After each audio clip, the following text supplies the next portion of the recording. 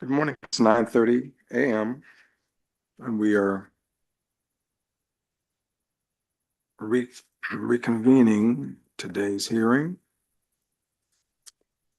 which is South Coast Air Quality Management District versus Chiquita Canyon LLC, a Delaware Corporation, facility item number 119219, case number 6177-4. The case was heard by the board last week and we continued the case until today. And so before we proceed any further with respect to several matters that are before the body, I would like to ask both individuals, the two hearing board members who are participating remotely. I would like to ask if in fact, Dr. Abraham, I presume your remote location was properly posted pursuant to the Brown Act? That is correct. And are any individuals in the room with you? No. Okay, and his location is indeed published on the agenda. Ms. Verdugo Peralta, I asked the same question. I assume or rather presume your location was posted pursuant to the Brown Act? Yes, I believe it was posted on Friday. Yep, I do see that. Are there any individuals in the room with you currently? Not currently. Okay, very well, very well. All right. So the petitioner sent an email to the hearing board seeking that we strike, here we go. A motion to strike in part, and this is in part the respondent supplemental exhibits for which were submitted June 20th in the above referenced matter. And so I'm going to allow the petitioner to present on the motion to strike and then allow the respondent to provide their argument. And then of course, we're going to rule this morning. So we're going to handle this action prior to the full commencement of today's hearing. So I'm going to turn the floor over to my good friend, Ms. Roberts. Thank you, Mr. Chair. Late Friday afternoon at approximately 4 p.m., Chiquita filed 16 additional exhibits spanning approximately 1,000 total pages without notice or leave from the board or any justification as to the delay as to why these exhibits were not filed timely within the deadline set by the board, specifically at the request of Chiquita's own counsel at a pre-hearing conference. Chiquita fundamentally requested this board an accommodation for scheduling purposes of its witnesses. That accommodation request necessitated this hearing be stretched out over 21 calendar days. The district, in an effort to be conciliatory and reach accommodation, made no objection to that, and the board ordered such accommodation. But this board should not countenance what amounts to weaponizing that very accommodation. Chiquita has waited until after the close of the district's case in chief. All of its affirmative witnesses have concluded their direct testimony to submit over a dozen substantive exhibits with no notice and no time for the district's witness to analyze or opine or testify as to the content of any of those exhibits. If the board fundamentally allows this kind of gamesmanship, the district would be forced to recall multiple witnesses to attest to the invalidity of the data that Chiquita is submitting. But this is essentially a process this hearing needs to resolve. It has already stretched out over 21 days before the district can get the relief it is seeking to abate these nuisance violations. In order for that to happen, the board must hear the conclusion of testimony and deliberate on this matter. In order to do that, you must reject Chiquita's attempt to end run around the actual ground rules set for this hearing. Accordingly, the district respectfully requests that this board strike all non-declaration exhibits submitted after May 30th in their entirety, We further ask that you strike all attachments that were submitted to declarations and strike all portions of declarations that were submitted on June 20th, which reference any of these stricken materials, and direct the respondent to resubmit any of these declarations without the improper references. And for the record, I would like to read that in the entirety of the motion. The district proposes to strike in entirety the exhibits Quad U, Quad V, Quad W, Quad X, Quad Y, Quad Z, Quintuple A, Quintuple B, Quintuple C, Quintuple D, Quintuple E. As to Quad P, the district moves to strike paragraphs 9 through 12, 15 through 16, 19 through 20, 22 through 24, 27, 29 through 30, 32 through 35, 37, 39 through 44, as well as all associated figures with those declarations. From Quad Q, the district seeks to exclude and strike all attachments as well as paragraphs 7 through 8. From Quad R, the district moves to strike Exhibit 1 and paragraph 24A. Thank you. All right, Ms. Morgan. Thank you, Mr. Chair, members of the hearing board. Megan Morgan on behalf of Chiquita. Put simply, the district is mischaracterizing Chiquita's submission and it's mischaracterizing the record. The exhibit list, the supplemental exhibit list that Chiquita submitted includes 3 types of documents: rebuttal exhibits, exhibits for impeachment purposes, and exhibits for the purpose of streamlining testimony. All of these documents are appropriate to submit to the district at the time they were submitted. They were timely, and there is no prejudice to the district. All of this was for the purpose of further streamlining and increasing the efficiency of this matter at the request of the hearing board. This also raises a broader logistical question of how the board prefers to handle exhibits in this case. Our understanding is that the hearing board moved all of the exhibits on the original list into evidence at the beginning of the first hearing. We would propose in this instance addressing these additional exhibits as they come up. If Chiquita does not need to raise an exhibit with a witness, Chiquita will withdraw it. But we do need to understand broadly how the board prefers to proceed logistically with the admission of all exhibits in this matter to ensure there's a proper record for appeal. As to the substance, the exhibits are submitted timely. Rebuttal exhibits can be submitted at a later date. They couldn't have known that we needed these documents and exhibits before the start of the hearing. Further, there is no such deadline as Ms. Roberts alluded to. We could not have possibly predicted that we need to submit every document we could present by the date of May 30th. It would be unduly prejudicial to Chiquita because of the split proceedings, which, contrary to Ms. Roberts' statements, were demanded by the district, not Chiquita. In concept, what the district is saying is that the hearing board's direction of submitting documents the Friday before a date of the hearing meant that Chiquita would have 5 days with the district's documents, where the district could have had up to 18 with ours. At the time of that proposal, the hearing was split into 2 days, not all the way into the third. That simply can't be what was meant, and it's not what Chiquita agreed to or understood that it was agreeing to at the time. Further, there's no prejudice to the district in this case by these additional exhibits. Again, Chiquita was trying with this exhibit list to accommodate the board's preference to see all documents in advance and ensure public participation by providing anything that Chiquita might refer to. Additionally, the submission of these exhibits increases efficiency. Many of the documents, aside from declarations, are also submitted for the purpose of streamlining testimony.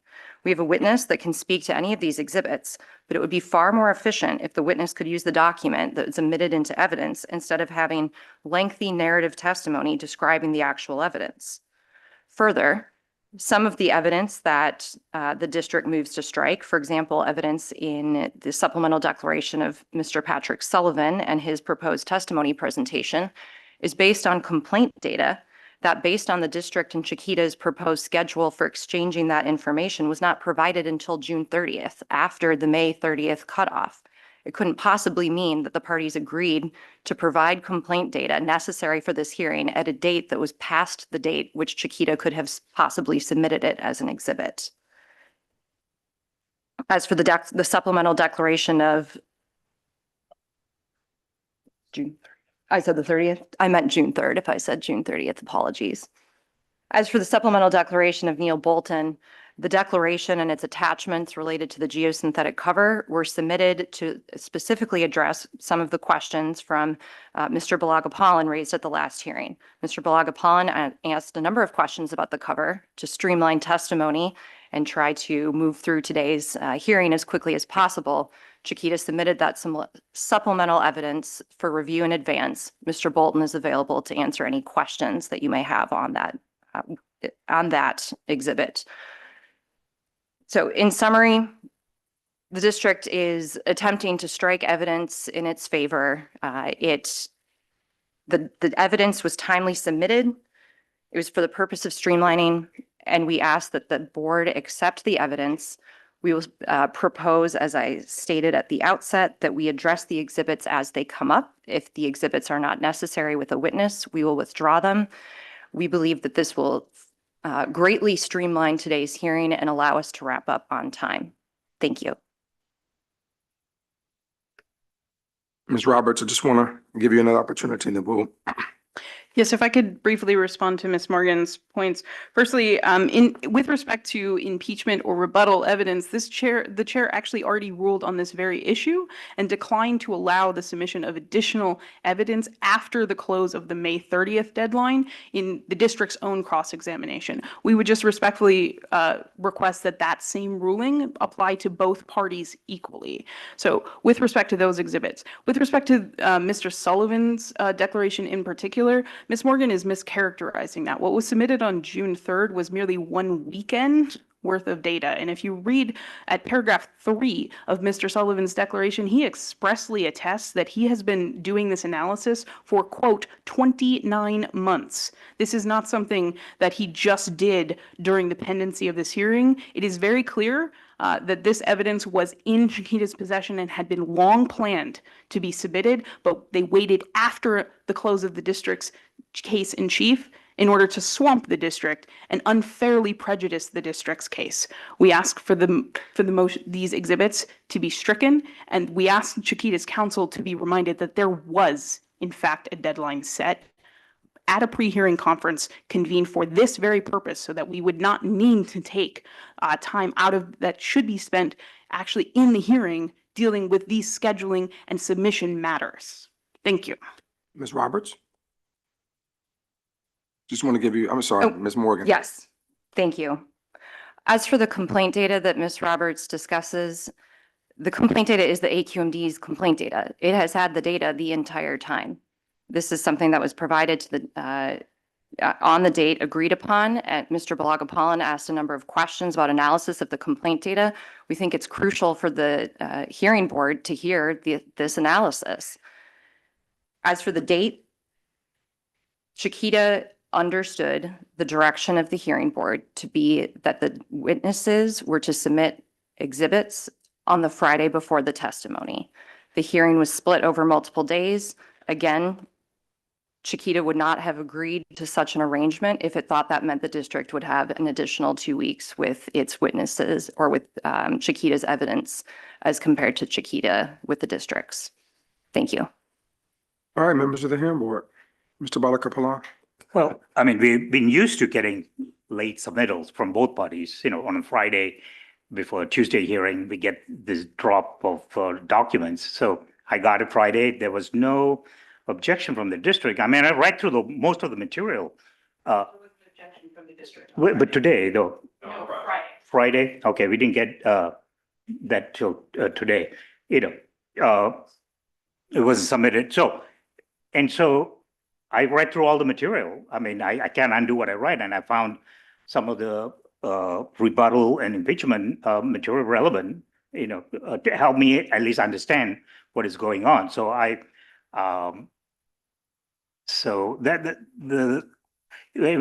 the other problem is, and I know Mr. Pearman gave a summary of what happened during the pre-hearing, but I think this is where the written pre-hearing meetings notes will be very useful to know exactly what cannot be done. You know, we just got a summary, but I found the material relevant in the sense that, you know, I don't know the legal aspect of it.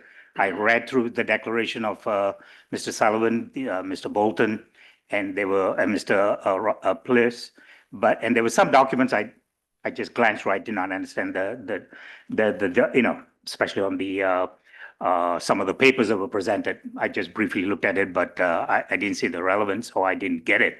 But I personally, if I'd known this was going to be disputed, I wouldn't have spent all weekend yesterday, and I spent my reading all this and several times and highlighting and having questions, and quite frankly, it answered a lot of the questions I raised. So that was helpful for me in that sense. So I can't undo what I read, and I think I've made notes based on the comments, and I was going to use that in my closing to bolster whatever comments I was going to make. So I found it useful. That's all I can say. I don't know what the legal aspect of it is, what was specifically said during the pre-hearing conference on that. Ms. Verdugo-Peralta?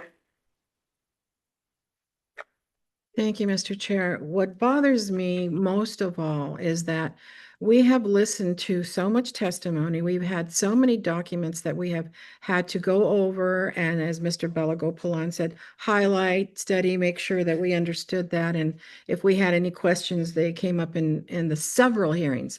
This has been dragging on for such a long time. And what concerns me most of all is what the residents are experiencing, and what their health is being affected by the fact that and I shouldn't say we, that this case has been going on and on and on, and we have to find a solution. Any attempt to drag this on further, to me, is not in good faith. I think that we all have been very patient. We all have been involved in this as far as actively asking good questions, and that the testimony that has been brought by the public has been heartbreaking, actually. And I just don't want to see this go on and on and on. We need to conclude this, and we need, Chiquita needs to find some solutions quicker than they are so far. I'm not real happy with how this is being dragged on even further. I would never want to see this go on, and for the sake of the public, this is just, to me, ridiculous. Thank Any you, Mr. additional Chair. comments from Mr. Perriman? Well, I guess first, in the future, I guess district council needs to figure out a way to get the objections to us quicker, because if you would send it Friday, then I guess, and we got it, I guess he wouldn't have done that meeting. Not your fault, but probably in the future, we got to figure out a way to make sure that gets handled more directly. So let me understand, Ms. Roberts. So the supplemental declaration of Patrick Sullivan, PPPP, you're okay with that? Only certain parts of it? Yes, so specifically, I read into the record the paragraphs that we were moving to strike, which is for ease, it's just the paragraphs that are referencing these newly submitted substantive exhibits and then the figures associated with those paragraphs. Okay, So then we don't. Q, Neil Bolton, the same? Yes, thing? it's the same. Well, in Mr. Bolton's case and Dr. Plouse's case, those their declarations include substantive attachments or exhibits to their declaration. We are moving to strike those.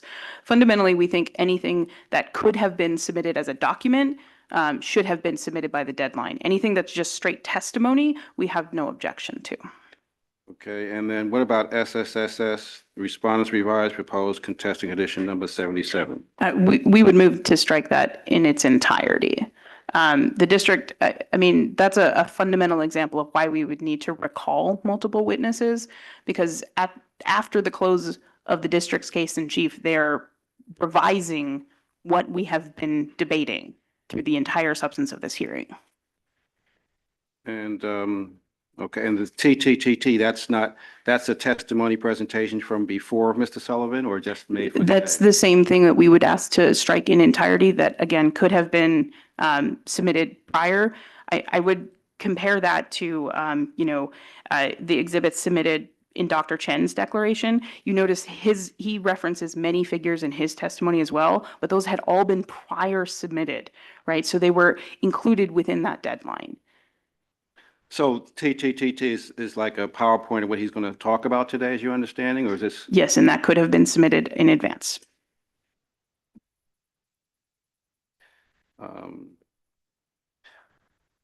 you know, I guess my only thought would be, we've got these declarations, and the only issue is some of the exhibits referenced therein that may be late. I'd say let's, you know, when we get to the declaration, the witnesses are there except for Pluse, right? I mean, Sullivan and Bolton will be here. My understanding is all of them would be here? Yes, Dr. Place is also All here. right, well, if you refer to the declaration, it shortens time, great. If you get to the paragraph, there's an exhibit that she objects to, then you can rule at that time. Because we don't have time to go over this now. I mean, you know, you give me a motion to strike. I just see it when I sat down at my desk. How can I intelligently rule on everything like that? So that'd be my view anyway. So thank you, Mr. Pearman. Miss Morgan, just out of curiosity, so just I want to be very clear for the viewing audience as well as the listening audience. You submitted augmented declarations, but the objective is not to testify or have the individuals to testify on every aspect. Declarations, just supplemental material for the review of the board as well as the general public. Is that a correct characterization? That's right. The intent was that the declarations take the place of live testimony today. We would have 5 to 10 minutes of testimony from each of these witnesses. If, for example, Mr. Sullivan needed to go through all of the data and facts that he analyzed, which he has every right to do, and Chiquita has every right to present, that would take a substantial amount of time. That was the purpose of presenting all of that in a streamlined fashion. I'd also like to add, because I did not understand this before from the district's proposal, but they're moving to strike Exhibit Quad S, which is Respondent's revised proposed condition number 77. The Chiquita reached out to the district on Friday with a counter proposal. In light of the comments from the hearing board and testimony, Chiquita is trying to move closer together to a negotiated solution on the contested condition number 77. The parties have done this repeatedly throughout the course of the hearing, past hearings and throughout the matter, negotiate matters and propose revised solutions. So I think it's completely inappropriate to object to such a compromised position when Chiquita is simply trying to move closer together. All right, let's lay a motion up on the floor. I'd like to, sounds as if members of the board would like to admit, so we're going to move to deny the district's request to simply deny the motion to strike. Is there a second? I'll second it. Thank you, Mr. Balakapane. Any question or discussion on that motion? Hearing none, Dr. Abraham. Aye. Chair, I would like a, and I'm sorry to just barge in on this. I would like a better explanation of exactly what we're voting on, because I want to be absolutely sure that not only the board members understand, but that the public also understands what we're voting on and what it would mean for a yay or a nay. I'm not sure that it's confusing. And I know if it's confusing to me, it's confusing to many members of the public. So I'm just asking for just a clearer definition of the motion. Sure. So the way I see it, and anyone else can lean in on the dais, the way I see it is that the district is not interested in the hearing board receiving, accepting, or reviewing any of the materials associated with any of the exhibits as articulated by Ms. Roberts. And the argument from the other side is, well, the supplemental material that would simply be a part of the exhibits, almost an augmentation of the exhibit. And so it streamlines the testimonial process and allows us to come closer to a settlement. That's the way I see this. Any members of the hearing board? I think that in support of the motion, that's how you see it, and you want them to stick to using this to simplify the actual live testimony, and that's the value of it. So yeah, on that basis, it makes sense. That's the attitude. Mhm. Yeah, Mr. Balakapane. That's how I see it to Mr. Sullivan and Mr. Bolton. Sir, turn your microphone Oh, on. sorry, it is on. Okay, there Mr. we go. Sullivan, Mr. Bolton are here to testify, and so a lot of this, they don't have to repeat it, or they can refer to certain sections of it, so we can streamline the process.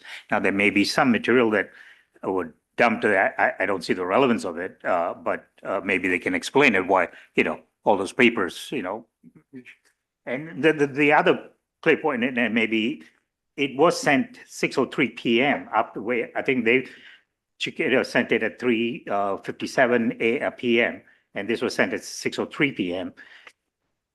So, and we didn't get it till this morning. I mean, it's not the district's fault, but I mean, the clerk only sent it this morning, so we didn't know there was an objection to this. And, I wouldn't have spent, like I said, the time, but I've read it. I think, quite frankly, I found it very useful. The explanation or the rebuttal in a lot of cases. And I think we do need to hear, and I'm assuming when they come to testify, they will do the rebuttal anyway, or touch portions of it. So having able to read it and analyze it, I think was very useful for me at least. So that's why I second the motion to strike. Dr. Abraham.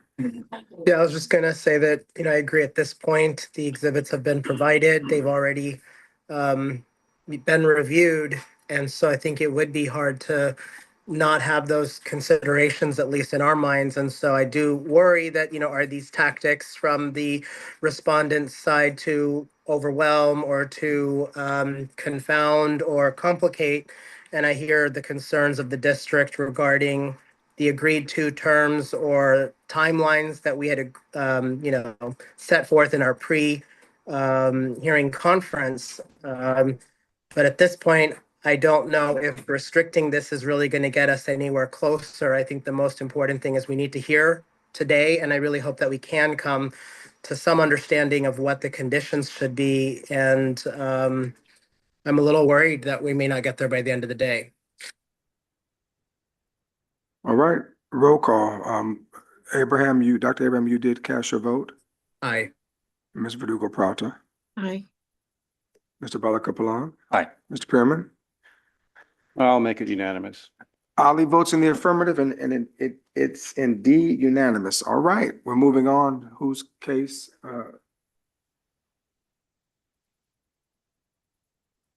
Mr. Chair, so I believe the district has two witnesses today that are subject to cross-exam before we get to respondent's case in chief. One of those witnesses is via Zoom. So if I could ask Day to move over Todd as a panelist. And then I believe the chair can swear witnesses.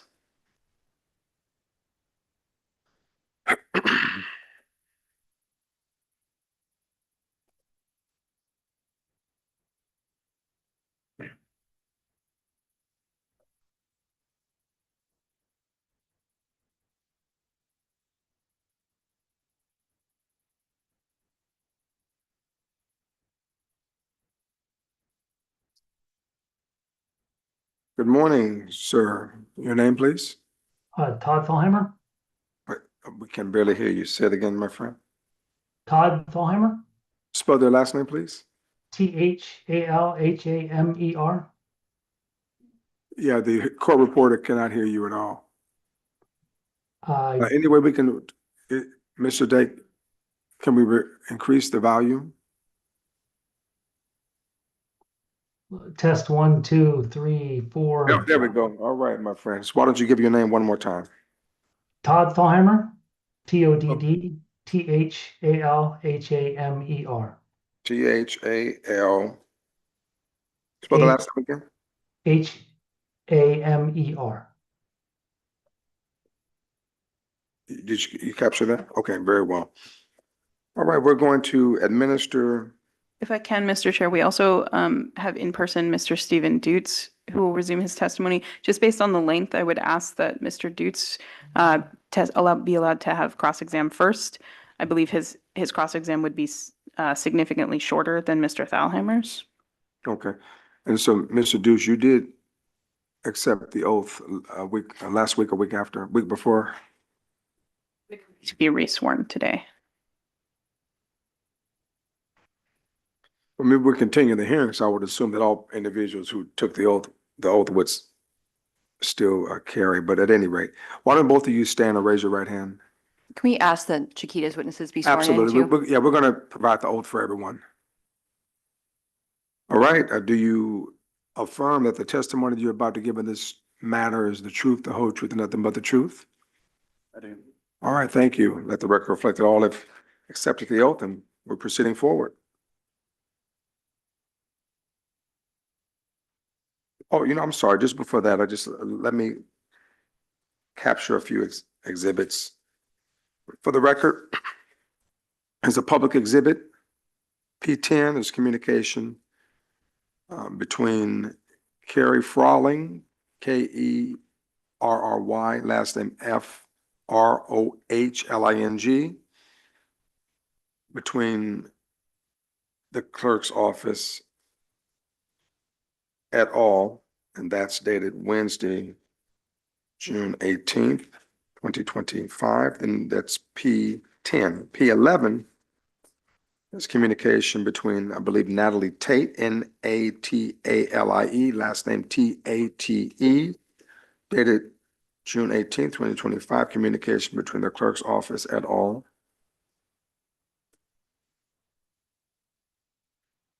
And then P12, Abigail, Abigail, last name is Desa, communication between the clerk's office et al. And that's exhibit P12. P12.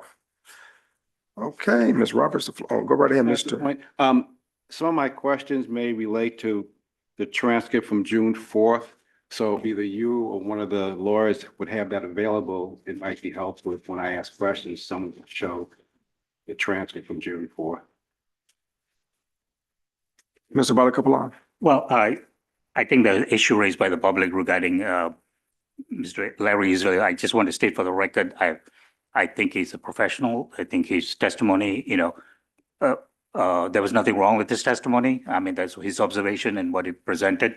And I've dealt with him for many years when I worked at the agency. So I have no, when he gave his testimony, he was very truthful and to the point, what he knew and what he didn't know. So I just want to say for the record on that. All right. Ms. Roberts. Thank you. Mr. Dutz, can I have you state and spell your name for the record? Yeah, good morning. My name is Stephen Dutz, STEPHENDUTZ. And can you remind us your employment with the South Coast AQMD? Yeah, I'm a manager in the Monitoring and Analysis Division. Thank you. Those are all of my questions for Mr. Dutz this morning. Okay, Mr. Dejinski. Thank you, Mr. Chair. Good morning, Mr. Dutz. So I believe Ms. Roberts was correct. My questions for you will be relatively brief. Your testimony last week, you discussed some methane readings around the Chiquita Canyon landfill. You remember that testimony? Yes. I believe your testimony was also that the district does not treat methane as a toxic air contaminant, That's correct? correct. Yeah. Is it also odorless? Yes. And so your testimony was also, I believe, and correct me if I misstate this at all, that methane can be used as a surrogate for landfill gas detections. Is that right? Correct. So can I ask what that's based on? Did you do any type of correlation analysis with methane readings out in the community with things like odor or other constituents that were being monitored for? Yeah. So early on when we were getting into this, I think we kind of noted it last week. We looked into, what potential sources of methane were in the area that would, emit a significant quantity that we would see it at these levels, and eliminating other potential sources, isolating the landfill as the major source of methane in the area. We initially identified it as a good surrogate for landfill emissions. In the past year, there's been a lot of analysis looking at correlations between methane, H2S, DMS, benzene, the suite of air toxics that are being monitored at the various MS stations around the landfill, and so on and so forth. To that point, we continue to look at that analysis, correlating it to things like odor complaints, observations by our inspectors, and so on. And so I want to pull up one of the exhibits that was shared during the prior hearing, specifically on these methane emissions. So give me just a moment and I'll put it up on the screen. This is District's Exhibit 92.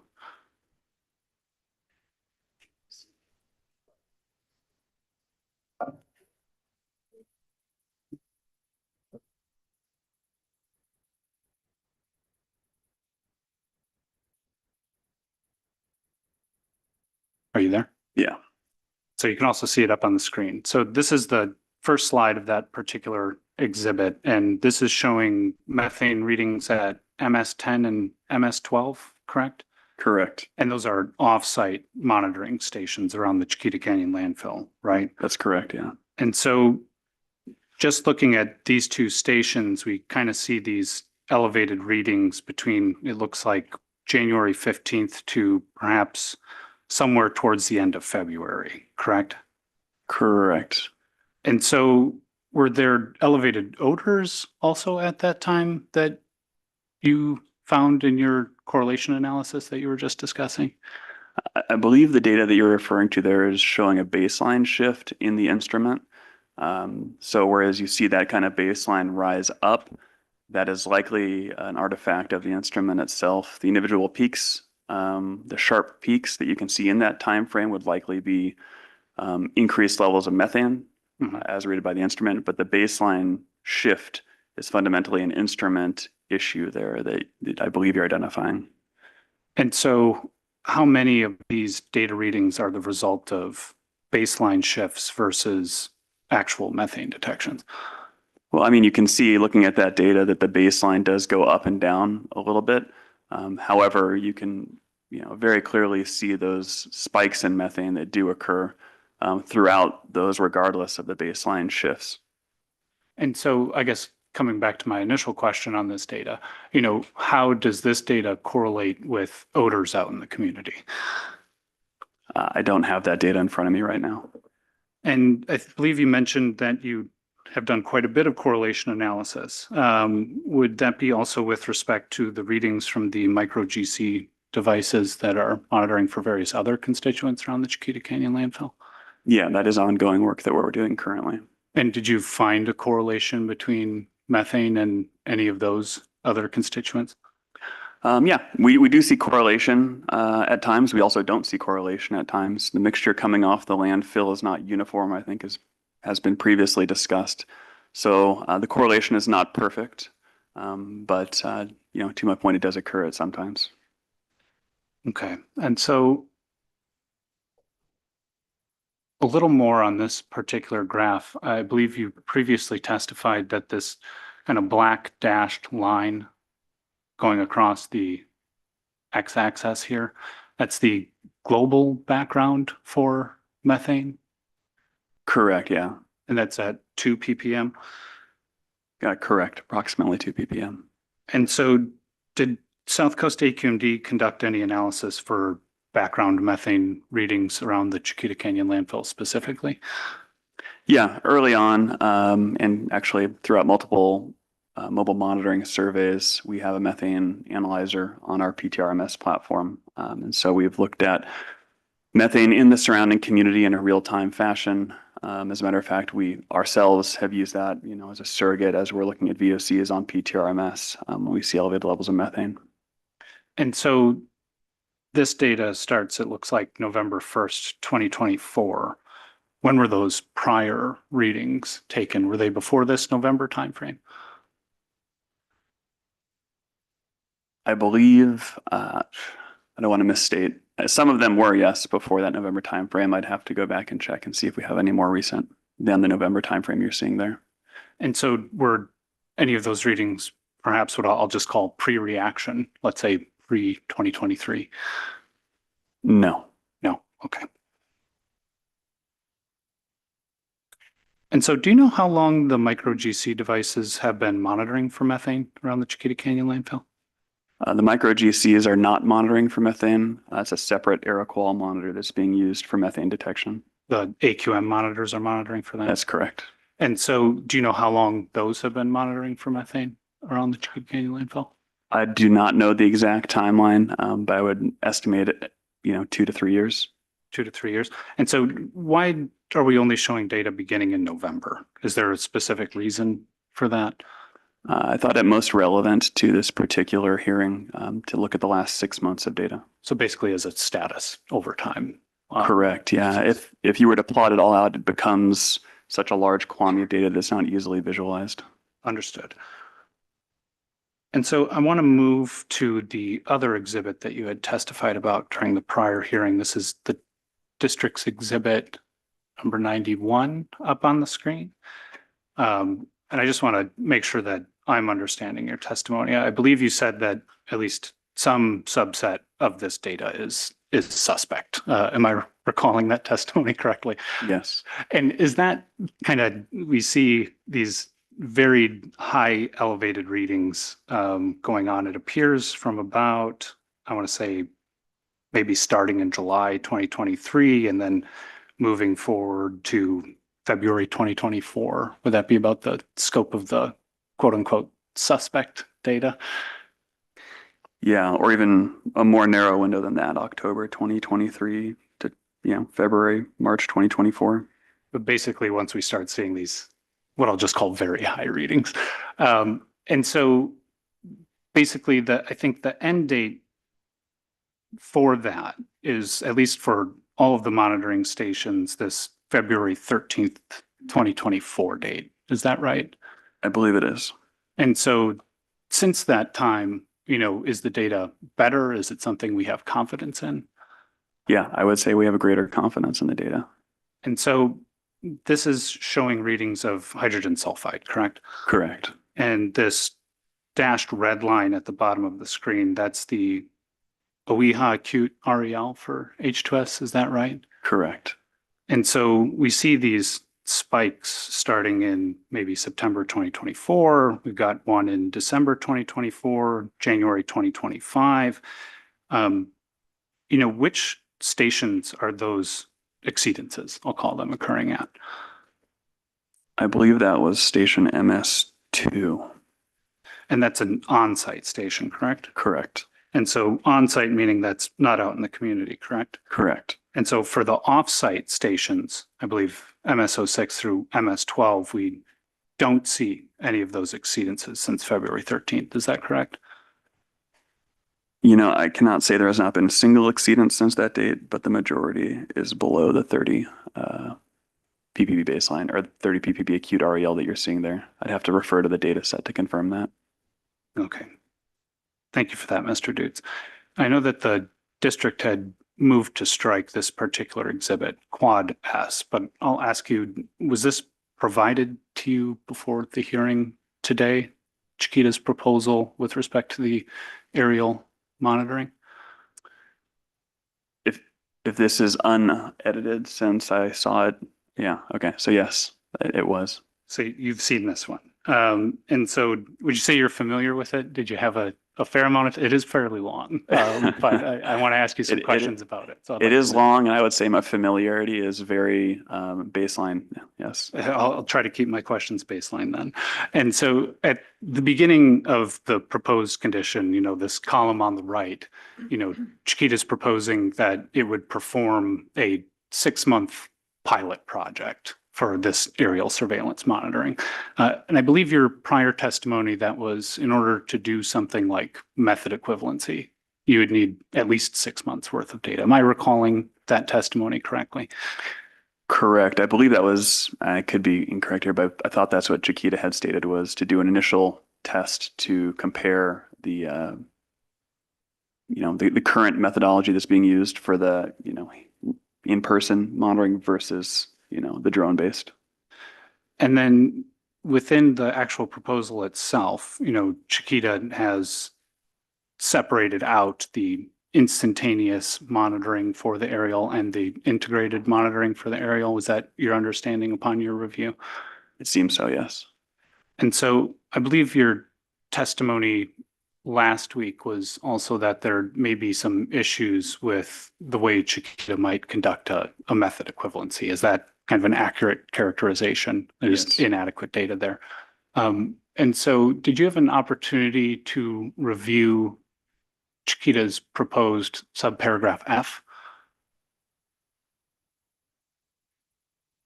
Yeah, could you scroll down a little bit so I can Yeah. refresh my memory? Of course, of course. Okay, yes. And so in Chiquita's proposal, I'll summarize and you can disagree with it if you in fact do, but I believe Chiquita is now proposing that it would conduct a comparison between kind of the on-the-ground monitoring versus the aerial surveillance at this point in time. submit that to the district, and then the district would have to approve it before it would actually do anything. Is that accurate?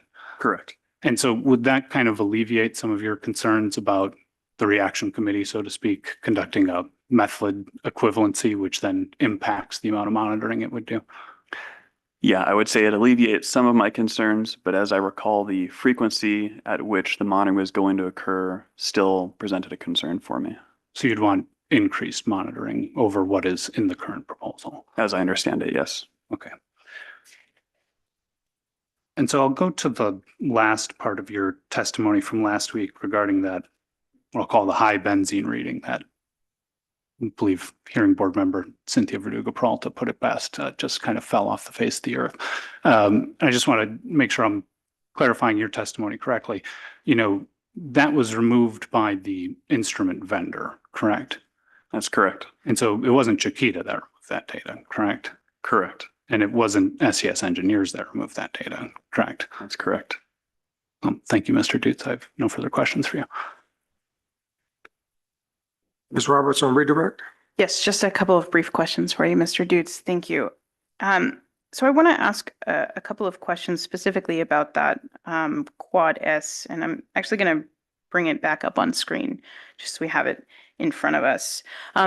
You testified previously that typically that you are familiar with doing things like method equivalency, and that's something that your lab would do on a fairly regular basis. Is that correct? Yeah, I would say it's something that we have done, in the past a number of times. And when a regulated facility wants to conduct something like a source test, do they submit any kind of method or protocol to the South Coast AQMD prior to conducting that test? They do, yeah. And after they conduct the test, do they submit a report then to the South Coast AQMD? That's correct. So in a normal process, you actually see two submissions. First, they have to submit a method, get the method approved, and then they conduct the method and then report on the data and get that reviewed. Is that a fair summary? Yes, it is.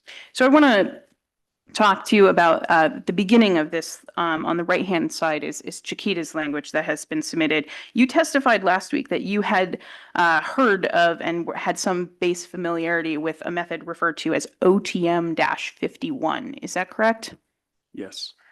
So Chiquita's current language, and I'm looking at this first paragraph towards the end of that paragraph. Let me zoom in so maybe you can read it. It refers to two different methods that would be used. First, OTM-51 for instantaneous monitoring, and a modification of OTM-51 that allows for integrated aerial surveillance monitoring. Are you familiar with that second one, a modification of OTM-51 that allows for integrated aerial surveillance monitoring? No, I'm not. To the best of your knowledge, has that been submitted to the South Coast AQMD's source testing evaluation or anyone in the South Coast AQMD laboratory staff for evaluation? To the best of my knowledge, it is not. Okay. And I want to ask you really quickly, Mr. Dudzinski talked you through subprovision F, that following 6 months of data collection, they would submit a report. In your testimony last week, you mentioned that in doing method equivalency, you typically see EPA, for example, has standardized statistical confidence that you might expect to base a determination of equivalency on. Is that right? That's correct. And in the revised proposal, where Chiquita mentions it would submit a report to the South Coast AQMD, do they list what statistical confidence or what methodology by which they would review this method by in submitting it to the South Coast AQMD? Not that I've seen. Okay. So based on this, is it fair to say that even Chiquita's revised proposal wouldn't match the district's standard process for how we can allow regulated entities to submit methods, get methods approved, conduct the methods, and submit reports for approval to the South Coast AQMD? I would agree with that, yes. And you mentioned you also had some concerns remaining with Chiquita's language regarding the frequency of monitoring. This is one of the main differences between the AQMD's language versus Chiquita's language, whereas Chiquita is seeking to monitor once per month. Is that your understanding? Yes. And the South Coast AQMD has proposed to monitor the reaction area weekly and the remainder of the landfill monthly. Is that correct? Correct. Is it still your opinion, even given that Chiquita is going to expand this for 6 months rather than the initial 3 months, that in your opinion, we should still monitor the reaction area at least weekly? It is, yes. Thank you. Those are all of my questions for Mr. Dutz. Thank you, members of the hearing board. Mr. Pearman. So, sir, are you familiar with the Exhibit 73, which is the proposed stipulated conditions? It includes. Yeah, you can pull it up on the screen. Okay, can do that.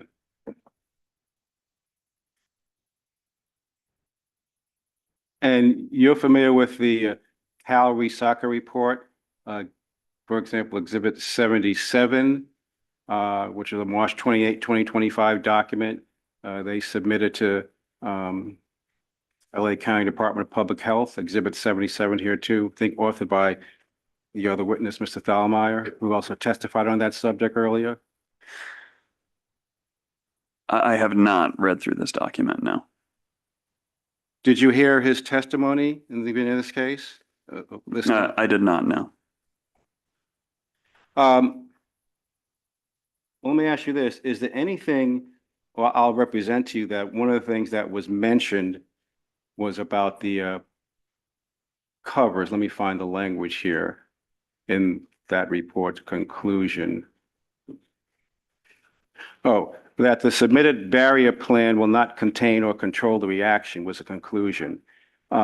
Is there anything in the proposed stipulated conditions that you think would, I guess, enhance the effectiveness of the barrier to your knowledge?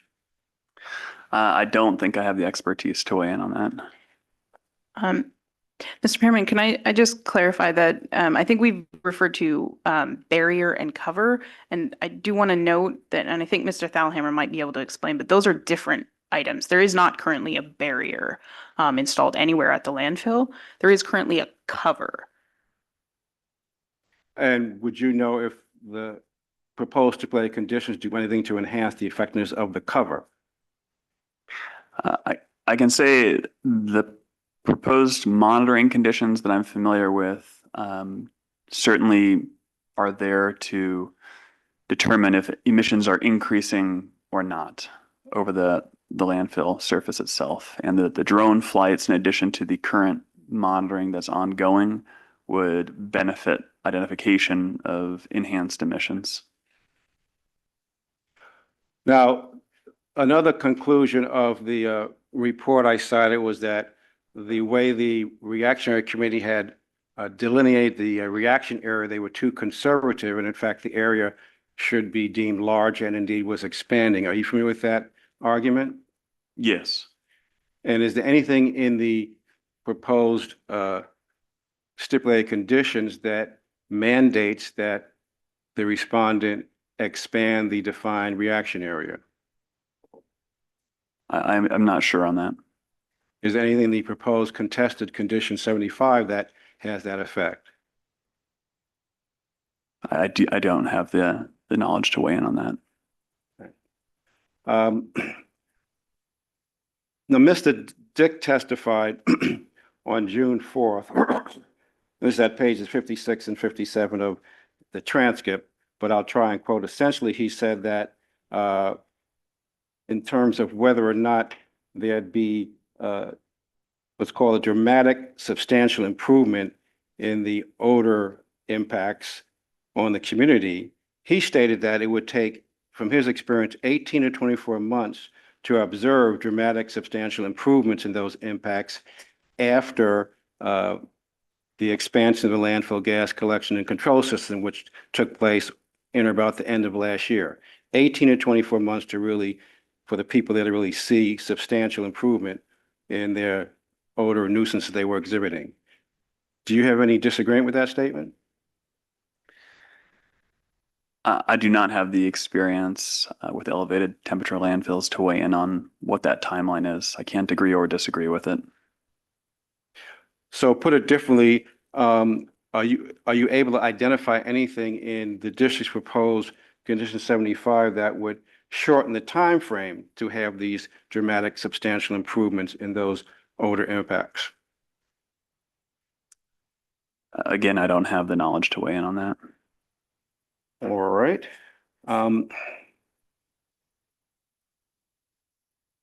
There's been some discussion about the use of the term controllers in the district's proposed condition 75 versus just monitors. So if we would assume that we did not include the controller feature in condition 75, how would that differ from what's already in condition 66? And that question, I believe, would need to be directed to our engineering team.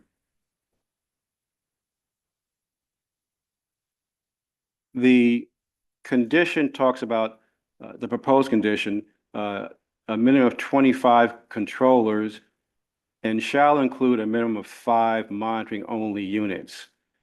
So is your understanding that what you're requesting is 21 plus 5? Again, I don't have the expertise to weigh in on that. I mean, can this witness answer any questions about condition 75 or? So you Dr. dismiss it? Chen was the witness on condition 75. This witness can testify as to condition 77, which is the aerial drone monitoring. Okay, no further questions. Thank you. Any other members of the board? Yes. Mr. Balakapalan. We saw the earlier graphs where can you actually explain baseline shift a little bit? When you say baseline shift, what exactly are you referring to? Yes, that's just natural drift of the monitoring device that's being used that would ideally be corrected for through routine monitoring and routine baseline adjustment. Including replacing of the sensor if needed? If needed, but ideally it would be done through calibration. So that day when there was a huge peak, that was a sensor error or just a shift? Are you referring to the benzene peak? The benzene, yeah, peak. That was an interference, I believe, as identified by the instrument vendor. And did they replace the sensor or what did they do? Did they calibrate it? How did it correct that?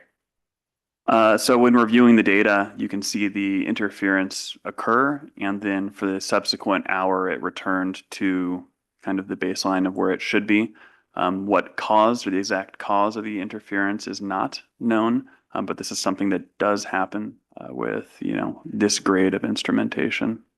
Because they're very sensitive to the environment. Because they're very sensitive, and also there could be external factors that are interfering with the signal that cause this to happen. Right. And so periodically they have to be maintained and checked and calibrated, so for the sensors, correct? That's correct. And it's almost like the onboard car sensor for the oxygen sensor, and it tells you it gives you an indication something's amiss, correct? I'm not familiar with the onboard car sensor. So and I think some of the members of the public had testified, seeing the data and then suddenly seeing it disappear, and they thought something outward was going on, but this was nothing outward. The vendor saw it. They shouldn't have done it they didn't inform you, right, that they were correct, removing that data point? Yes, it's my understanding that they did not inform SCS and they did not inform the district either. And you mentioned, I think there's a protocol being developed, so in the future, there will be some kind of a flag or some note regarding this? Yeah, that's absolutely correct. Currently already, several conversations have been had between SCS engineers, the instrument vendor, and the district, clarifying that this should never happen again. They are perfectly clear on that.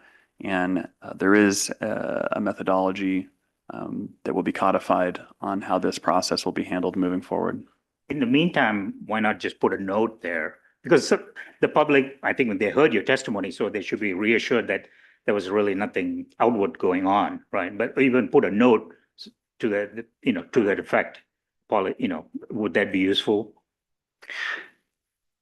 The methodology that we're currently working on, yes, would include an identification if this happens again in the future, as well as a a several page report identifying why a particular data point was invalidated or what happened that would be available for public consumption. Yeah, my point was going back to that data point and putting a note there at that, Yeah, we intend to use this case that we're discussing as the test case on how to do this, correct? All right. Let me go to the OTM method 51. Now that's EPA approved method, correct? Yes. And how familiar is this out? Is your group the ones that will review? Are you familiar with the OTM 51? We have a base level familiarity with it. This is not, our bread and butter in the lab, but it's definitely something we're familiar with, as well as our source testing team, which is under a different group than me. Right. Should the more appropriate group be EPA or that should be reviewing the results of the side-by-side comparison, the OTM and the surface monitoring? I don't know that I can say the more appropriate group, but I certainly think the AQMD is an appropriate group to be reviewing this. Reviewing that. So you're saying they'll come up to speed, they'll know what the method is all about, and because they are proposing but it looks like that method is for both instantaneous and for integrated. They're modifying for both. So based on your response to the question, is that you want to see a protocol first before they do their actual test, or they're going to submit the report after the fact, but you want to see a two-step process? You want to see a protocol, approve the protocol first, and then say go ahead and start doing their testing? Yeah, I mean, that's the usual process as an agency that we go through. It's also beneficial so as time and money would not be wasted doing something that maybe the AQMD does not feel appropriate. So yes, to that point, I think it would be beneficial to, decide on a process upfront prior to conducting it.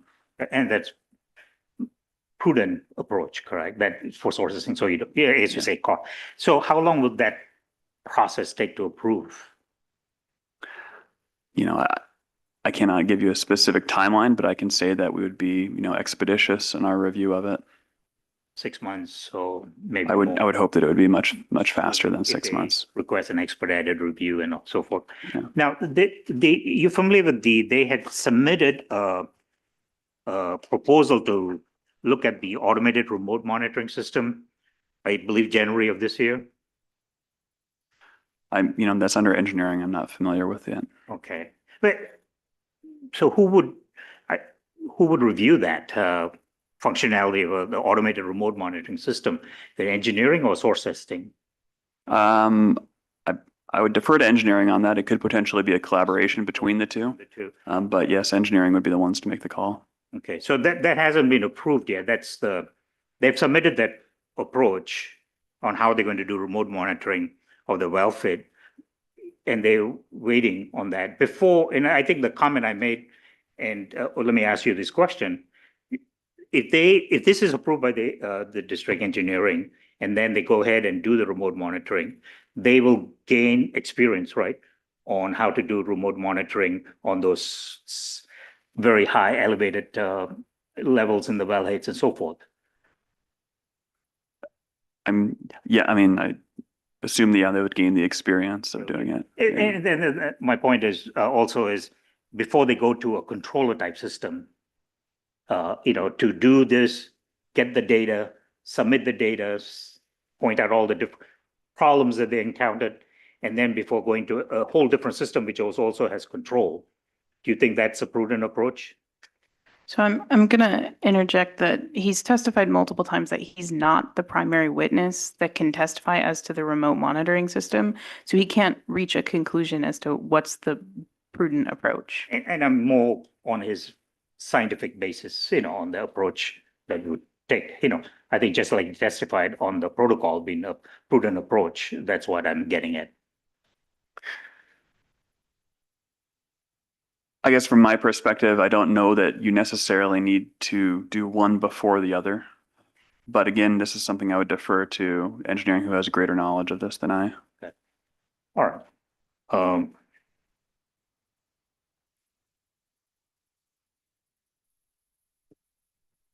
And you're not familiar with the testing that the company that Sniffer has done at other landfills, or have you looked at anything?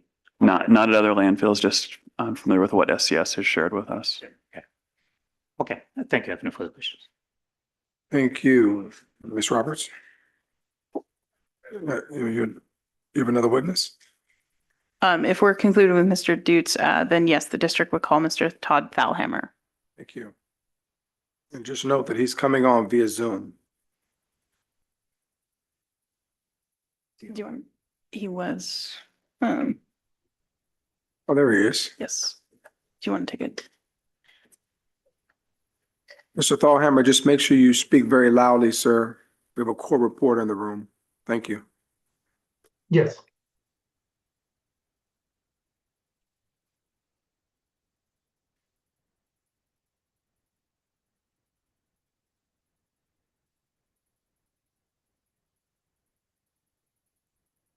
Do you have any?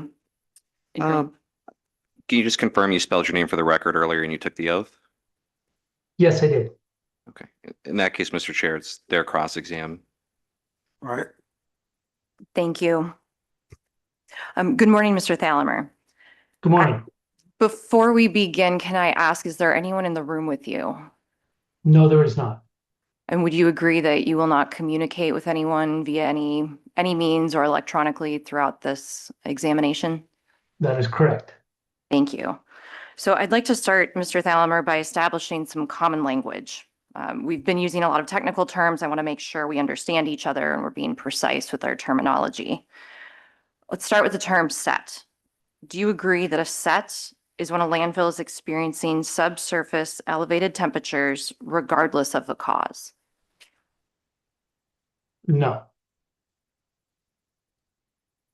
Do you agree that a set is a broad category covering any subsurface elevated temperature at a landfill?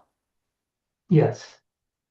Thank you. So if I refer to a set today, or if you refer to a set, that is what I'll understand you're referring to. Is that okay? That is okay. Next, pyrolysis. Do you agree that pyrolysis is the chemical degradation of a substance by heat?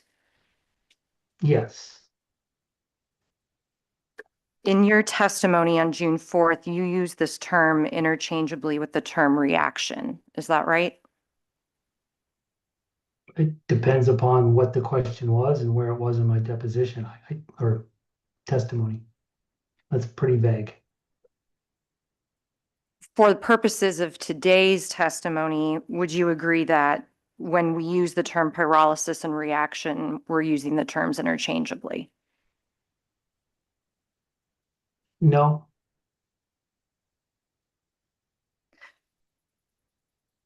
So if today you're referring to a reaction and it's something other than pyrolysis, would you make sure to define what it is you are talking about? Yes, we will be specific on the word reaction and pyrolysis. Do you agree that there can be elevated temperatures at a landfill without pyrolysis taking place? Yes. So let's talk now about combustion. Do you agree that combustion is self-sustained high temperature oxidation reaction? I'm not sure if that's a correct definition, but for the brevity's sake of this, I'll agree to that. In your testimony on June 4th, you used the term combustion interchangeably with the term fire or subsurface oxidation or smolder. Is that right? That is correct. So can we agree that today all of those terms are interchangeable? Yeah, there's many others.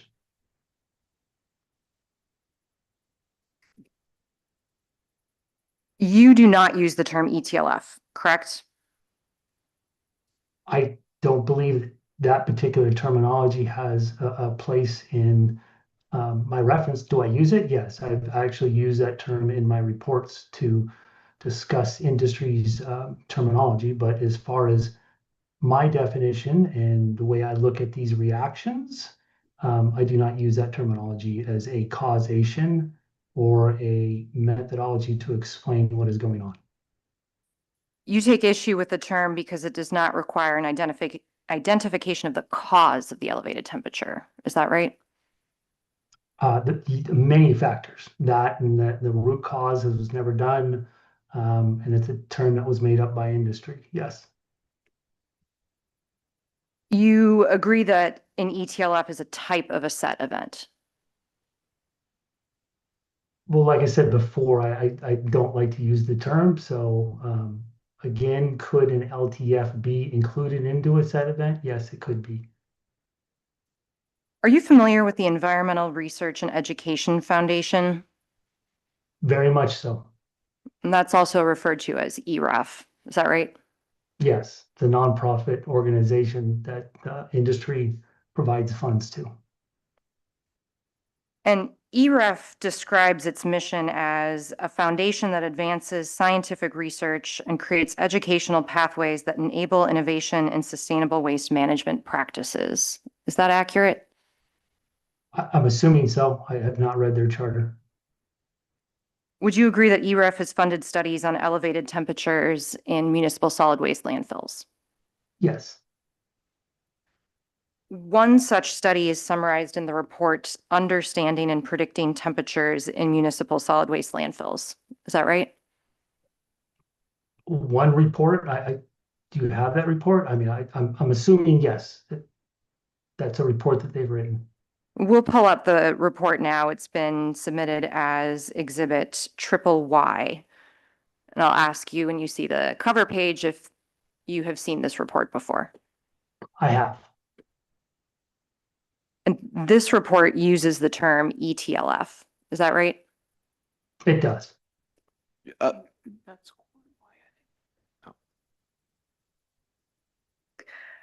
Are you aware that the U.S. Environmental Protection Agency has an Office of Research and Development? Yes, I am. And there are landfill experts that work at, I'll call it ORD, but the Office of Research and Development. Is that right? I would debate that. You debate that they're experts? In an LTFs, yes. They're landfill experts. Is that I right? would say landfill experts, but not in elevated temperature events. These landfill experts use the term ETLF. Is that right? They have, yes. And EPA has published guidance on ETLFs. Do you agree? I don't consider a one-page paper guidance. I'll pull up the guidance, which is Exhibit V. This guidance is titled, When does a municipal solid waste landfill become an elevated temperature landfill, ETLF? Is this the guidance you're referring to, Mr. Thalheimer? I don't see the word guidance on this document, but this is the document that they've produced. And EPA's document that we're looking at in that blue box states ETLFs are not landfills that have experienced a fire. Landfill fires typically occur at or near the surface where oxygen is available, usually affect only a small area and can be quickly managed. Did I read that correctly? You read that correctly. In 2021, EPA revised the NESHAP regulation to increase the operational standard temperature from 131 to 145 degrees. Is that right? Yes, they did. EPA used to have a 5% oxygen limit for operating gas wells. Is that right? Yes, the industry negotiated the removal of the oxygen and the increasing of the temperatures. And so EPA no longer has any limit, correct? For oxygen. EPA currently does not have a limit. When EPA makes these types of regulatory changes, those changes go through a rulemaking process. Is that right? Yes, that was part of that rulemaking process. And proposed rules are subject to notice and comment? Yes. Regulators encourage participation in the regulatory process by interested stakeholders, correct? Yes. The industry is one such interested stakeholder. Is that right? They're the majority of the interest, yes. And do you agree that industry provides valuable insight as actual operators of the regulated facilities? In certain circumstances, yes, and others they do not. Chiquita has not avoided any enforcement by naming this event an ETLF, has it? I think it's an excuse. again, my opinion's fairly strong that this particular scenario does not get into causation and does not do a proper investigation to determine that. You're familiar with the stipulated order with this South Coast Air Quality Management District, correct? Familiar, lightly, yes. Are you familiar with the unilateral administrative order issued by the US EPA? Yes, I was part of the development of that order. And are you familiar with the 2 compliance orders that have been issued by the local enforcement agency? Very much so. Are you familiar with the investigative order issued by the Regional Water Quality Control Board? I'm aware of it. Are you familiar with the imminent and substantial endangerment order issued by DTSC? I am part of that technical committee, yes. You've described yourself as a waste fire expert, is that right? It's one of my areas of expertise, yes. In addition to your work at CalRecycle, you work as an independent consultant, correct? That is correct. In that role, you provide emergency response, engineering, and practical training to waste fires outside California. Is that right? Yes, that's my ethical bounds. And your CV lists numerous landfill fires that you've advised on, correct? Yes, And some of those are surface fires, am I right? yes, And a surface fire is not a set, is that correct? technically it can be, yes. It's elevated temperatures at a landfill. So a surface fire could be a set event, but it depends upon how deep that surface fire burns and whether it's covered by soil. But in general terms, no. A set is an abbreviation for subsurface elevated temperature, correct? Right, but surface fires do burn deep and get into a set event if they're not appropriately put out and dealt with. So if the question is with chicken and the egg. So will a surface fire turn into a subsurface fire? And so the causation is that at times a surface fire can cause a subsurface elevated temperature event. But a surface fire is not a set, correct? No, that is correct. A surface fire is also not pyrolysis, correct? They're not the same thing. No, a surface fire can have pyrolysis. A surface fire can be the same as pyrolysis, Well, a surface fire can cause pyrolysis, yes, but it is not the same thing as pyrolysis, correct? that is correct. You're not a chemical engineer, is that right? That is correct. And you are also not a geotechnical engineer, is that right? That is correct. You co-authored a 2017 article titled Spatial and Temporal Characteristics of Elevated Temperatures in Municipal Solid Waste Landfills. Is that right? Yes, That article used the terminology elevated landfill temperature events, or ETLEs, correct? yes, One of your co-authors of that article was Dr. Tim Stark. Am I right? yes, it was. And Dr. Stark coined the term set, correct? Yes, he did. Set is the same as ETLE is used in that article. Is that right?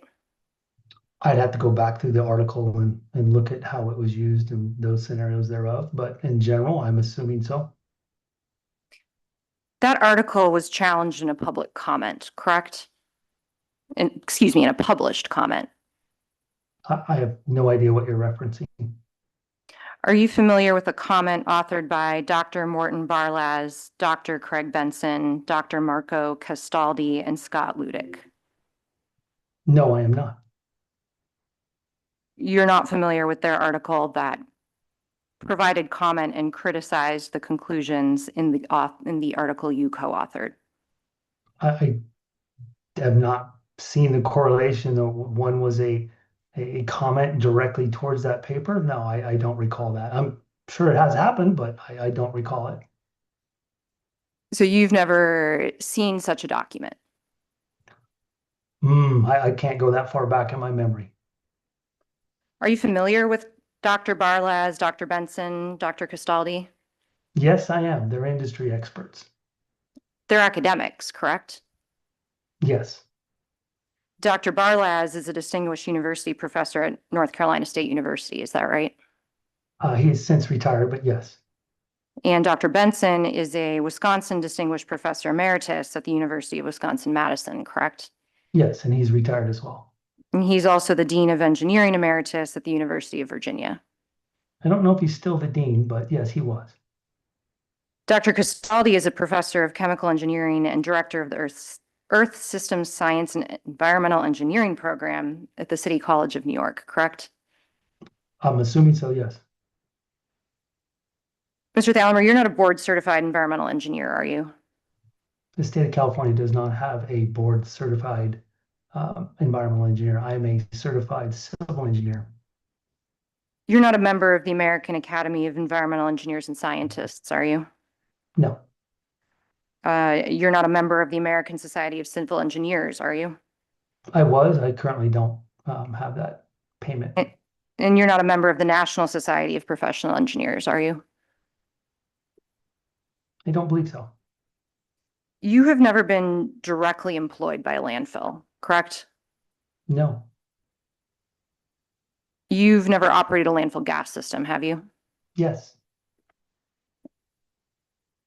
Have you operated a leachate collection system? no. You've been to Chiquita 2 times, is that right? On the ground, yes. I've been in the neighborhood a number of other times. And your last visit to Chiquita, the facility, was May 23rd, 2024.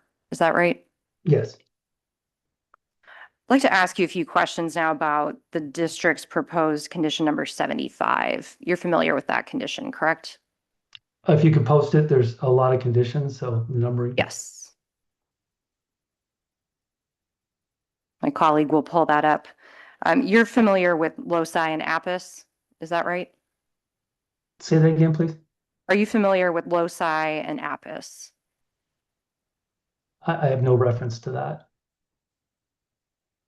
Are you familiar with remote monitoring wellhead control systems? Yes, But you're not familiar with the company's loci and apis? oh, the company, I'm sorry, yeah, you just blurted out a name. I'm aware of them, yes. These loci and apis systems, they would typically have an automated control aspect, is that right? Yes, And if there's an automated system, you'd program an algorithm and set parameters for that control, correct? you would take the time to set your parameters and you would program it the way you would want it, yes. In 2023, you recommended that Chiquita consider remote monitoring, correct? Yes, that was my very first letter that I sent out. And your recommendation focused on the benefits of data collection capabilities. Is that right? Yes, Chiquita has remote wellhead monitoring in the reaction area, correct? I'm unaware of that. Are you familiar with condition 66 of the stipulated order? No, I'm not.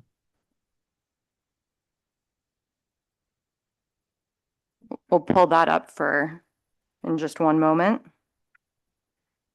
Are you familiar? There's a lot of conditions and numbers, so I'm going to ask you about the substance in case that triggers a memory. Are you familiar with the requirement in the stipulated order that a remote monitoring system shall be installed and in operation no later than December 31st, 2024? Yes, I am. And so you're aware that Chiquita has installed that system as required by the stipulated order? No, I had no idea whether it was installed or not. There's been a number of delays. There's been a number of conditions that, again, I don't follow closely as far as when they were installed. A lot of scenarios were negotiated, times have been extended. There's been rainfall. There's all sorts of issues that go on at Chiquita. So as far as when it was actually installed, I don't have that date. But you know that it has been installed? I do now.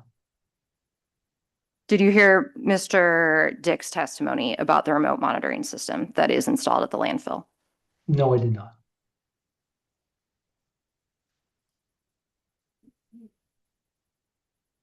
Mr. Thalheimer, you're familiar with the report written by Dr. Tim Stark about Chiquita, correct? He's written a number of reports about Chiquita, yes. You agree with the boundary line drawn by Dr. Stark in one of his reports? The general boundary line, yes. I don't think it's exact. And I don't think he meant to be exact, but it's the general boundary line, yes. You have not presented your own boundary line distinct from Dr. Stark's line, correct? I have some internal discussions and internal maps that I chart data on, but his boundary line is what I accept as the area of concern. And Dr. Stark's line is based primarily on temperature data, correct? Yes, And so his line represents the extent of the set. Is that right? yes, Dr. Stark's report does not state what temperature he uses as a threshold for his evaluation, does it? I'd have to read his report and then have to read my letter. I'm sure that there is a boundary condition that he used as far as the temperature. I mean, again, I think it's pretty clear that there's a certain range of temperatures within that boundary line. But you can't state today what that number is, correct? I can state it's probably between 160 and 180. It's definitely elevated as far as exactly what that temperature is. It may be 180, or maybe 170, maybe 175, but it is elevated to the point of which you're killing off methagenic bacteria at that temperature. And you can't state where in Dr. Stark's report he points to the number he uses, correct? I can state in his report that the line has a defined number and a defined temperature range. Yes, but as far as the exact number, I cannot. Dr. Stark's line is based on temp probe data, which shows in situ waste temperatures. Is that right? Yes,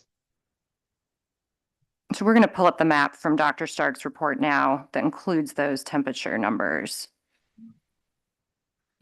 Wait a moment for it to appear on your screen. And this is Exhibit 77, page 44. This is the report we've discussed that's attached to your March 28th, 2025 letter. Is that correct? yes, And Dr. Stark's line includes in situ temperatures as low as 111 degrees inside the set boundary, correct? you'd have to put up the map with the line and show me where this 111 degrees is. Do you see TP1 where at the upper left corner where it says 111 degrees? Yes, And would you agree that's within Dr. Stark's line? no, Can we move to figure 2, please? Dr. Stark's line is anything to the left of the red. Is that correct? that's your interpretation. It's not mine.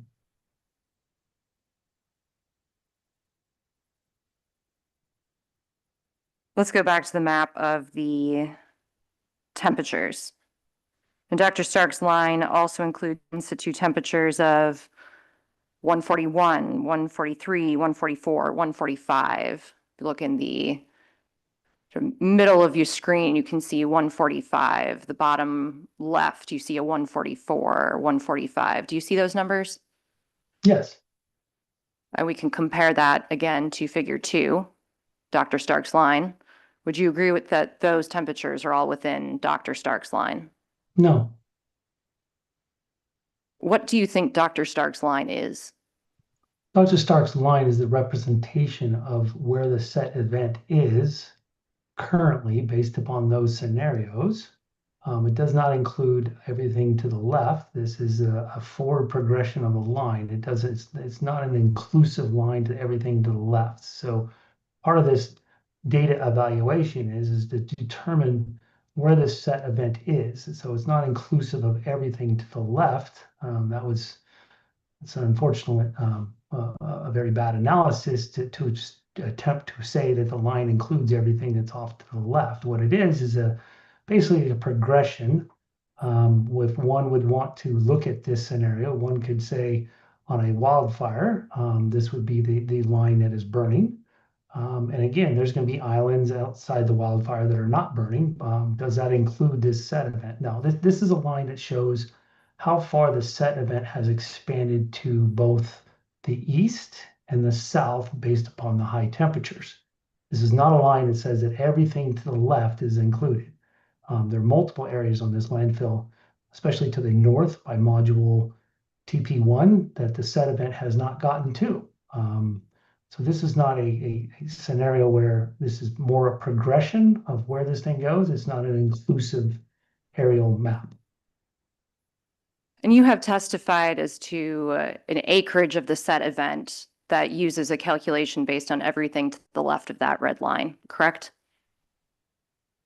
We've used a calculation to determine what needs to be covered. So again, that coverage would include an area where it potentially could go.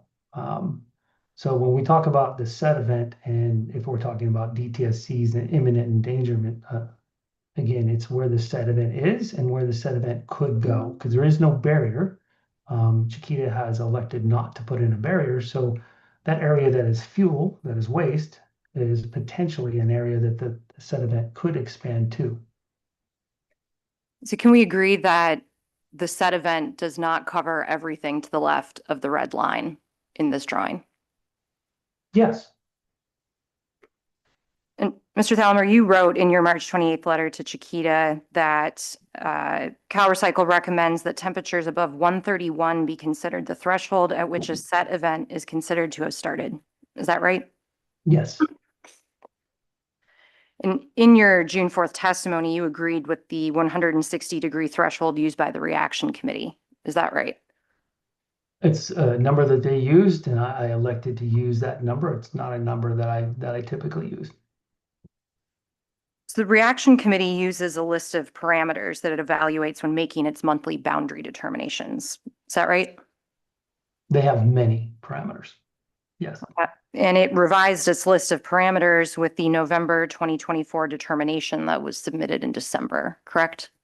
Yeah, they emitted carbon monoxide until that point, which was quite confusing. So as to your point, since that time, the determination includes a carbon monoxide range map, correct? I'm not familiar with, have they been submitting carbon monoxide range maps? Have you reviewed the reaction committee's monthly determinations? Not the last one. I was under surgical process, but I have seen some of the later, I think it was maybe March, maybe April. I'd have to go back and look, but yes. And the March and April reaction committee determinations included a carbon monoxide range map, correct? Sure, yeah, for simple of this discussion, yes. And are you aware that the addition of the carbon monoxide range map was the result of a change in the language of the stipulated order for abatement with South Coast AQMD?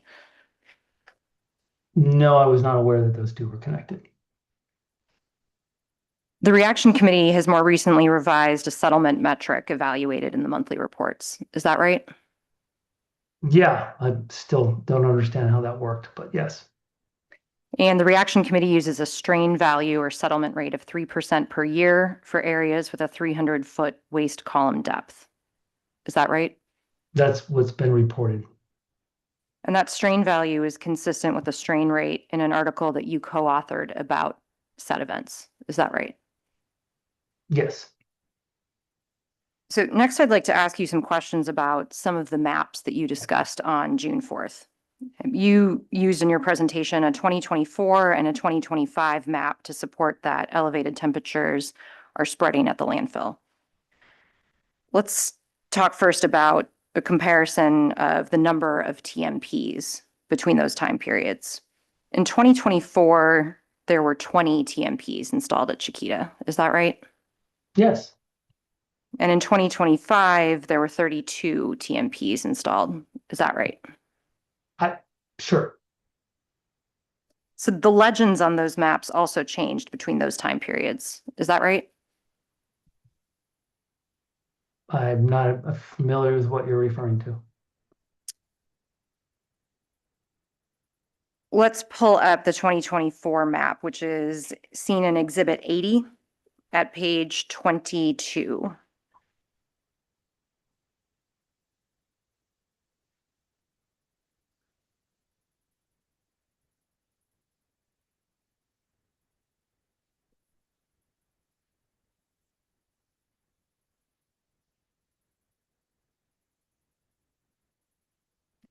If you see on the left-hand side, the green dots represent temperature of 0 to 150 degrees. Is that right? Yes, Now in this map, 14 of the TMPs are colored green. Is that right? this was the very first map that Chiquita had submitted. We made comments to their temperature scale at 150 was not representative of regulations, so we required them to use 145. So if you take the next map, which I'm assuming this is where this is going, you'll see a temperature change of 145 on the scale. And that change of the scale was based on your direction. Is that right? Yes, absolutely. So now let's look at the April 30th, 2025 map, which I believe is the one you're referring to. This was in your presentation, Exhibit 85 at page 5. And as we're pulling this up, I think you've already described, this map will show wells in green if the temperature is below 145 degrees, correct? For the record, the 145 was actually changed in 2024, and it's been consistent since 24. So yes, it's been consistent for almost a year. And changed at your direction to 145, correct? Yes, because 150 was an arbitrary number picked by the landfill, and so I wanted to actually put a number that meant something, which was a regulatory threshold. So at 145 under NSPS, the landfill is required to do certain scenarios, and so we don't want to use a number that's arbitrary. We want to use a number that's backed by science and engineering and regulatory. So yes, we directed them to use 145. And this map is dated April 30th, 2025, correct? This map is, yes. Let's turn now to Exhibit 81, which shows a map dated May 8th, 2025. And this is at page 36.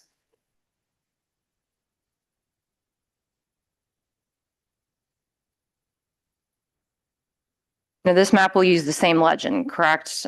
Green up until 145. Yes, that was the agreed upon direction back in 24. Now, this map shows that 4 TMPs are green, correct? Yes. So that means some of the wells on May 8th in the week or the period shown in this May 8th map are cooler than they had been in the prior map. Is that right? Yes. I'd like to pull up Exhibit Quint D, which is an excerpt of that Exhibit 81. And look at the third page. And this is made for ease of reference.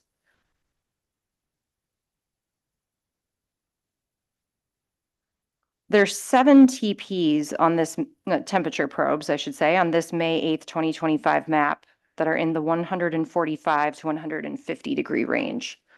Is that right? Can you scroll down to the bottom a little bit? I think just want to look at, okay. Yes. And using that 2024 legend where wells show up as green until 150 degrees, those 7 temperature probes would have been green, correct? Sure. So using the 2024 legend, there would have been 11 green temperature probes on this map. Is that right? But we're not using that legend. If we were using that legend. We agreed to use the legend here. So, I mean, that's a hypothetical, but yes. So yes, in that hypothetical scenario, 11 of the TMPs would be green on this map, correct? Based upon an arbitrary number, yes. Now let's turn to Exhibit 94. Exhibit 94 shows similar temperature map dated May 21st, 2025. We'll turn to the page 35 where the map is.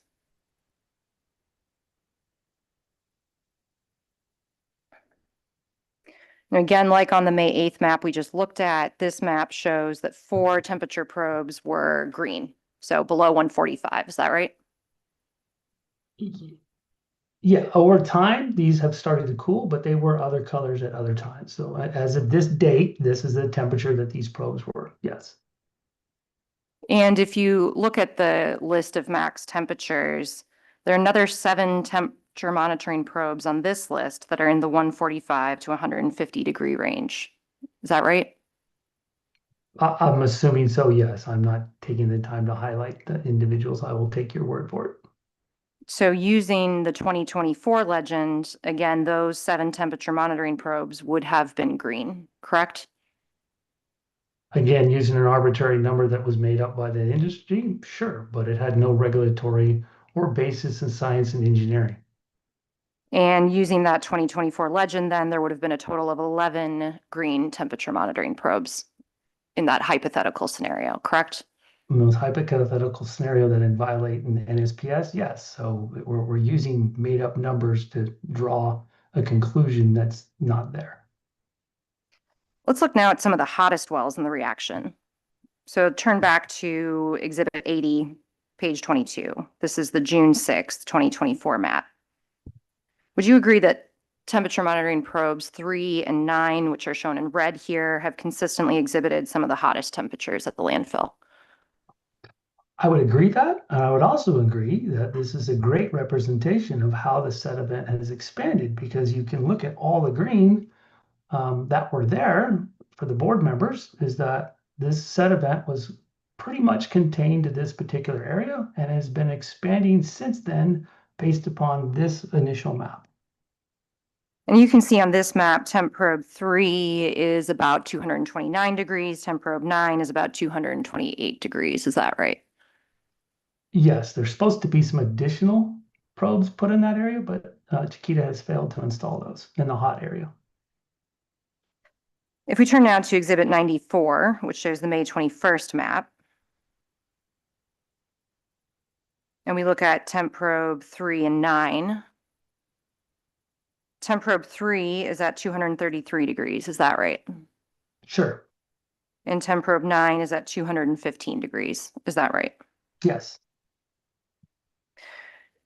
Let's turn now to Exhibit Quint E.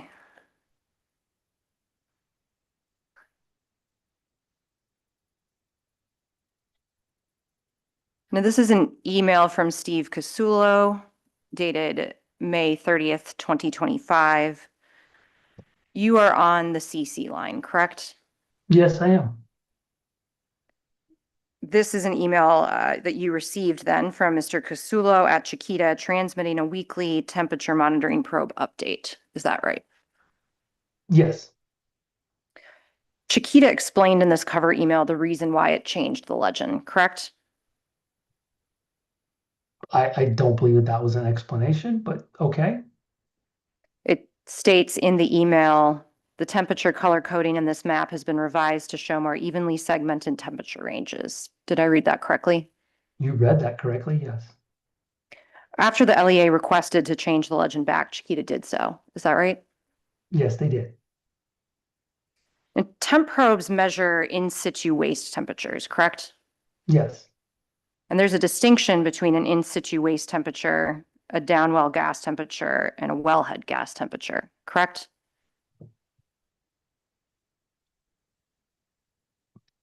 If you do a downwell temperature probe, it could be the same as a TMP because it would reach a certain layer, but in general, yes.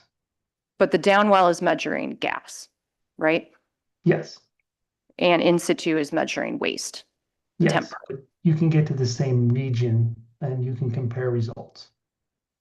And NSPS is based on wellhead temps, correct? Yes, it is. And it's also based upon downwell. It's not based on in situ waste, correct? It states that you're supposed to collect downwell temperatures after 145. That's why we're using 145. But I believe NSPS says any temperature collected. So it could be in situ waste. I'd have to pull the regulation. I don't have that on memory. So I think the regulation says any temperature. So meaning it could be in situ waste or gas temperature waste. But you can't say for certain that that's the case as you sit here today, correct?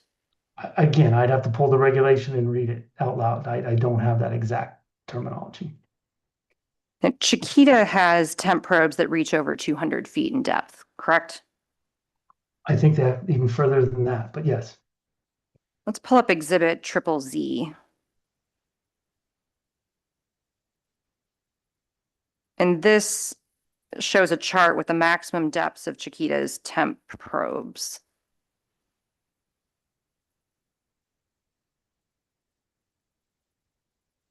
We can scroll down so you can take a look at the list.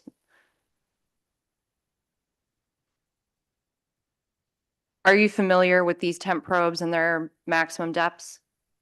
I am. And the deepest probe at Chiquita is temp probe 24, which is 320 feet deep, correct? Yes, as far as I know, they still have another 2 probes or another 7 probes to install. I'm not sure when they've been installed yet. And many drill rigs can't drill that deep into waste, 320 feet. Is that correct? Well, obviously this drill rig made it, so I'm not sure that your statement, I'm not understanding your statement. Many rigs wouldn't be capable of doing that. They would require a very specialized rig to do so. Is that right? Yes. The probes installed at Chiquita are some of the deepest temp probes installed in the country. Would you agree? I believe El Sobrante may challenge you on that. But yes, between El Sobrante and Chiquita, you have some of the deepest probes. In your presentation, you pointed to 2 specific wells as evidence of the elevated temperature spreading. The first was CV 2314. If we pull up your presentation, which is Exhibit 85 at page 10, and look at the gas concentration graphs.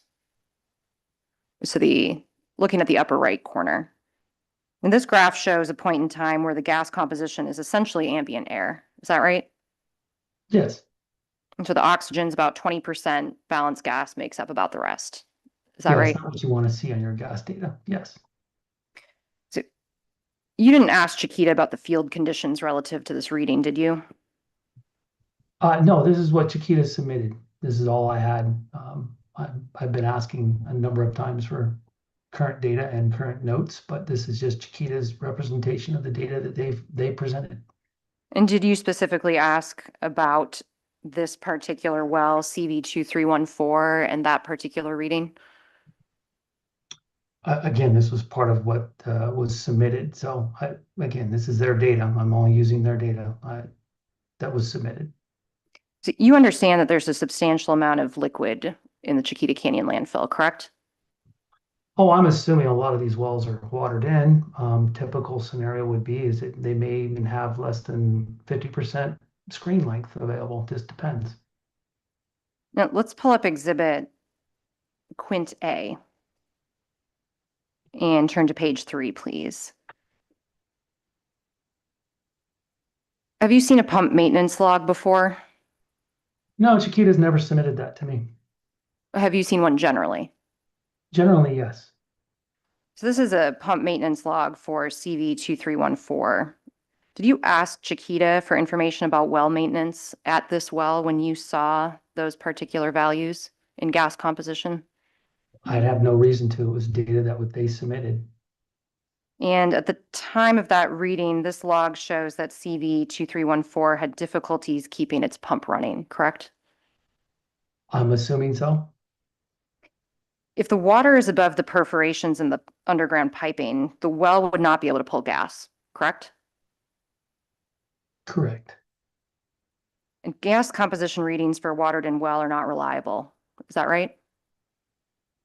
Gas readings for, well, it depends. So it looks like this log that there was a struggle, but the pump was on. So there may be days where, yes, you would be able to get data from this. And then it looks like the liquid came back up and then the pump would have a problem. So this is where real-time monitoring would be very nice to have instead of once a month so that you could get better data to determine whether or not the well is watered in and whether or not you can get data. So yeah, you can get into a a scenario such that when you're trying to take data once a month, you're not getting the true scenario. And have you looked at the more recent oxygen levels for well CV 2314? I would love for Chiquita to submit me that data. I keep asking and it takes a while for them to get it, but I don't get it on a timely basis. If we turn to page 2 of this exhibit, this is a log for CV 2314. And do you see the oxygen readings on this log? I do. And they are back to 0 or near 0, correct? Yes, I see that there's a huge temperature spike as well. Now your presentation, let's turn back to that exhibit 85 at page 10.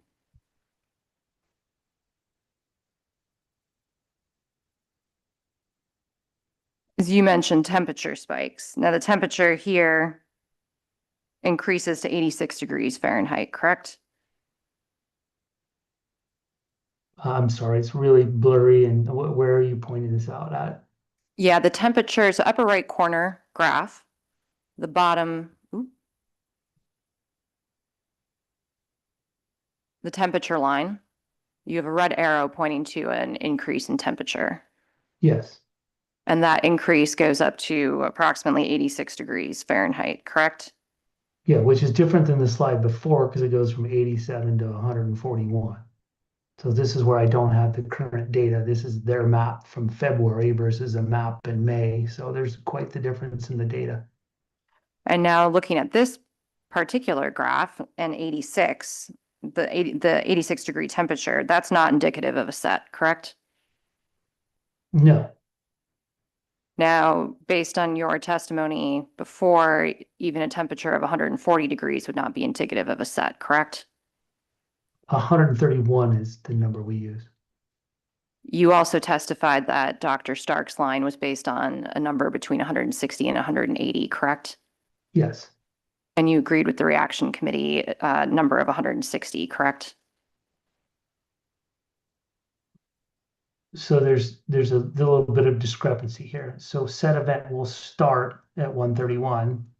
And when you start making significant changes and significant into temperatures, the set event translates into an additional issue around 160 and 180. So you got to be careful on how that question is asked because the set event will start at 131 and it will continue to grow and things will continue to change as the temperature changes, but it's still a set event, yes. So you're changing your testimony now. The set event starts at 131. Is that right? That's exactly my point of this conversation is that you're moving the goalpost. So the set event starts at 131, but it is also a set event has significant increases in risk and damage to a landfill after it increases to 160. So there's a progression of temperatures in a set event, and those progressions of temperature causes damage to liners, causes damage to gas control systems. So there's a number of concerning numbers, and this is why we track the wellhead temperatures, and this is why we track temperatures between 145 and 170, and you have scales. So it's not a change in testimony, it's just a clarification because, again, it's being used in a manner such that I don't feel that is representation of what I said. And Dr. Stark's line, which you agreed with, is based on a value between 160 and 180 degrees, correct? I think it's a little higher than that. I think it's more like 170 to 180. But, again, it's a dashed approximate line of where the set event is now and where it's expanded to.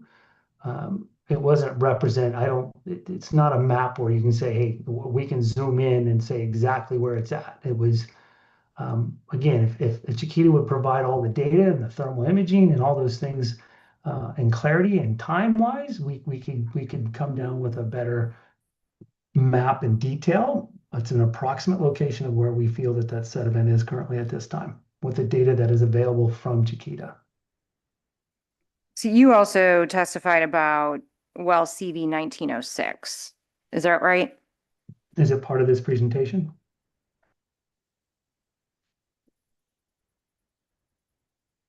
You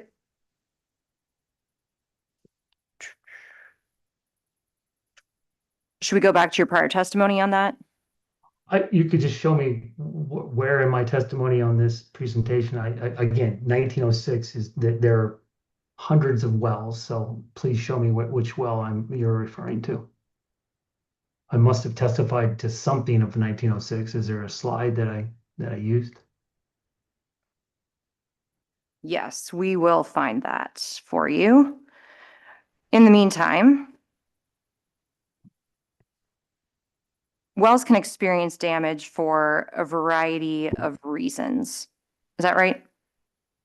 Absolutely. Especially when they're experiencing elevated temperatures. Is that right? Yeah, elevated temperatures causes the wells to thermally break down and melt. Now let's turn to Exhibit Quint A.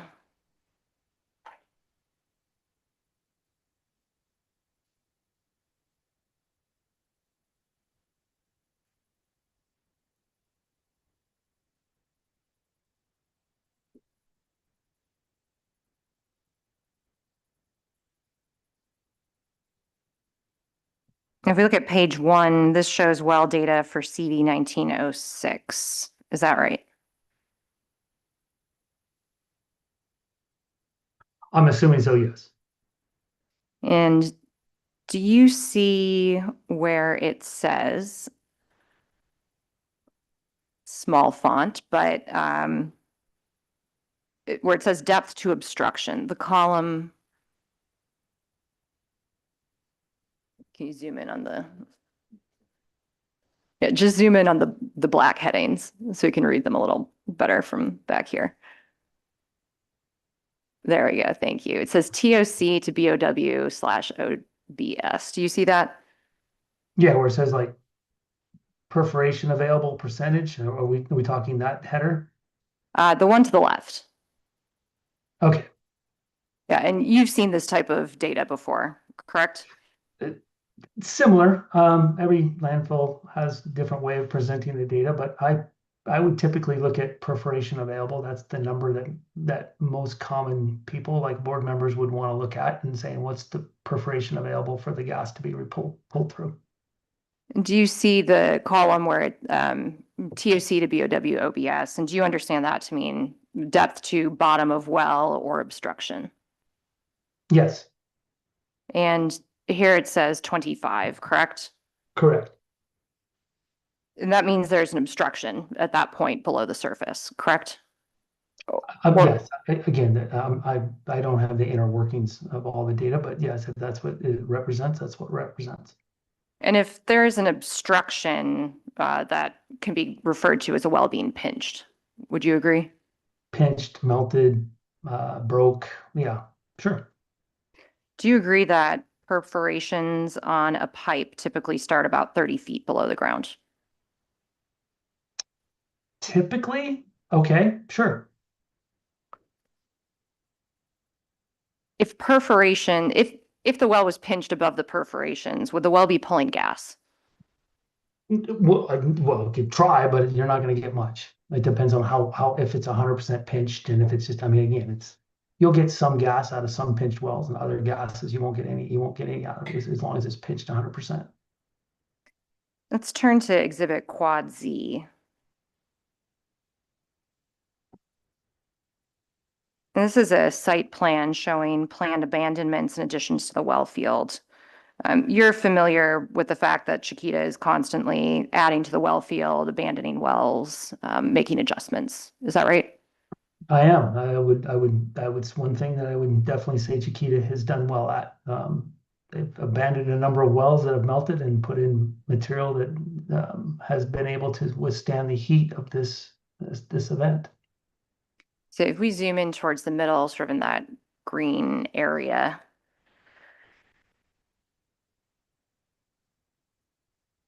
you will see, you'll see well CV 1906, right, in red towards the middle. Do you see that?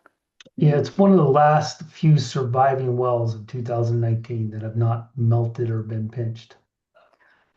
And based on this map and the marking in red, that well is scheduled for abandonment, correct? Yeah, I'm surprised it's lasted as long as it has.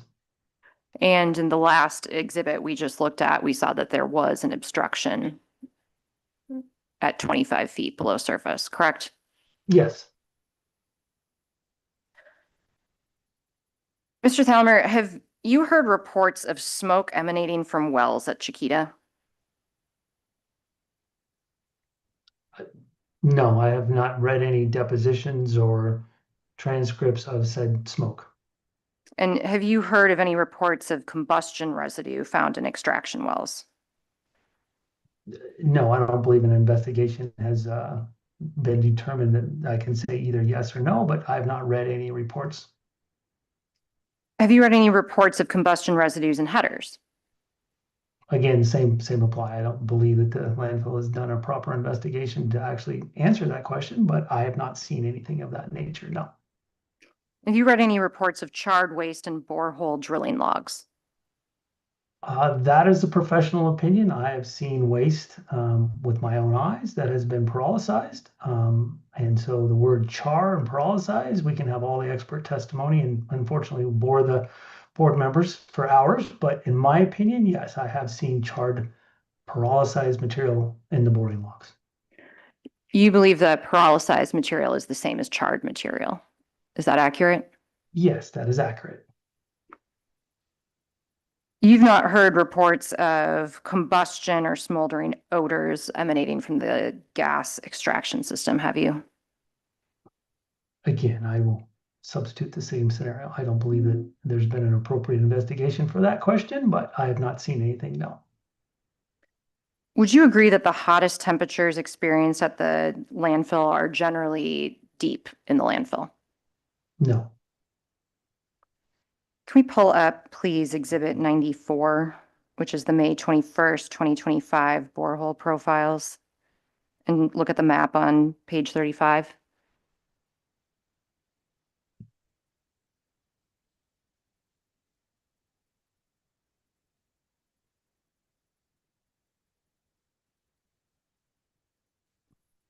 If we could zoom in a bit on the chart that shows the temperatures and max temperatures. Thank you. So if we're looking at, TP21 says 248, that's at 110 degrees, correct? Or excuse me, 110 feet, correct? Yes. And looking at TP24, 187 degrees, that's at 260 feet deep, correct? Yes. TP29, 182 degrees at 240 feet, correct? Yes. So would you agree that this map shows that many of the hottest temperatures are deep in the landfill, below, say, 100 feet? I would say this map does not represent the entire sediment, and data should have been collected to show temperatures in a shallow event. Like my investigation, my preliminary cause of the origin showed that temperatures were hot at a very shallow layer. This is a map that was taken for 3025. And again, they were supposed to put temperature probes. If you zoom out of this map, you can see a very large gap in this map. So I don't believe this is a conclusive piece of evidence that one can state that all the temperatures are deep. I know that there are temperatures that are shallow that were at one time very hot. And again, this map is not complete. You agree that the temp probes take readings at intervals moving down the waste column, correct? Yes. So if, for example, we were looking at temp probe 24, the deepest temperature is 265 feet. If there were a hotter temperature, shallower, that would be the max temp, correct? That's misrepresentation. The fact that one could say that the temperatures, you would actually have to put up the profile. Because if it's 1 degree off, then it's a hotter temperature at that depth. And are we really talking about 265 or 264? So the way this map was designed, which I had required them to do, is to report the highest temperature at depth. However, when you look at the actual profile over time, you will see multiple high temperatures, even shallow, And it's, again, this is a map that represents the maximum temperature at the depth. It's a little bit of a misdirection to say that there are no other temperatures at that depth. There are other temperatures very close to those temperatures at shallower depths. So it's not really a good map to represent the overall reaction and then where it's deep or whether it's shallow. You have to look at the individual wells over time. Would you agree that this shows the max temps? Objection. I would just ask that if he's going to be asked whether this shows the max temps, that he be allowed to see all the temperature probes. Sure, we can scroll up. I'm asking in concept, this So map. just 1 second, we're gonna, So the objection is specifically about zooming in on this chart so that he can see them. You have asked repeatedly about the maximum temperature being at depth, but you have specifically showed this exhibit as a way that it cuts off TP3, which Mr. Thalheimer then cannot testify to, which it refers to what he was saying. so, Excuse me. so we're gonna overrule the objection. We're gonna allow you an opportunity to cure, and then we're gonna proceed forward. Yeah, and can I ask first that both AQMD attorneys are not allowed to coach the witness in speaking objections? Well, I'm becoming a little bit perplexed myself, so I really want you to go right ahead, and I want you to move along so we can further the day, but some of this is a little bit jarring, so at any rate, the floor is yours. Thank you. What I'm trying to clarify is that this chart, the middle column, is the max temperature reading of that particular temp probe, correct? That is correct. Thank you. Now, would you agree that smolders do not create liquid? In what context? Could you repeat the question? Sure. Would you agree, use a interchangeable term, would you agree that a fire does not create liquid?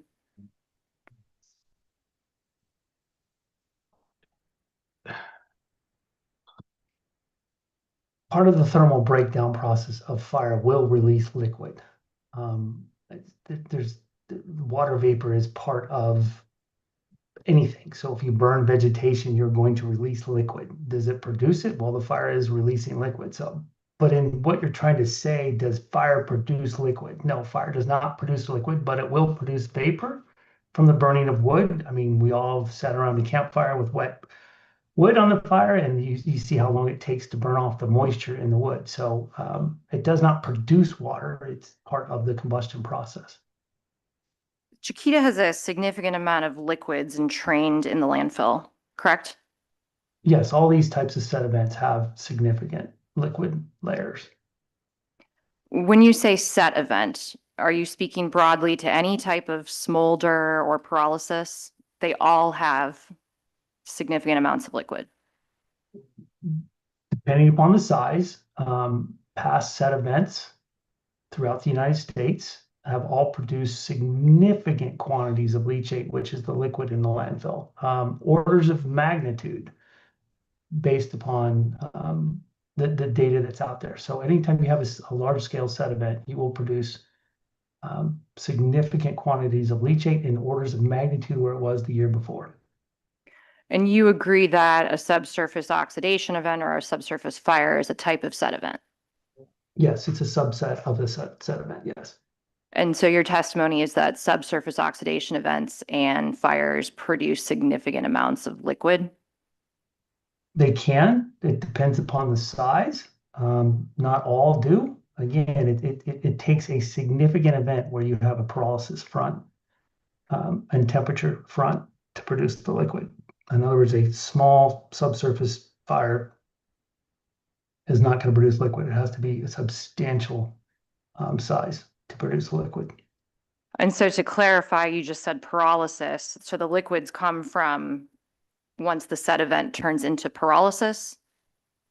No, I'm not an expert to tell you exactly when the liquid is. I don't know anybody in the industry is, but there's a certain temperature at which the liquid tends to be generated. I would love for the industry and ERF to determine what that temperature is. I believe it's somewhere around 212 degrees. maybe 200-ish, but I don't have an exact temperature at which the liquid is starting to be produced. And so it's not every set event that produces liquid, correct? That is correct. And Mr. Thalheimer, you receive reports each month that indicate which wells are impacted by liquid levels. Is that No, right? I do not. I would love to have that data. Do you receive the monthly reporting to the LEA? I do. And that, in fact, includes the data about which wells are impacted by liquid levels, correct? No, it does not. Do you read all 1,000 pages of that report each month? I don't ever recall a report that has 1,000 pages being submitted to the LEA every month. You don't review the monthly status report or compliance report updates that are submitted to the LEA each month? Those reports are not 1,000 pages long. How long do you think they are? Well, there's a weekly report that comes out for both TMPs and settlement. And then at times there are reports that come out from the hydrogen and carbon monoxide monitoring. So I think, unfortunately, I don't get the report that you're referring to, and I'm not sure the LEA does either. I may be going to the South Coast District. Are you familiar with the Condition 8 report that goes to the South Coast AQMD? I'm aware of it, but I have not seen it, no. And are you familiar with the condition in the LEA compliance order that requires a similar monthly update to the LEA? I'm familiar with the order, but I don't recall seeing a report that's thousands of pages, no. Turning back to wells, when wells are watered in, it creates difficulty in extracting landfill gas, correct? Yes, it does. That's why you have odors. And oxygen has low solubility in water, correct? Depending upon the circumstances, yes. And that's sort of a technical way of saying it, but that means essentially that it's difficult for oxygen to travel through water, correct? It's standard operating temperature. Yeah, I mean, if we're talking a normal landfill, yes. Is increased DMS in landfill gas a common result of a smolder? Could you say that again? What's Yeah. so you said D and then I couldn't hear the next letter. Yes. What are you referring to? Yeah, is increased DMS in landfill gas a common result of a smolder? And so you're referring to dimethyl sulfide? Correct. Could you clarify the question then one more time, please? Sure. Is increased DMS in landfill gas a common result of a smolder? I'm not sure I'm an expert that could testify whether or not that concentration is, but based upon the other set events and the other major events I've seen, that chemical is common. And when you say set events in that context, are you talking about subsurface oxidation events or pyrolysis? I'm talking about large scale environmental disasters where the set event has overwhelmed the landfill gas control systems and have significant odors into the community. So large scale set events that have caused significant odors, and we see an increase in DMS. Are you aware that Chiquita's gas has experienced an increase in DMS? Yes. Smolders consume hydrogen, correct? Yes, they do. Do you agree that carbon monoxide can be generated by pyrolysis? Yeah, actually, there's a paper that was just recently published in the engineers at SCS Engineers, and it has a patent on green hydrogen production from smoldering municipal waste. And there's no way to distinguish between biological and abiotic sources of carbon monoxide, is there? Not that I'm aware of, but I'm sure there's a professor somewhere that could do some carbon dating and look at it, but I'm not aware of it. Settlement can occur because of pyrolysis. Is that right? Yes. Do you agree that temperature can spread through conduction? Yes.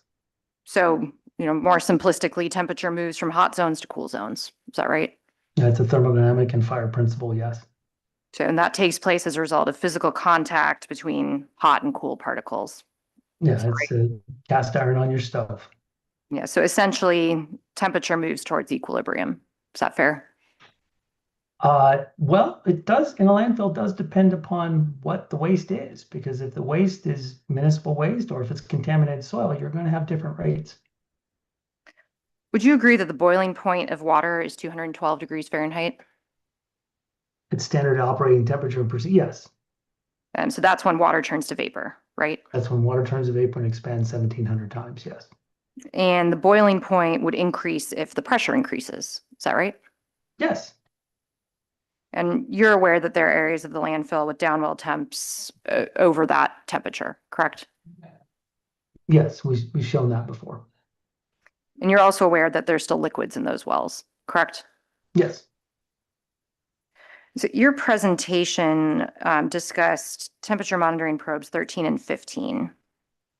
And those temperature monitoring probes are located at the eastern side of the geosynthetic cover. Is that right? Approximate, yes.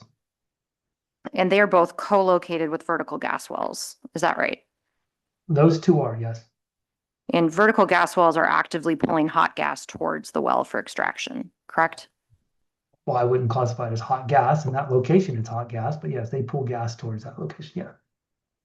And co-located means that the temperature monitoring probe is installed in a common borehole with the landfill gas extraction well, correct? Yes. So if we could pull up now exhibit Quint B, which is a map of the gas wells. So this is a map of the well field, and for sort of ease of review and testimony, we've highlighted the co-located gas wells. Are you generally familiar with which gas wells, or excuse me, which temperature monitoring probes are co-located with gas wells at the landfill? Yes, they've installed some, and I believe that they're not installing the new ones co-located, but yeah, I'm very familiar with the collated wells. So would you agree that there are 8 temperature monitoring probes that are co-located with the dual phase extraction wells? If you tell me 8, there are 8, yes. Is it possible that the temperature readings at the co-located temperature monitoring probes could be influenced by gas and liquids flowing through the well casing pipe? That was something that we discussed with the landfill and why they wanted to co-locate them, but they elected to do that, yes. Chiquita also has a significant number of horizontal wells. Is that right? Yes. And horizontal wells essentially connect to the vertical wells. Is that right? Not necessarily, but the horizontal wells have a different design criteria. They're usually shallow, 30 to 40 feet.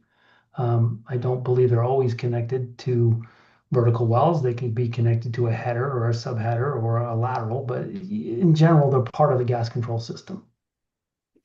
And these horizontal wells pull gases and liquids laterally across the system, or excuse me, across the landfill. Is that right? Yes. Is it possible that temperature readings at temperature monitoring probes could be influenced by horizontal wells?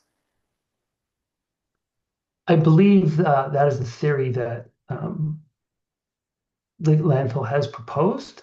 However, I've looked into it and I don't believe that that is a reasonable theory. But it's possible.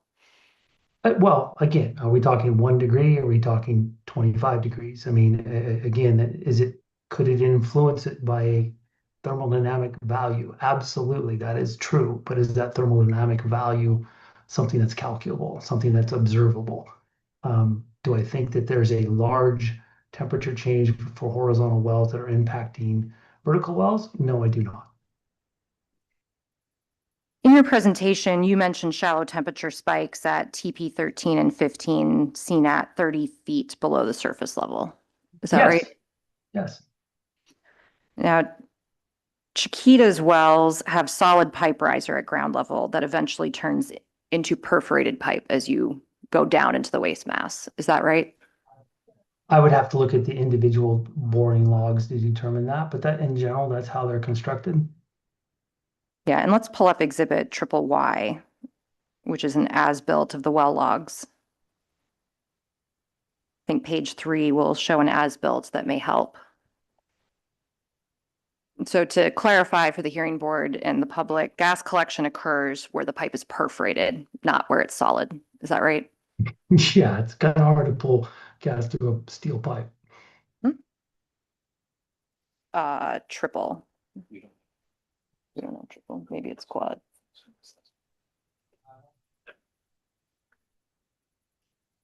Yes, excuse me. This is quad Y. A lot of letters to keep track of. So if we zoom in, yeah, if we zoom in on the right-hand side, yeah, so on the right-hand side, do you see where it says solid pipe 0 to 30, perforated pipe 30 to, it's a little hard for me to read that. I think it's 121. It is 121. So does this help answer the question of where the perforated pipe begins? On this particular pipe and this particular well, yes. And so it begins at 30 feet below the surface. Is that right? The surface of the waste, to be clear. We have to give yourself a little fudge factor there because the landfill is settling. So if we have accelerated settlement, that is 10 feet in a year, I would not want to use the word surface, but it is a 30-foot section of solid pipe, but it may not actually be the surface. You may have 10 feet sticking out of the landfill that, so it could actually change to 20 feet, right? So again, when this pipe was installed, it's 0 to 30, but 2 or 3 years later, it could be technically 15 feet from the surface. You also pointed out in your presentation that there are some shallow temperature spikes at 15 feet below the surface, correct? There are multiple temperature spikes at 15 feet and multiple TMPs. Would you agree that Chiquita is removing a significant amount of liquids from the landfill? Yes, they have a Herculean effort to remove liquid. Would you agree that removing liquids from a saturated landfill would create void space in the waste mass? Not necessarily, no. You say not necessarily. If there were void space created, could that cause cracking at the surface or the appearance of a hole? I typically don't see cracking and fissures with the removal of liquid that is transient, that comes and goes. I just don't have that expertise to say that. So do you believe that the liquid at Chiquita is transient? It is transient in its nature, that as the reaction, as the sediment is expanding, you're having liquid layers expand, liquid expanding out with odors. So yeah, it's transient to a point where once it gets pumped out, does it come back? I don't know if there's a reasonable engineering conclusion that you could say that the liquid is going to be where it is going to be until you've sounded your well. You showed a photo in your presentation that showed some surface cracks near the tank farm. Is that right? Yes, I did. And you're aware that Chiquita has filled the cracks that were in that photo. Is that right? No, I'm not. I had actually asked about the cracks around the tank, and they said that they weren't monitoring the tank area. So I was not aware, based upon what Chiquita has reported, that they were not monitoring that area. So those cracks were exposed for a long period of time, whereas other cracks in the facility that were being monitored were repaired pretty much daily or within 24 hours. But the cracks around the tanks did not get repaired quickly. But you're aware that they were repaired. I have not seen that photograph. No. You're a part of the DTSC, I think you called it a committee that works on the DTSC ISE order. Is that right? Yes. And are you typically on the calls with the DTSC and Chiquita about their work plans? I am typically. I took a few weeks off here just recently, but I haven't gone back to the committee yet. Were you on the April 17th phone call with DTSC about those work plans? I'm assuming so. So do you recall in that conversation discussing that Chiquita had filled the cracks that were in those photos? I don't recall. Are you aware that Chiquita has a slope stability expert? They do, yes. And are you aware that the slope stability expert conducted a site visit in late March? Typically they're out there once a month, yes. And the slope stability expert has found no evidence of instability during that last visit. Is that right? I believe that's what the conclusions of the report said. Would you agree that conditions at the landfill indicate that there's been a buildup of pressure? Yes, Would you agree that when dewatering the landfill, there is more room for liquids, when dewatering the landfill, there is more room for gas to move throughout the waste mass? yes. Is it possible to determine when the gas was first generated? In what context? This question is very vague. Is it possible to determine when landfill gas that's being extracted was actually generated by the waste mass? I have no area of expertise in that. So finally, Mr. Thalheimer, I'd like to discuss some mitigation measures in place at the landfill. So Ms. Morgan, we're about 4 minutes to noon. Perhaps you want to just pause at noon or want to pause now? If I can, Mr. Chair, I would like a direction that we are going to conclude today. I would note that we are halfway through the day. They have not called a single witness. The district strenuously opposes pushing this out another day. This hearing has gone on for 3 weeks. Ms. Morgan, as I was asking, it's now 11:57. It's noon, so how do you want to handle? I think that we probably have about 10 minutes left of questions. I can continue if you'd go a little past noon. To Ms. Roberts' point, we put in the declarations in order to streamline testimony this afternoon. So we are confident we can wrap up today with our testimony. Mr. Clerk, are you okay? All right, members of the hearing board? 10 more minutes, you said? 10 more minutes? Okay, all right. But again, the objective is to land the plane today. Agreed. That's our goal Ms. too. Roberts, I heard you, Ms. Roberts, so we got, we're gonna land it, okay? All right, so we'll go ahead past 10 more minutes past. Thank you. Mr. Thalheimer, would you agree that the type of a set event or the cause of the elevated temperatures impacts the appropriate mitigation measure? Yes, Do you agree that improving cover integrity is a mitigation measure for both pyrolysis and smolders? you repeat the question? Sure. Do you agree that improving cover integrity is a mitigation measure for both pyrolysis and smolders? Yes, And you're aware that Chiquita is required to expand its existing geosynthetic cover, correct? yes, And you played a role in recommending that Chiquita expand its geosynthetic cover, is that right? absolutely. Are you aware that CalRecycle guidance states that geomembrane should not be used for a subsurface fire or smolder? Yes. I'd like Very to specific conditions, but yes. turn now to what I believe is exhibit triple Y. The real triple Y. Earlier, I asked you a question or two about EREF. Is that the Environmental Research and Education Foundation, correct? Yes, And we mentioned or we discussed this particular report that's on the screen, correct? yes. So I'm going to ask my colleague to turn down to page 37. The PDF.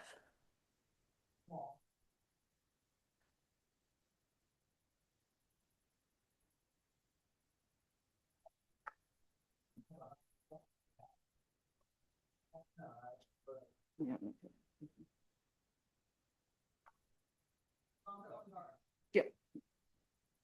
So sorry, which page is that? It's 37. What of the PDF? 44. Excuse me. So for the record, this is page 44 of the exhibit to clarify. So we're looking at the bullet points here. And I think if you scroll up, you'd see that this says conclusions at some, conclusions. So back down to that bullet point. towards, they don't have numbers, but towards the bottom. So the bullet point that starts with the MSW pyrolysis experiments. So reading a little bit further down in the paragraph, it states, these pyrolysis byproducts are often observed in ETLFs because the MSW is undergoing pyrolysis. Skipping a little bit, the definition of pyrolysis, some of these byproducts are also generated by MSW combustion, and in some cases, improper inferences have been made that MSW in ETLFs is undergoing combustion. This improper inference must be avoided, as the actions taken to arrest combustion, e.g. shut down the gas system, can exacerbate heat accumulation in ETLFs and worsen existing conditions.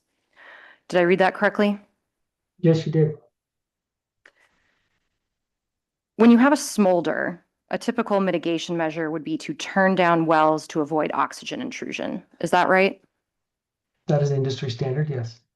And if you turn down the wells, that means you'd be extracting less gas, correct? Yes, Extracting less gas could increase fugitive surface emissions, correct? yes, And increasing fugitive surface emissions could increase odors. Is that right? yes, but this is completely out of context. The EPA document we looked at earlier on ETLFs does not mention limiting oxygen intrusion, correct? I don't, you'd have to pull it back up. I'd have to look at it. We can pull that back up. It's exhibit triple V.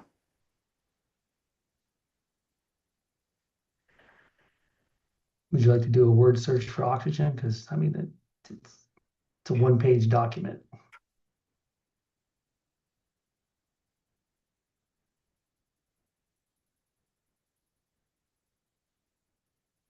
So one location, it says landfill fires typically occur at or near the surface where oxygen is available.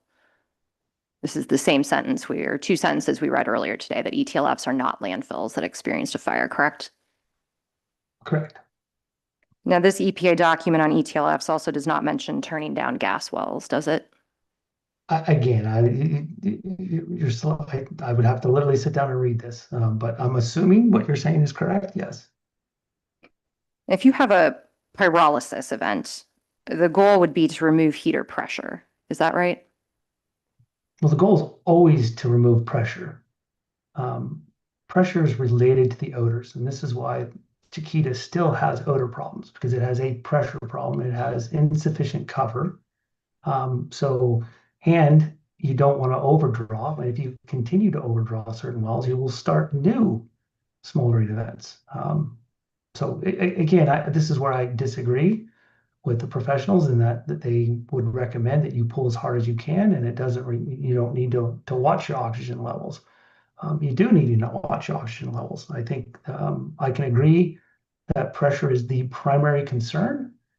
Pressure drives the odors, and the only way to contain the odors is by twofold. One, putting a geomembrane or a thick soil cover on, and putting in more wells. You should not just pull as hard as you can, as your expert has recommended. And so this is where you get into some significant issues in expanding the reaction. And you do agree, though, that increased gas extraction could help remove pressure? Increased gas extraction is the only way you're going to remove pressure. And increased liquids extraction is important because it assists in increasing the extraction of gas. Is that right?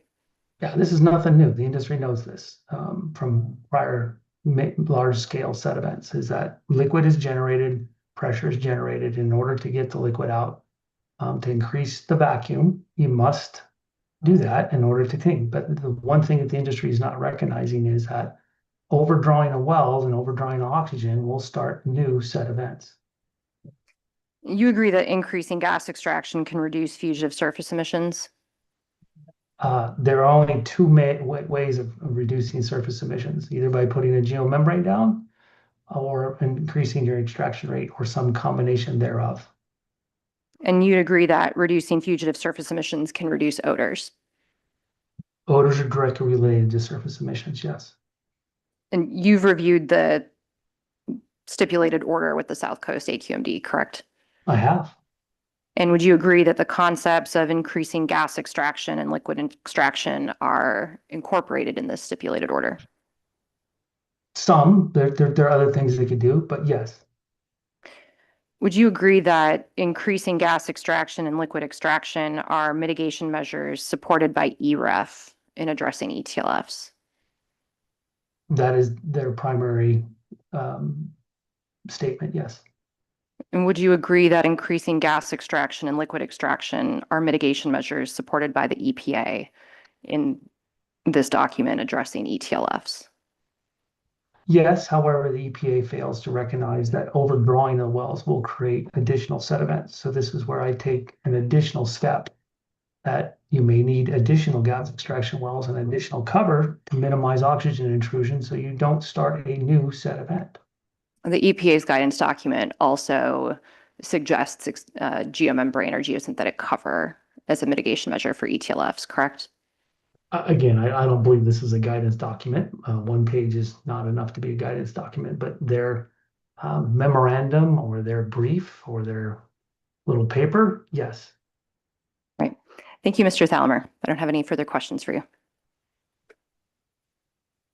All right, it's 12:06. I'd say what do you say, 30 minutes?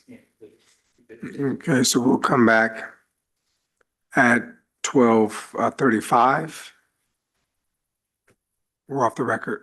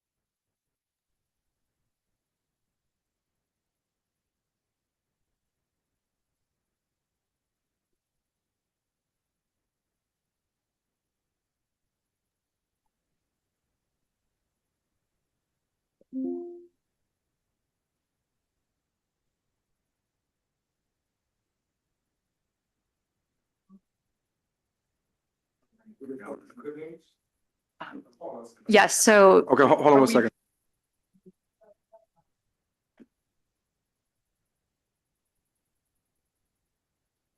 And the doctor's there? Are we back on the record, Mr. Day? Okay, do we have Dr. Abraham on the Zoom? Correct. Okay, very well. No problem at all. Okay, we're back on the record at 12:53 p.m. Ms. Morgan. yes, so the parties were discussing during lunch. I think we're in agreement that we are very close to a stipulation on both contested conditions. There's a few details that are being worked out now by some of our colleagues. We propose we continue with the testimony this afternoon and hopefully be able to update you at a break with the final resolution. What time would you want to take that break? Ms. Morgan, Ms. Roberts, either or. So let's see how long it takes to conclude Mr. Thalheimer. And then maybe we could do one other witness and then a break. Okay, so we'll go ahead and get Mr. Thalheimer done rather quickly. Okay, all right, Ms. Morgan, the floor is yours. Yeah, I had no further questions Okay. for the witness. Ms. Roberts, did you want to? I think normally, if you'd like, board questions and Well, I then, just wanted to make sure we were good. I know we've been a little bit unorthodox, but this has not been quite normal, but nonetheless, I just wanted to make sure you guys didn't have any other questions of him before the board begins to question. no, I would just do, especially for efficiency's sake, just a redirect after hearing Okay. the cross and board Fair enough, questions. fair enough. Members of the board. Mr. Balakapalan. Mr. Thalheimer, good afternoon. My question is the reclassification from ETLF to SCT. Why is that so critical? In my professional opinion, a set event has a cause, whereas an elevated temperature event, elevated temperature does not have a cause. So in engineering, as you know, it's pretty amazing that we're at this point in time where we don't have a cause and a causation and a root cause analysis that was done by the landfill. So a set event will provide you with a cause, and I do believe I know what the cause of this landfill was. And so that's why I no longer take that tact. So I really want to provide people with a solution moving forward. And again, the appropriate root cause analysis if it was done in the beginning, would clearly show a cause of this event, which then helps us with putting together a plan that can put this to bed, right? So if we look at a root cause and we figure out the solution in the beginning, then some of the mistakes that the landfill has made in doing this would have never been made. So unfortunately, the industry has selected to use this terminology that doesn't have a cause, and then they a lot of their assumptions and a lot of their remedial methods that they're using are actually causing more detriment to the scenario and causing the reaction to spread and continuing to impact the community. So for me, it's the fundamentals of engineering. I come from a fire background and in engineering that, if Elon Musk rocket can go up and explode and they can determine a root cause, my professional opinion is these landfills are no more complicated than that, and that we need to do an appropriate root cause and figure that out so that we can come up with a solution. And so that's the primary reason, because of the root cause analysis that you're gearing, and it looks like DTSC is gearing in the endangerment finding. They don't refer to it as ETLF anymore, just set now. I don't think DTSC's ever referred to it as that. And again, CalRecycle's not referred to it as that. We don't refer to something that doesn't have a cause. And again, the terminology is pretty clear. Set event includes these issues, and here are the solutions to those problems. Even though the paper that EPA that we saw, which exhibit it is, had a number of references to several landfills in the country that this ETLF events have been occurring. So it's nothing new, and they've came up with the terminology ETLF because of different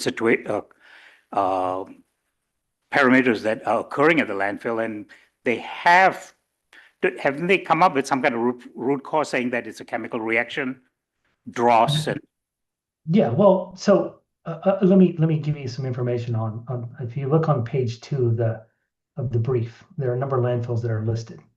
I've actually consulted on a number of those landfills. Waimea Gulch is one of them. Bridgeton landfill is another.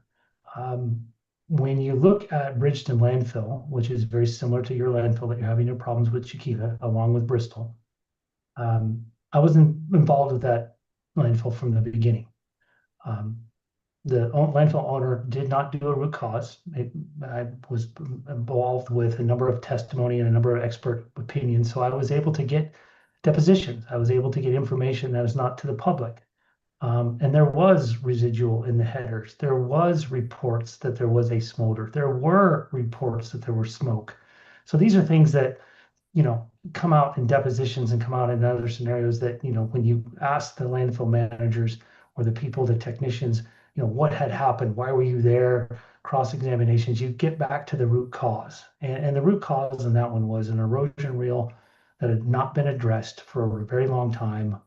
Number of written reports that said, look, you're overdrawing the system. There was smoke coming out of the ground, and it started. Now, the borings are pretty simple. And the problem with what I see is that the industry doesn't do their due diligence. And again, if there's 300 borings at Chiquita and all 300 borings have not shown that there's reactive material like there was in countywide, which is aluminum dross, that there has to be some type of reaction that's generating the heat that peroxizes the waste. Now, in countywide, it was an aluminum dross. In Middle Point, it was aluminum dross. In Bridgeton, it was a smolder. In Bristol, it was a smolder. So again, the cause is one of two factors. It's either reactive waste or it's a smolder. There is no, an industry for a while was saying it was a self-sustaining exothermic or exothermic pyrolysis. Well, that doesn't exist in science. And they tried to prove that, the ERF. And from my opinion, they didn't prove it. And they eventually stopped using that as a potential reason. To me, it goes back to is at the end of the day, whether I'm right or I'm wrong, that does not matter in this particular circumstance. The only thing that matters to this circumstance is how do you control the odors and emissions. And at this point in time, with the size and magnitude of this landfill, whether we're going to call it an LTF or we're going to call it a set event, again, experts will duel back and forth. But at the end of the day, there's only one remedial solution on the table, and that is to cover the entire landfill with an HDPE or, in my opinion, an EVOH, which has the chemical properties to prevent VOCs from migrating through the plastic cover, and to add additional gas wells and to collect data such that you have that ability to look at the data quickly and make engineering decisions and contain this. Because at both Bridgeton and Bristol, the communities did not receive relief until the entire landfill was covered. So I don't want to discount my opinion or discount other opinions, but at the end of the day, I think it's solution orientated, and the landfill is heading towards that direction, and the entire thing needs to be covered. And they need to add additional wells and keep moving forward, because at the end of the day, as most people would agree with me, is that, look, if your odor's on site, your odor's on site. When your odor's off site, now we have problems. Okay, let's just further up on what you just said, actually. You're right on the control, and that's what is being proposed, putting covers, geomembrane, additional wells, which is what has been done in the reaction area. Now it appears DTS in the imminent endangerment finding, more areas of the landfill is going to be covered. However, I think what Chiquita is proposing is to do it in phases, 15 acres at a time. But won't you agree that when you put a cover, you need to collect the gas that has been built up under the covers? Yeah, no. So Chiquita has great designs for that. They've already implemented that. So when you read their methodology, or they're going to write a spec or they're going to put together an operations plan, they have special contingencies to collect the gas underneath the cover. There's lots of photographs of what happens when you put a geomembrane over this type of event. If you don't collect the gas, it puffs up like a steak marshmallow man, right? So you don't want that. and it'll rip and tear and have a big burp of gas. So the landfill has done exceptionally well in containing the gas that's under the 30 mil that they have. It's had some maintenance issues and it's starting to degrade. But at the end of the day, the spec that is out there now is twice as thick and has a property. There's two layers that are bound together that prevent volatile organic chemicals from coming through the cover. So at this point, I will tell you that the landfill is using the best methods and materials to contain the odors and emissions. And that's really the focus, regardless of what my testimony and other experts' testimony. At the end of the day, where are we controlling the odors and emissions? I appreciate that. Actually, because I had somewhat contradicting, because you're saying there's overdrawn that's drawing the oxygen and causing the, so that's sort of contradictory, because they need to draw as much as they can out from the landfill under the covers and right now flaring it. So, right. So let's look at that question. And it's a great question. And there's a debate in the industry. There's always been a debate amongst the landfill experts and industry experts is, do we use a geosynthetic or do we use a soil cover? Now, when you use a soil cover, and again, it's an interim cover, the standard is 12 inches. That's standard. EPA doesn't have a standard. The state of California does, and it's a performance standard. It says, look, you put 12 inches down, and as long as you don't have odors and emissions, that's it.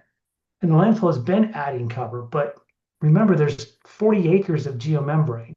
There's 100 and something acres of just soil. So the overdraw is occurring in the soil.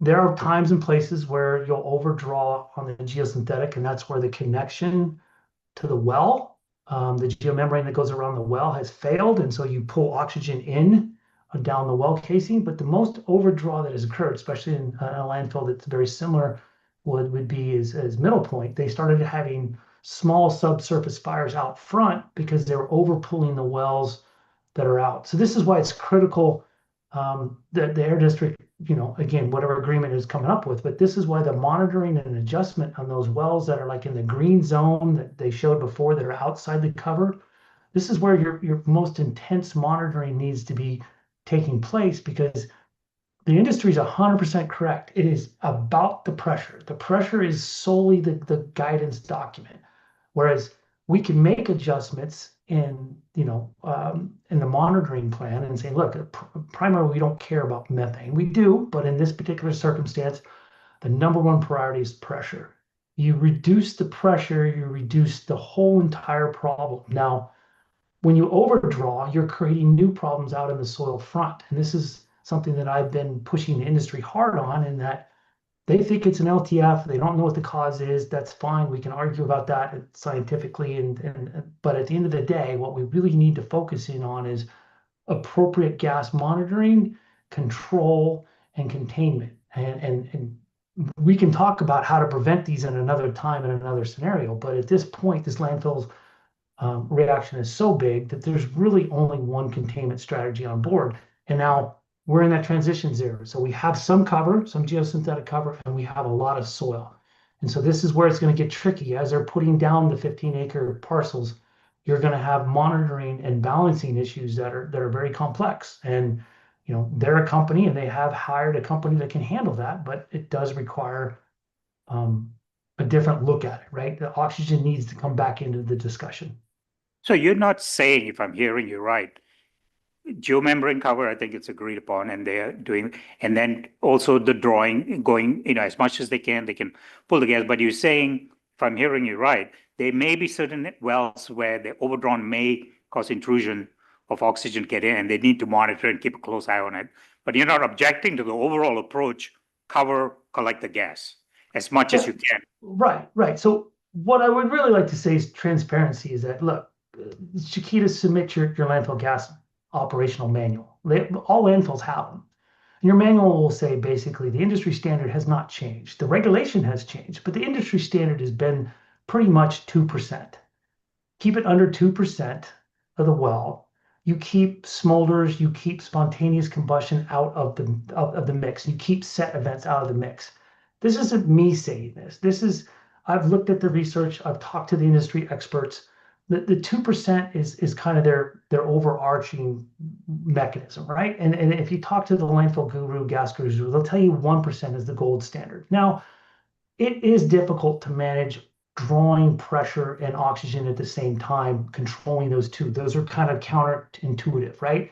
You have a lot of pressure, you increase the vacuum to drop the pressure. But if you don't have a good substantial cover, what happens is you overdraw or you have those problems. And so, in my opinion, this is where the industry's gotten it wrong, and that the elimination of the 5% by EPA has given them the green light to overdraw as much as they want. Well, this is actually contradictory to their own manuals that they have that will tell you that 2% is really the standard. And so, whether we put a scale on it and say, look, if you're 131, 5%. If you go to some other standard, in other words, you say, look, as soon as you get across 145, then you go to 3%. When you get to 170, you go to 2%. When you get to 200 degrees, you go to 1%. Whatever that standard needs to be, but at the end of the day, scientifically speaking, not me, I can pull the book off the shelf in my office and show you, but smolders, right, can basically live, they can continue to smolder at 3% oxygen. So let's use science to our benefit. Let's put a rule out there that says, look, 2% or a temperature scale, whatever it is, but that's the montage that you need. And this is where it becomes really important. And this is why your staff is spot on, because when you take a sample once a month and you've got 9% and you make an adjustment, and then you don't take another monitoring adjustment for another month, that's not acceptable. In a set event, these things are really sensitive to that issue. And so it needs to be real time or some other mechanism so that you're not monitoring something that every month or every 2 weeks, because at the end of the day, this is the last piece of the puzzle that needs to be fixed so that we can get this cover installed to the point where we're not creating other sediments. Now, you're aware that the order was modified under the abatement order. They got to do it instead of 10 days. So, when they find a hotspot, it's got to do it within 2 days. And they find a hotspot, right? And the monitoring is more frequent than under the rule. Yeah, but that doesn't account for all the wells, right? So if you were to look at the gas well data that I have that's submitted to Chiquita, as this reaction has expanded, some of the wells were once a month. And as this reaction has expanded with temperature, these are areas in that zone, right? That influence zone where, an overdraw of oxygen, and again, using their data out of their NSPS report, shows all sorts of oxygen violations. And again, it's not against the regulations, but at this point, operationally speaking, we really have to hound on and control the amount of oxygen. Now, like I said, they're counterintuitive, right? Oxygen and pressure are kind of those things that you have to balance. And this is why you need professional technicians out in the field doing what they're doing, because these are the guys and gals that understand this. But again, there needs to be regulatory oversight in order to prevent overdraw. Let me get your professional opinion then on, I think, remote monitoring. I think there is proposal to do that in the reaction and the non-reactionary. So they have submitted a proposal to do the monitoring, remote monitoring, and which will give feedback to the operators to tune the well. So you heard about remote monitoring and control. What is your opinion on that aspect of it? I think it's something that should be required once you get into a set event. I don't think it's an option. I don't think it's, in other words, when we get into a set event, and again, small, remote monitoring needs to be required. And the reason is that you got to get away from once a month monitoring, because Chiquita is too valuable. I mean, I'm a waste management engineer. I mean, you just took a landfill offline that was taking 6,000 to 7,000 tons of waste a year. Well, some people believe in zero waste and all that, but at the end of the day, Chiquita, a landfill of that size and magnitude, is too valuable to the community. It's too valuable to the waste industry. So we can't keep taking these things offline and going down the same path and thinking that there's no solution. Well, This is why remote monitoring needs to be put into these scenarios at any landfill that is observing these types of elevated temperatures increases over time, right? There's some grandfathered wells that, hey, they've been 145 for 7 years, Todd, and that it's been 145. And I can concur with that, but they need to have a root cause. They need to do a thermal, they need a procedure, right? So, we as the regulatory community, and I'm not speaking for CalRecycle, I'm speaking for myself, we need to look at this type of scenario and prevent this thing from escalating, right? There needs to be this type of Herculean effort, even for a few wells, because this is where, again, the resources are too valuable. Chiquita should have never come offline, and it did. And so, now we're looking at waste issues. You probably didn't hear last week's testimony because you off, but so there was Dr. Baitong testified that there was a remote control and remote monitoring and control at a non-ETLF, non-SED landfill that appears to be working, and they think that that can work at this Chiquita's landfill. What's your opinion on that? I'm talking about not just remote monitoring. I think it's a given that, and there's this proposal to do that. But in addition to remote monitoring, also automatic control based on programming and so forth. What's your professional opinion then? Landfills need to do remote monitoring and control. It's the technology that, while costly, it does give a landfill gas person the ability to make day-to-day adjustments. They're expensive. I understand that, and there's some maintenance wise, but at the end of the day, when you look at Canada and you look at other nations that are using remote monitoring that are adjusting, they get better gas, they have less overdraw. These are things that, again, the industry, it comes down to cost. Is it cheaper to do once a month monitoring or have real-time monitoring heads in? And so I'll let the industry figure that out. I'm not the expert on that, but what I will say is that once you get to a set event, real-time monitoring and adjustment needs to be on the table as far as some of the tools in the toolbox to prevent these things from expanding. And like I said, it still needs to go back to the root cause, but these are tools that the landfills need to embrace, because the data that you're getting on a day-to-day basis is a game changer versus even every 2 weeks. For instance, when you're watching the oxygen level go up on these real-time monitors, that should send out a technician to go look and see where the oxygen is coming from. Is it a boot that needs to be replaced? Is it an erosion reel that needs to be fixed? Is it more soil cover that needs to be added? So at the end of the day, you're going to get better emissions and control by doing these automated scenarios. Now, not every well is going to be exactly this, and you've got wells with water and leachate. You've got all sorts of other issues that you have to deal with. But in a general sense, I'm 100% behind this industry because I believe it provides better control for the landfill gas. Okay, just a few more questions. In your paper, actually, I think in your letter to TTSC, you talked about 13 geyser events. Did you have that we only heard from Chiquita that there was maybe 1 or 2 geyser events. You said there were 13 geysering events? There may be more. This was a reference document that Chiquita had provided. They had actually marked out on their gas control map the wells that had geysered. And it was for a safety, in my opinion, it was for a safety thing, right? So the technicians knew which wells had geysered before.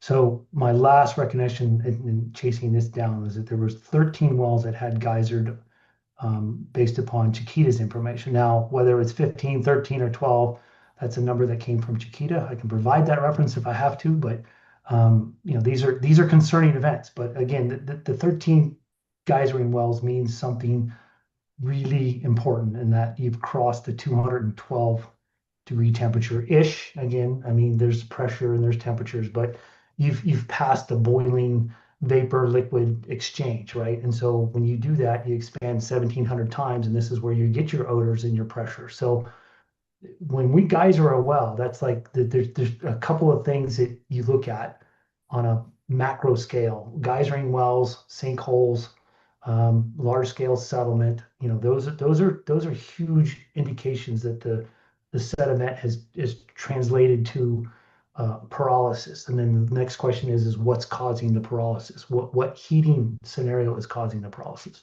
My question is more, if they have documented that and they know the dates and time that occurred, then can that be correlated to the odors that the community, or do that lead to more significant odors in the community?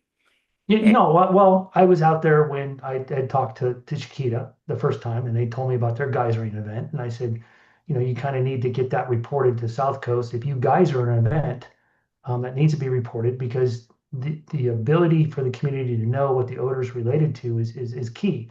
So if you're geysering a well, like you saw on the video from LA Times, that's something that needs to be reported immediately, right? So you can send inspectors out to the community, and the community can know that, hey, that odor was related to a geyser event. Absolutely.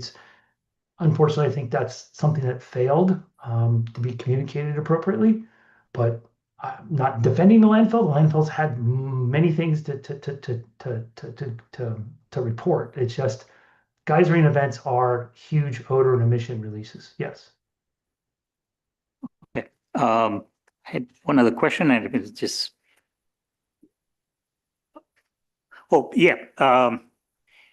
the data they've collected thus far, doing the flux study. Are you familiar with the flux study?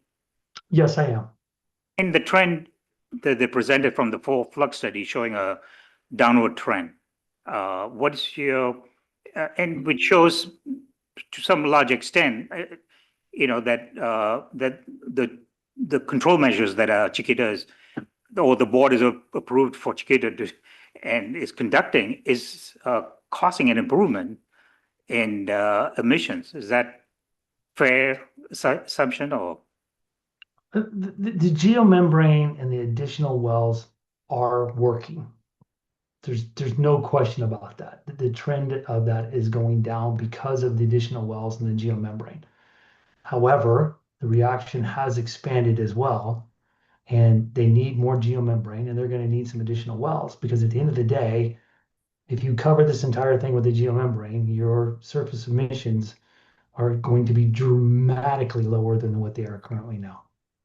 Okay, thank you. I have no further questions. Any other members of the board? Okay. Thank you, Mr. Chair. Just a few more questions for you, Mr. Thalheimer. Do you recall being asked questions on cross-examination about the colors of the TMP probes as represented on various maps that you reviewed? I do. Are your opinions of the reaction and the conclusions you've expressed during your testimony are they based on whether temperature probes are colored green or yellow on a map, or on the actual temperature data and regulatory temperature thresholds? The actual temperature and regulatory thresholds. And do you recall being asked questions on cross-examination regarding the condition and context surrounding wells that were sampled? 77. Could you say that again? I'm sorry, it cut out. Sure. Do you recall being asked questions on cross-examination regarding the condition and the context surrounding individual wells that were sampled by Chiquita's technicians? Yes. And I think during that testimony or during that exchange, you mentioned not having received certain notes along with Chiquita's data. Do you recall that? Yes. Could you briefly explain what you mean by notes? What are these notes that would come with the data? So the data, unless I explicitly request, the data is just reporting factual data, the methane concentration, the oxygen concentration, the vacuum.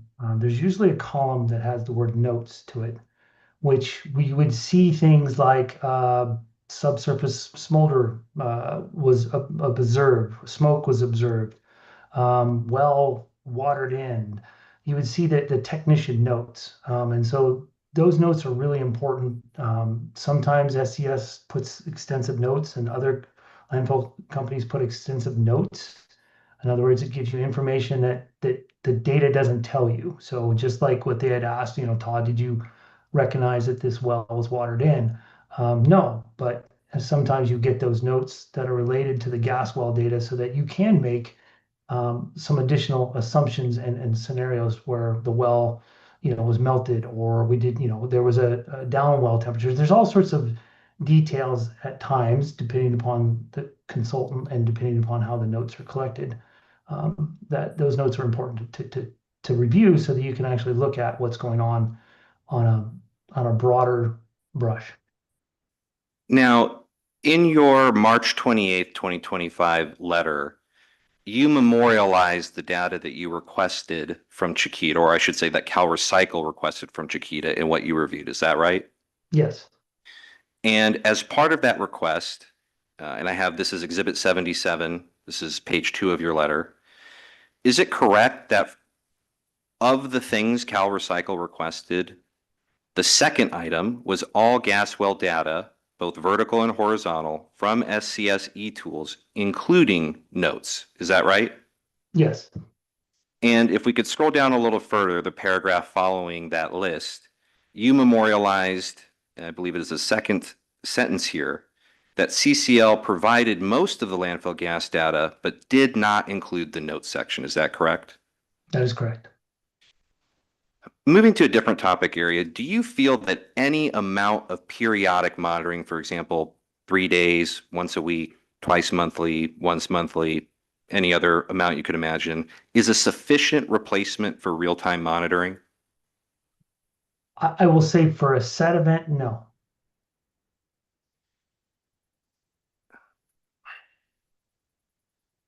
With respect to the reaction area, do you recall testifying that you reviewed some of the reaction committee's monthly boundary determinations? Yes. And that included the reaction committee's May determinations, right? Yes. Since you last testified, are you aware of the reaction committee's June boundary determination? I am. And are you aware of the boundary they set? Yes. And was that boundary larger than it had been in May's determination? That boundary has expanded. And what direction did you perceive the boundary to have expanded? It expanded in the southeast direction. Is that consistent with the direction you believe the reaction to have been expanding? Yes. Now, you also were asked questions on cross-examination about the temperature legends in the TMP profiles that you reviewed. Do you recall that? Yes. And do you remember being asked questions about an email where Chiquita stated that the ranges were changed to, quote, show more evenly segmented temperature ranges? Yes. In your opinion, is that a reason to you that explains the changes? No, that is not a reason. It's not a scientific or engineering reason. It's not even in my opinion, it's not a valid reason. It's more for the ability to manipulate the data so that it looks like it's in one category versus the other. It makes it really difficult to compare month after month, and it paints a different picture. So at the end of the day, the ranges that they selected were arbitrary, and they're not backed by science or engineering or regulations. And so, in my opinion, they were used to manipulate the data and provide less of a concern as far as what the wellhead temperatures were. I have just one final category of questions. Do you recall both during, I think on direct examination as well as on cross-examination, being asked questions about sinkholes and fissures? Yes. Now, I believe you had testified those were indicative of either set events or the reaction. Is that correct? Yes. Now, since you last testified, have you become aware of any new sinkholes that have occurred at Chiquita Canyon landfill? Yes, it was reported, I believe last week. I can't say exactly if it was either last week or the week before because it was not following, but I did review the report that was submitted to me. They have 2 new sinkholes, one in grid number 46 and grid 147. Those are significant events. And were there also new cracks that had occurred at the site? There were, but I think that was pretty much within there are multiple fissures that are occurring on a weekly basis in the soil. And these were all outside the reaction committee defined reaction area boundary, is that right? I believe so, yes. Would you say these are occurring more frequently than in the past at Chiquita Canyon? The frequency is tough to determine. They are in grids 146 and 147. They tend to accumulate at certain weeks that you'll find 5 or 6 or 3 or 4. Most concerning to me were the 2 new sinkholes from last week in grid 46 and 47. There's only been 1 reported sinkhole in 46, and last week we had 2. So these are things that concern me with the reaction expanding, and then of course the sinkholes are a direct vent to the atmosphere and then a potential risk to the community. I think you just answered it sort of briefly. You talked about what the potential risks are, but what are these sinkholes sort of indicative of to you? So the sinkholes, when looking at smolders specifically, or pyrolysis as well, indicate that the material below has collapsed and consolidated due to thermal degradation, and then it provides a scenario in such which that those sinkholes can also catch equipment. There have been many subsurface smolders that dozers and excavators and compactors have fallen into. Myself, as somebody investigating this, I've actually fallen into a sinkhole and evaluating a smolder before. They're a direct connection to a smolder or pyrolysis. So this is where it gets really tricky, and the fact that these are areas that you really need to pay attention to as far as real-time monitoring, getting them covered up, looking at appropriate flare imaging. These are big warning signs. This is something that the industry knows and understands, and this is what we call high risk in the industry as far as equipment collapse. And my apologies, I have just 2 more short questions in response to something you were asked on board questions. So do you recall discussing landfill manuals and the standard set of procedures those identify for operating the landfill gas collection system? Yeah, I've been asking for Chiquita for that manual since 2023. Let me ask you this. Could a landfill write a policy similar to a manual to account for any adverse conditions that are being experienced at the site? Most of those manuals that I had reviewed actually have a discussion on smolders and how to prevent them. So that's usually typically placed in the landfill gas operating manuals. Could you write one specially for it? Yes, but it's usually already written in their own manuals. No further questions. Thank you so much. Thank you. Mr. Bella sir.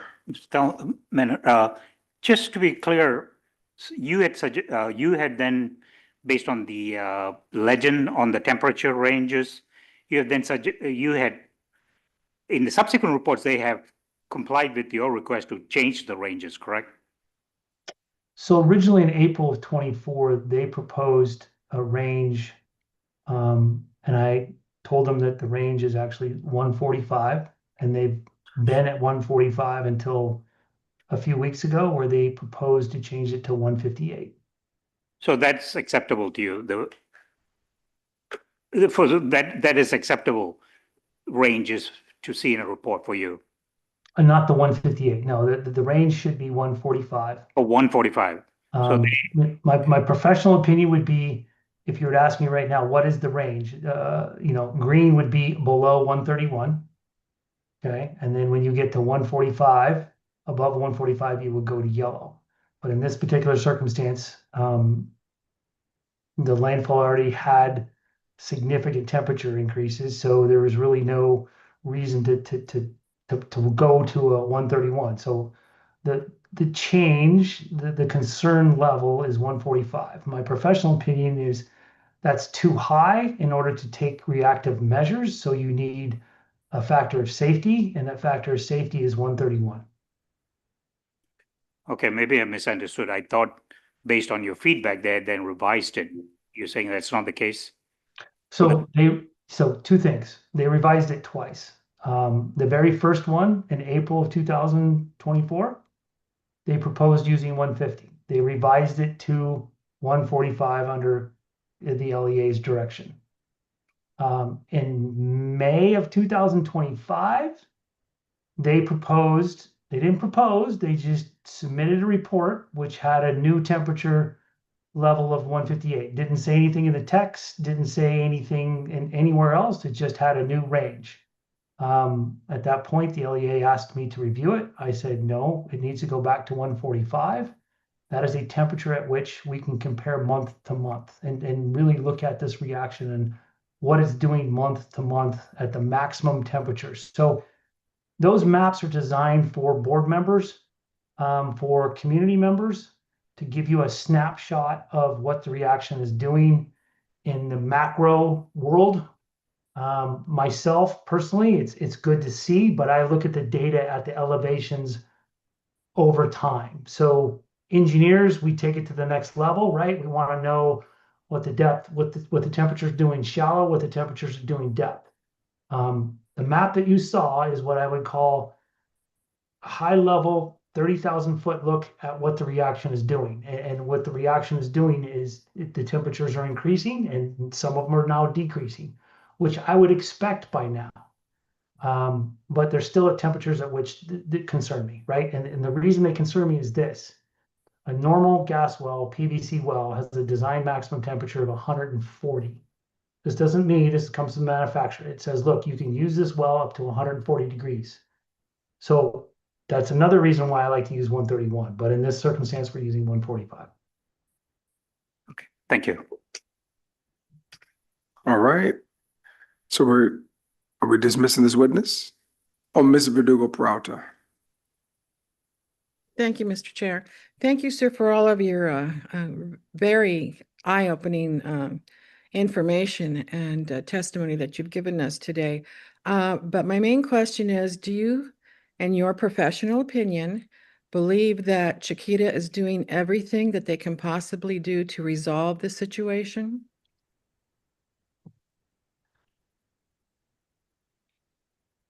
They will. At this current time, no. They're in the process, right? Again, as your board is correctly, this is a 3-week board meeting. Again, the more cover we can put down, the quicker we can put down, the more wells we can put in, the better. At the end of the day, Chiquita will get this and will contain the odor. But it has been slow, slower than I would like to see. Now, again, there's logistical issues. I live, as some would tell me, as I live in a fantasy world, right? I think that you can put more liner crews on the ground and get the liner down sooner than what's feasible and what's actual reality, right? So in my world, I'd like to see the liner down now, and I would like to see it down quicker than what's being estimated. And I'd like to see wells being put in with monitoring. So Chiquita is moving forward in a positive direction. I come from the world of emergency response. So if the fire is bigger, I bring more fire engines, right? So I have a shaded view on Chiquita's progress. I'd like to see it go quicker. What do you think is preventing that? There's a lot of regulatory oversight. There's a lot of things that Chiquita needs to comply with. I honestly think that part of this is that, the regulatory agencies, along with Chiquita, need to prioritize the odors and emissions, and so that there's clear and concise direction to get this done and get this done quickly, and to cut into a lot of the discussion, right? I mean, data is great, but at the end of the day, the data doesn't change whether or not the community is being exposed to the odor. The only thing that's going to change that is the geomembrane and additional gas wells. About how long do you estimate that it's going to take to get to that point? As Chiquita has proposed in the ISE order, we're looking at 18 months. Is that your professional estimation, not Chiquita's? I'm not talking about what they're saying or what they're proposing. I'm asking you. My opinion is it can be done quicker, but there's a cost to that. There's a magnification, there's a production, there's all sorts of logistical scenarios, and I'm not the expert to say that. Do I know that it could go quicker? I would hope they could go quicker, but even 18 months is probably something that is going to be pretty much spot on, or it may even cause a little bit more depending upon again, weather. So we have an opportunity now to put in at least 45, maybe 50 acres. And again, if we can double what we have now, then the emissions are going to reduce. So that's key, is can we get the next 50 acres in the next 5 months kind of scenario? Thank you very much for your candidness. I'm sure I'll be in trouble for something on the way on that one. No, I think what we are looking at here is a huge problem for the community, and we need to hear the absolute truth. Can they do it? Can they not do it? And what's the time frame? Because these people, as you also mentioned, they're suffering. And the sooner that this can be done, obviously, the better for them. So I really thank you for, again, your candidness, because that's what we need. We need to hear that. Exactly. Thank you. All right, the next witness. I have just a couple follow-up questions from the board questions. Go right ahead. And Thank then you. we're going to move to the next witness. Yes. Mr. Thalheimer, you're familiar with the work plan that Chiquita submitted about expanding the geosynthetic cover in early May to DTSC, is that right? Yes, I've reviewed that. And DTSC has not yet approved that work plan, correct? We are in the process of approving that work plan, yes. And you're aware that the day that DTSC approved the material for the cover, Chiquita ordered the material, correct? Yes, they did. I thank Chiquita for that. Thank you. No further questions. All right, the next witness. Did we want to take a 10-minute break? What do we need to? I think we can proceed with Mr. Bolton and then take a break if that works for you all. Okay. Okay, and that break will consist of further, Yes. very well, further negotiations for folks who are at home listening. We're trying to get them to a solution. Mr. Bolton, Ms. Morgan, the witness is yours. Thank you very much. Mr. Bolton, can you please state and spell your name for the record? Yes, Neil Bolton, Nealbolton. And you took the oath this morning, correct? Yes, I did. You executed a declaration in this case on May 30th. Is that right? That's right. For the hearing board, that is exhibit RRR. You also executed a subsequent declaration on June 20th. Is that right? That's correct. Yes. And for the hearing board, that is exhibit quad Q. So today I'm just going to ask you a couple of brief questions or about a couple of topics that weren't covered by your declaration, including your impressions of the overall state of the landfill and the reaction. But first, were you present during the prior hearing dates on June 4th and 17th? I wasn't here, but I did watch them both live online. So let's start off with discussing the reaction. Mr. Bolton, you are not an expert in ETLF events or chemical reactions, is that right? That is correct. Before working on Chiquita, you were aware that such events exist. We're generally familiar with them. Certainly. Based on your knowledge advising landfills across the world, do you agree with testimony from the district's witness that ETLF events only occur in the United States? No, I don't think so. I was in Australia 6 or 7 years ago at the opening of a very large, deep landfill, and there were discussions then about how do we not become a Bridgeton and how do we deal with the potential of becoming an ETLF landfill. So though I'm not an expert in ETLFs, certainly there is discussion and concern and issues around the world with that. Well, you don't have specific expertise advising on ETLFs. You do have expertise managing subsurface landfill fires or subsurface oxidation events. Is that right? That is correct. Have you worked with landfills experiencing subsurface oxidation events or fires before? Yes, a couple dozen of them. Can you explain what a subsurface landfill fire is? Well, it's just what it sounds like. It's a fire that is below the surface of the landfill. Is that the same thing as a smoldering event that we've talked about? Yeah, there are different terms for that. Some people don't like to talk about fires. They like to talk about smoldering events or subsurface events or oxidation events, but it's a subsurface fire is the same as what we're talking about here, smoldering event. So what are some of the key characteristics that are indicative of a landfill fire or smoldering event? Well, there are three main things that I've seen in my experience, and that is some very isolated settlement in small areas. Some cracks or fissures where you see smoke emanating, and definitely an odor of burning trash. That's indicative of almost every subsurface fire I've been involved in is the odor of burning trash. So let's start with settlement. Would you agree that settlement can occur in both ETLF events and subsurface fires, right? That's correct. How do you distinguish between what you're seeing and whether the settlement is indicative of a smolder or an ETLF. Well, again, this is my first involvement in an ETLF landfill, but the amount of settlement is much broader than what you see at a normal subsurface fire. Subsurface fire might have settlement the size of this round rotunda where we are right here, very, very isolated, very small. So what we're seeing at Chiquita is not anywhere near the same scale as that, much beyond. And then you mentioned smoke emanating from cracks in the surface or wellheads or other areas, right? Is that Yes, right? if there's a fire, there's going to be smoke, and that's almost always, not always, but almost always an indicator that there's a subsurface fire happening. And have you seen or heard from anyone at the site team or other consultants about smoke emanating from anywhere at the landfill? I have not personally seen that, and I have not heard that that is an issue there.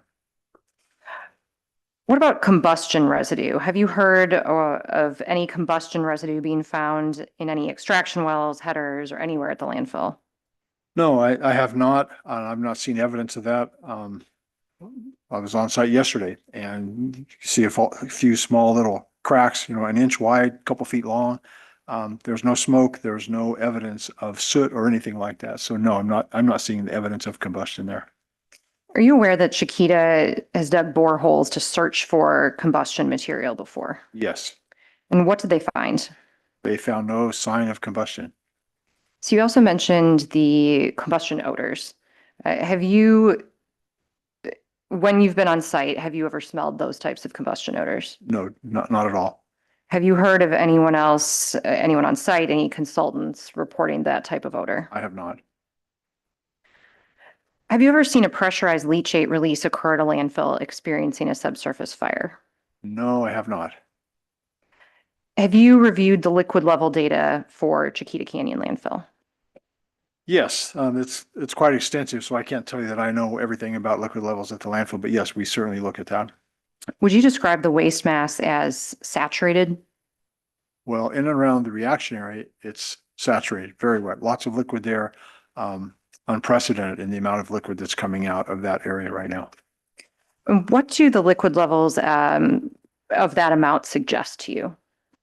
Well, there's clearly some reaction happening there. What we're seeing is the liquid, the moisture that is within the waste mass is being very rapidly liberated, and it's becoming liquid. It's going from liquid that's entrained in the waste and food waste and green waste and other materials, and it's being liberated and now coming out as free liquid. Do you believe that a smolder would be, let me take that back. Do you agree with Mr. Thalheimer's statement that Chiquita is experiencing a smoldering event? I disagree with that. So you testified that you were last at the landfill yesterday. Is that right? That's right. About how many times do you think you've been to the landfill since our first hearing on this matter? Well, on this matter right here that we're talking about, 8 or 10 times. Would you say that Chiquita has made significant improvements since you started consulting on the ETLF event?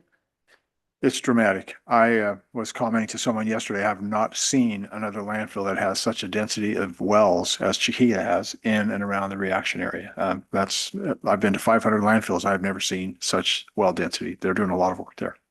Is it true that Chiquita has not experienced a leachate seep since early February of this year? That's right. Not since February. Do you know, or can I ask, when is the last time you've heard of a report of a PLR occurring at the landfill? Well, I don't have a date for that. Maybe it's been a year. It's been a long time. And we talked about that at some of the hearings, and that was a big topic for us to discuss. I can't tell you the exact date, but I'm going to estimate it's been at least a year since that's happened. And you heard Mr. Thalheimer's testimony just now about holes that were reported in the last week or so at the landfill. Sinkholes, yes. And you were at the landfill yesterday. I was there at the site where those happened, met with site staff, and they said, yeah, the sinkholes, it was 2 or 3 feet deep, big enough to put a basketball in. And they said there was one here and one there, and kind of a line of where there was some settlement. You could still see that they had regraded that area, but you could still see evidence where that was. Over near the edge of the liner, you could see portions of just small cracks, just like you'd see desiccation cracks, an inch wide, a couple feet long. So there's definitely movement happening there. So yes. Are you comfortable with the level of monitoring and the mitigation Chiquita has in place for those types of fissures or holes? Well, I think they're doing daily inspections for that. And in every case, when I've heard or seen that there are cracks there, they mitigate those immediately, bring in soil, track walk, and repair those. Can you share with the hearing board your general impressions from your site visit yesterday and the progress that's been made? What key mitigation measures are new since your last visit? Yeah, the most, well, new wells, there were 2 drill rigs on site yesterday in the process of drilling new wells. We saw that happening. There was some regrading occurring in the area where they're going to be replacing or adding to extending the geomembrane. I think they're going to do 15 acres in 5-acre increments. So they have to drill wells for those areas. That's much easier to drill a well before that plastic goes in than after it's already in. So I think they're drilling 4 wells for the first 5-acre, 6 for the next, and 7 wells for the third 5-acre segment. So that was in process, some regrading happening. The biggest thing that I saw was the preparation for the tank farm relocation in cell 8B.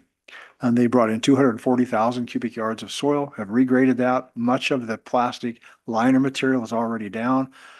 They have some belting material from big wide conveyor belts, very heavy rubber strips, rolls of that, and they have some of that deployed. And my understanding is they're actually bringing in a large crane tomorrow to be placing tanks within those new lined areas. So that's a big project. Since April, that was just getting started when I was here in April, and they've made a lot of progress with that. That looks like they're going to be done with that very soon. So would you agree with the testimony we've heard that the landfill is that the landfill does not have control over the reaction? Well, the reaction is happening down inside the landfill, and the reaction is a reaction, and we can't control that. We can't even drill in that area because of the pressures and the liquids and things like that. But in terms of the mitigation work that's being done to that, I don't believe that that's out of control. I don't believe that's a catastrophe. I think there's a very good handle on that. But what everyone's saying, and there's a common thread, it's going to take some time. It's a big project. You can't imagine the scope of this until you're there on site and see the number of wells and the amount of effort that's going into that. So the reaction is doing what it's doing, but in terms of mitigating or is the reaction drastically expanding, we're not seeing that. Do you think that if Chiquita continues in the current course, that these mitigation measures will continue to prove to be effective and improve the situation moving forward?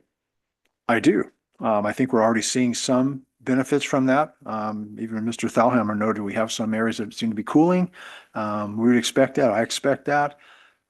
There's a lot of activity around there, but I agree with Bob Dick's testimony. I think it was a week ago that he did, or maybe it's been 2 weeks now. He said this is going to take 1.5 years or 2 for this to really be mitigated. And it's a big project. It's a big process. It's going to have to run its course, and that's where we're at. So we're making progress with that, but it is going to take some time for that to all come to completion. Great. Thank you, Mr. Bolton. I don't have any further questions for you. All right, so do we want to go ahead and we want to take the break? Yeah, we can If you finish want to with this conclude, witness. I have a very short cross. No, go right ahead, Ms. Roberts, you're on cross. Thank you. Good afternoon, Mr. Bolton. I noted in your declaration, you mentioned that you actually started and were retained by Chiquita back in 2020. Is that correct? I think that's correct. I think that's when we talked about the active face odors, and we were doing all the fan work and all of that modeling. So yes, that's correct. Exactly. And you actually did a series of studies for Chiquita under a prior order for abatement. You recall those? Yes. And among those studies, one of the things that you were tasked at looking at was kind of an understanding of wind patterns around Chiquita Canyon. Do you recall that? That is correct, yes.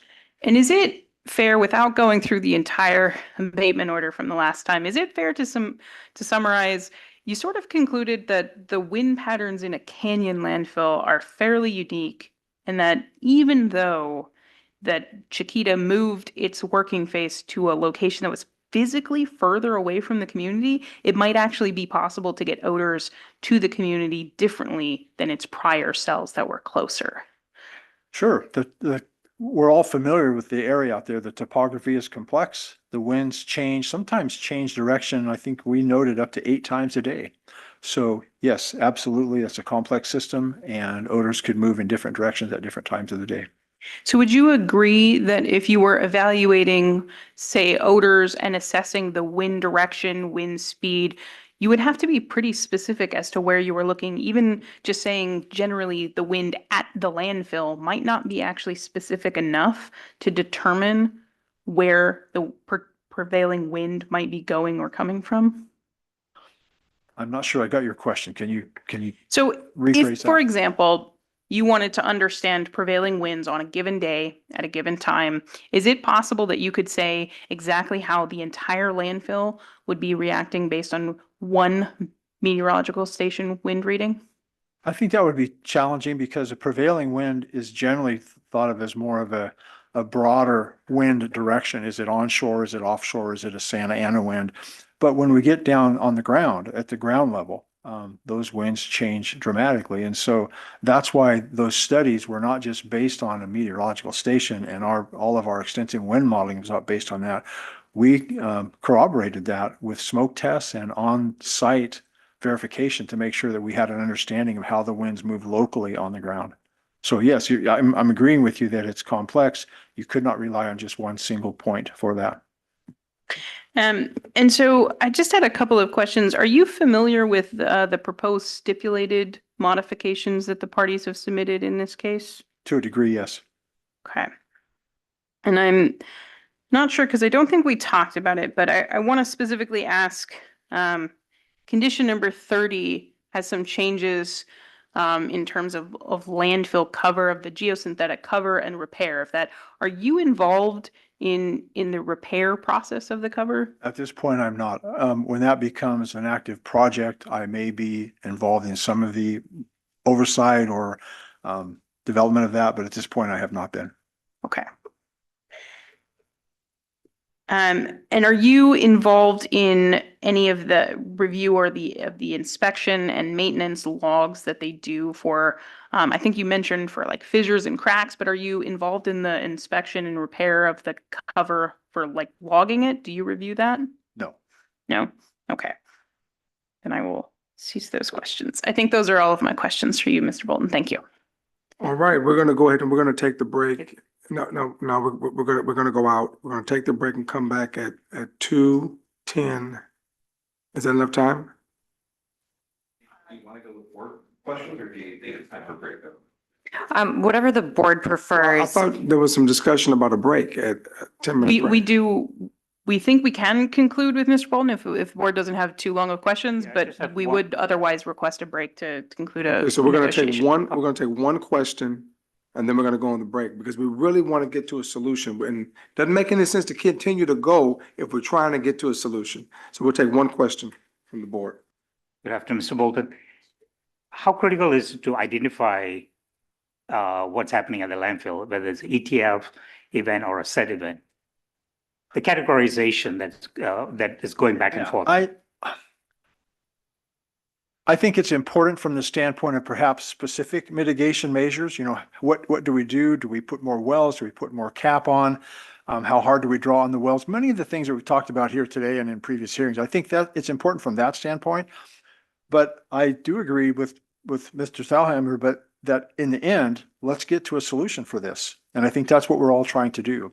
So it's important to recognize what the problem is. And he made a comment, I believe, on the 4th on his testimony, that's like a wildfire. We have a fire and then we have a spot fire and another spot fire. And he was alluding to the idea that we're getting these little subsurface fires all over the landfill. I absolutely disagree with that. So I think that the difference between an ETLF, which is what we're having at Chiquita, one large reaction in the reaction area, versus a lot of little spot fires. I think it's important to not get hung up on that and try to go out and mitigate things that aren't, I think, the main issue. But clearly, we're having odors emanate from where the reaction area is. And our primary goal for all of this should be, how do we best mitigate that? An additional cap, I think, is a good idea. Additional wells to the extent we can draw on them. But there are a lot of wells at Chiquita right now. I think more in the planning stages. But I think let's focus on the mitigation efforts that we've done. And we've been talking about this for some time, and it's the idea that it takes time for this to happen. The north slope termination, the west tow drain, all of those things were critical. If you recall, we were having leachate seeps on almost a daily basis. We haven't had one since February because we've done that other work.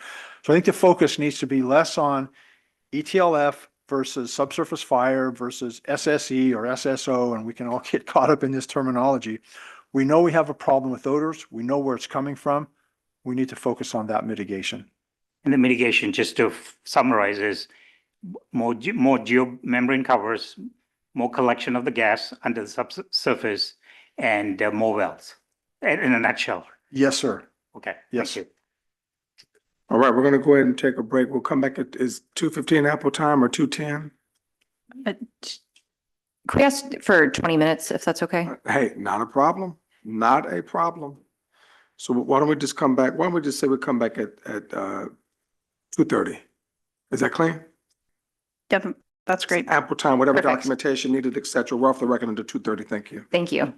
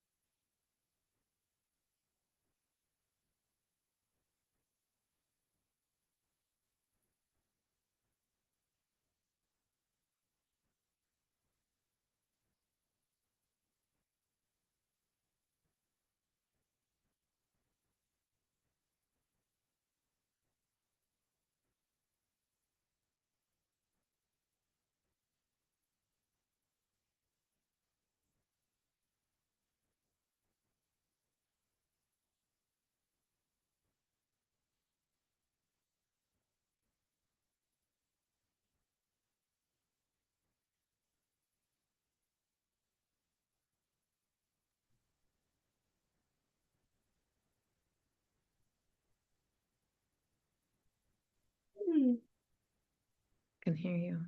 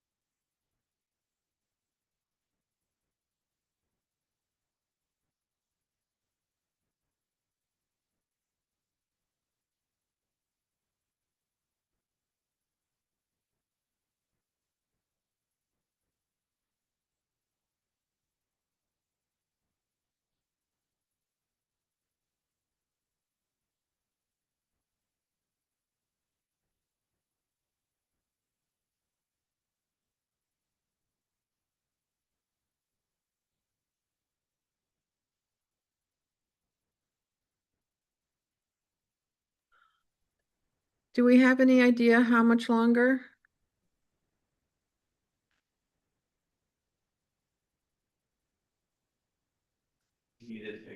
Probably about another 5 to 10 minutes. Okay.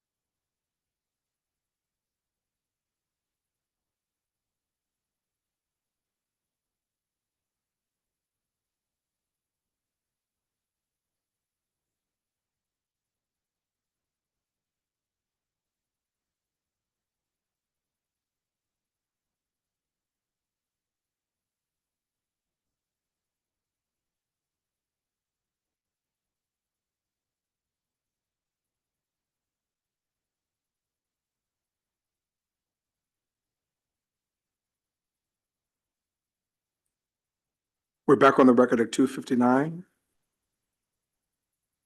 p.m. Back on the record at 2:59 p.m. Ms. Roberts?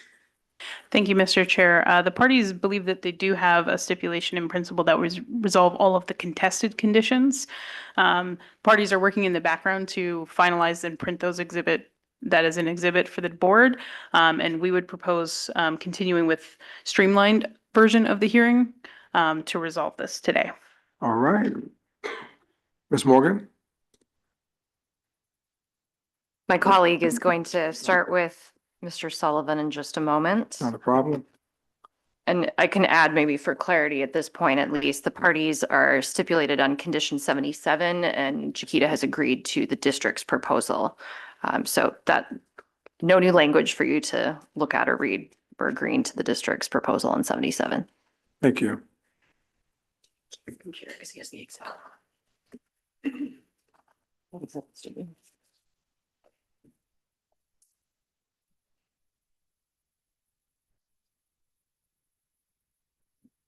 can just maybe put it on paper. Yeah. We do. Okay. Good afternoon, Mr. Sullivan. Could you please state and spell your name for the record? Yes, Patrick Sullivan, PatrickSullivan.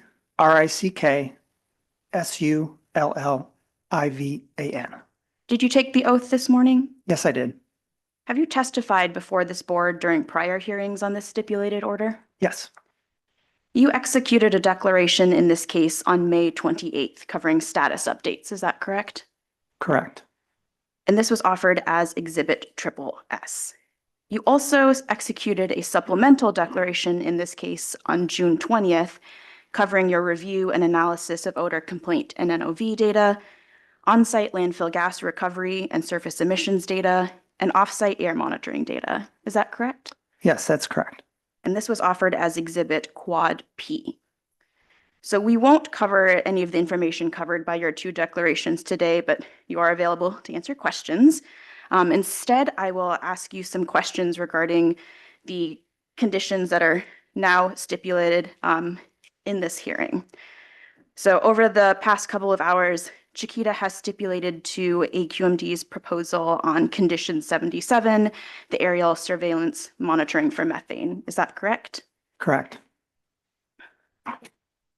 And the parties have also now stipulated to a revised condition 75 proposal on a remote monitoring system. Is that correct? Yes, that's correct. In your expert opinion, why is this revised proposal reasonable? I think it's reasonable for a couple reasons. First, it's focused on collecting real-time data for monitoring that can be reviewed by experts in the office, but then can be used to identify trends or other data points that then we can give instructions to the field staff to go out and execute if additional modifications or adjustments to wells are appropriate, or if they simply want field conditions checked at a certain well where maybe we're seeing some anomalous data, then that data can be due, and we'll be getting that in real time. And I know that we're still working on the final submittal of that language, but under this stipulated proposal, is it your understanding that Chiquita will extend its current remote monitoring system under condition 66 to the wells and headers selected by the district? Yes, that's correct. So we already had remote monitoring on certain wells had been established under condition 66. And so our agreement is we would extend that monitoring program to include the wells that the district has identified, as well as the specific header or pipeline locations within the broad gas system network where the district has asked for monitoring data to be collected.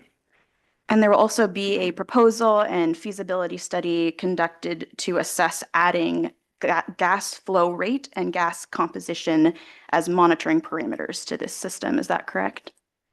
That's correct. Additional monitoring parameters beyond what is typically monitored. And AQMD will have access to this data and be able to view it? Yes.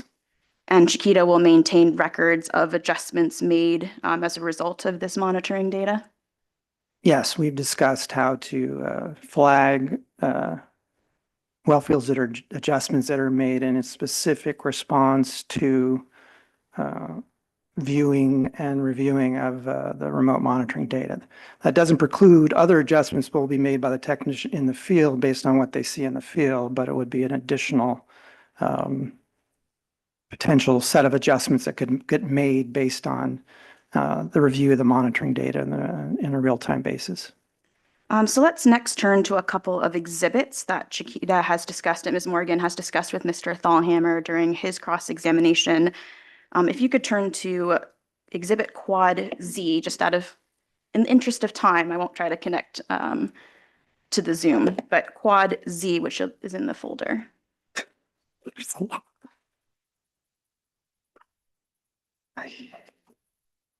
Should be. Oh, am I upside down?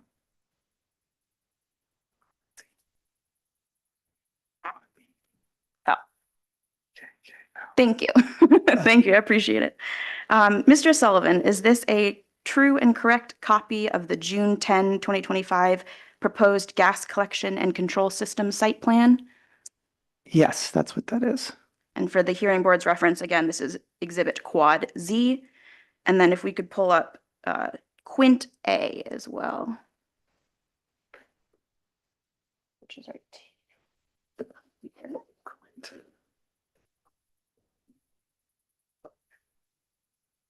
Mr. Sullivan, is this a true and correct copy of a series of screenshots from e-tools of gas well information from wells CV 1906 and CV 2314? Oh, sorry, there we go. Oh, nope. This is Quint A.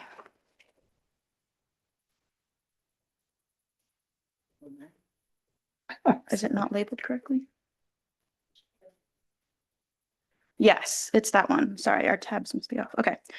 Mr. Sullivan, is this a true and correct copy of a series of screenshots from e-tools of gas well information from wells CV 1906 and CV 2314? Yes, that's from e-tools. And again, this is Quint A. Thank you, Mr. Sullivan. No further questions. Ms. Roberts? Thank you, Mr. Chair. Good afternoon, Mr. Sullivan. I had a couple of questions for you regarding your declaration. I noticed you did a little bit of an analysis of odor complaints with respect to wind data. Is that right? In your most recent declaration submitted June 20th? Yes. And one of the things you noted in that declaration as sort of a limitation, and I can pull up the language so that we're looking at it together. One of the limitations you noted is that you didn't have the specific residential address to protect the privacy of the public. You only had the street name. Is that correct? Yes, that's correct. So you made an assumption, and I think you said you did the midpoint of any given street. Is that correct? Yes, that's correct. And then you also talked about you compared wind direction at the time of the complaint came in to, I think, the landfill's meteorological station. Is that right? So we compared the data from not just from the time of the complaint, but an hour preceding the complaint. So any wind direction in that window of time.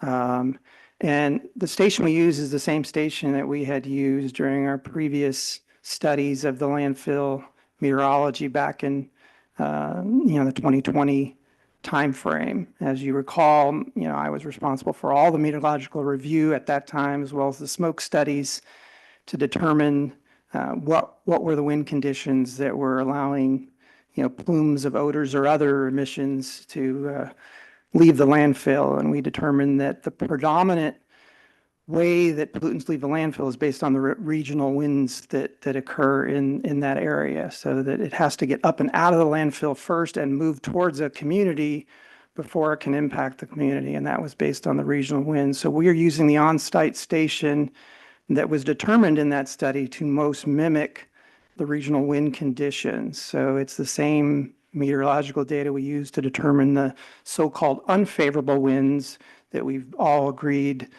were the predominant cause of odors, those southerly winds that happen many times in the morning, particularly predominant in the summer months. So it's that the data is representative of those regional wind conditions that that really determine how pollutants can first get out of the landfill and then move away from the landfill and impact a community.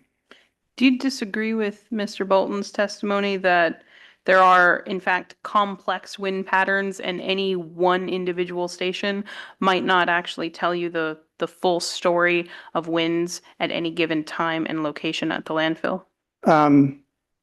What I will say is that I think I need to add on to what he indicated and remind you again what I just stated, that it's the regional winds that determine what leaves the landfill and moves away from the landfill. Once it gets into the community, into the various canyons and sub-canyons, you can have different meteorological conditions that exist there, some micro-meteorological conditions that may exist at any given location.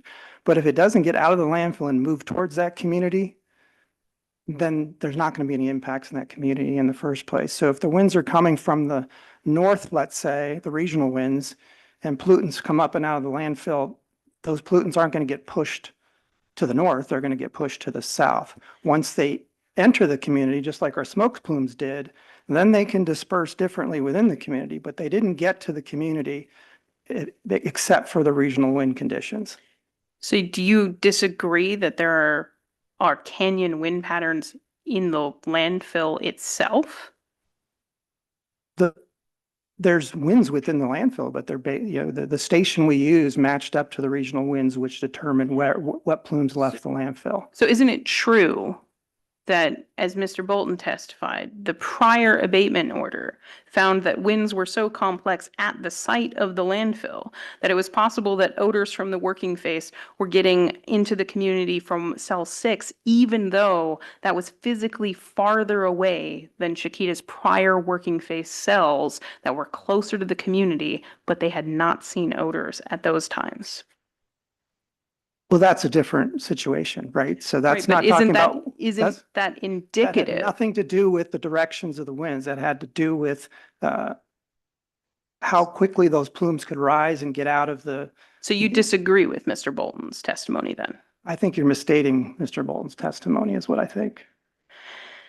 Do you disagree then, or do you recall then Mr. Israel's testimony in April that he had actually verified odors even when wind conditions were out of the north regionally?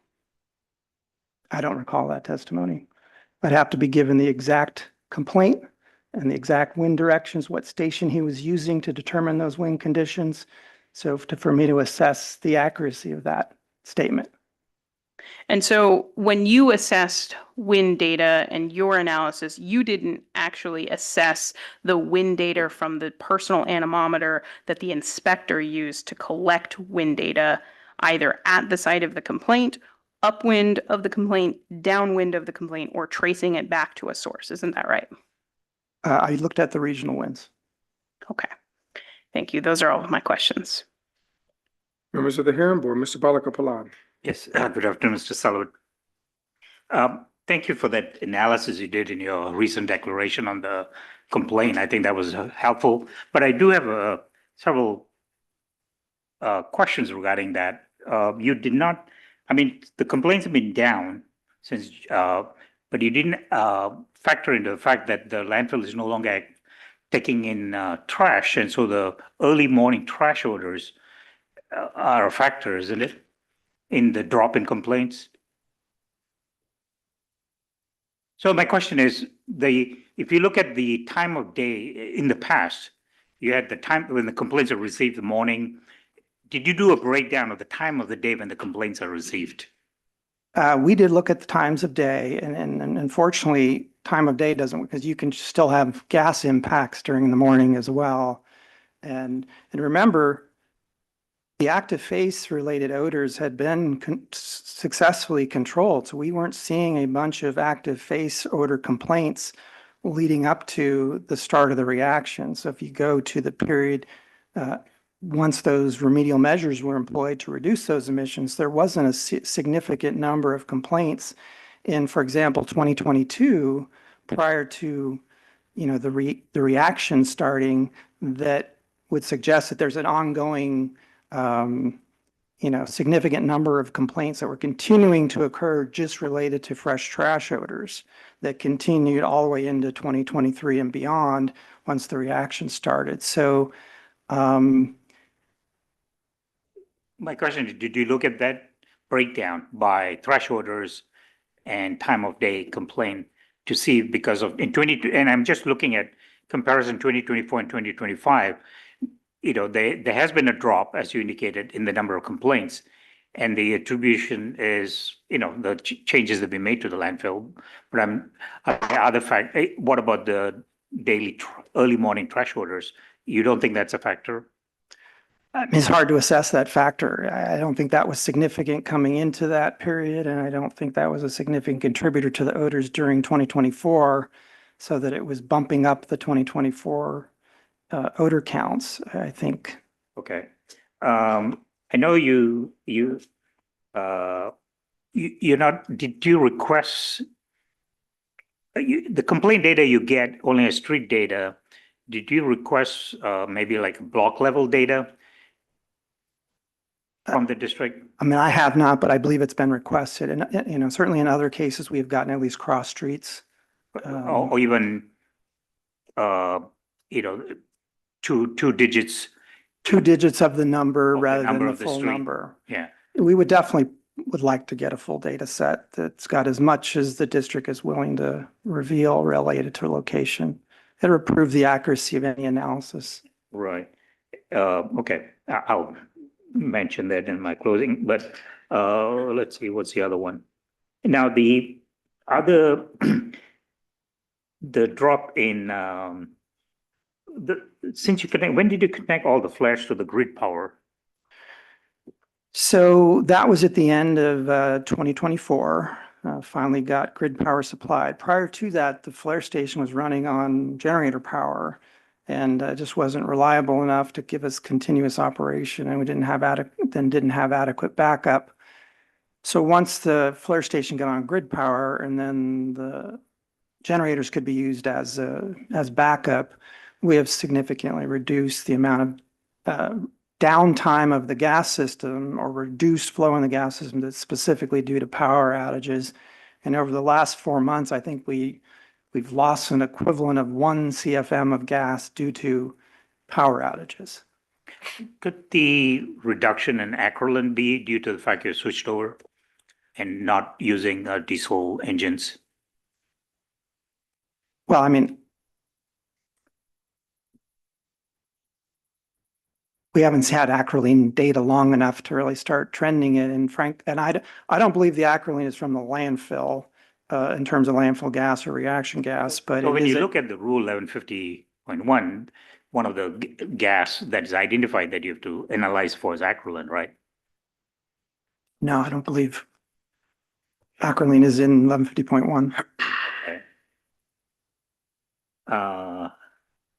So acrolein, is, EPA doesn't identify it as a typical constituent of landfill gas. They've got a section called AP42, which is their Bible of emission factors. They have a section 2.4 on landfills.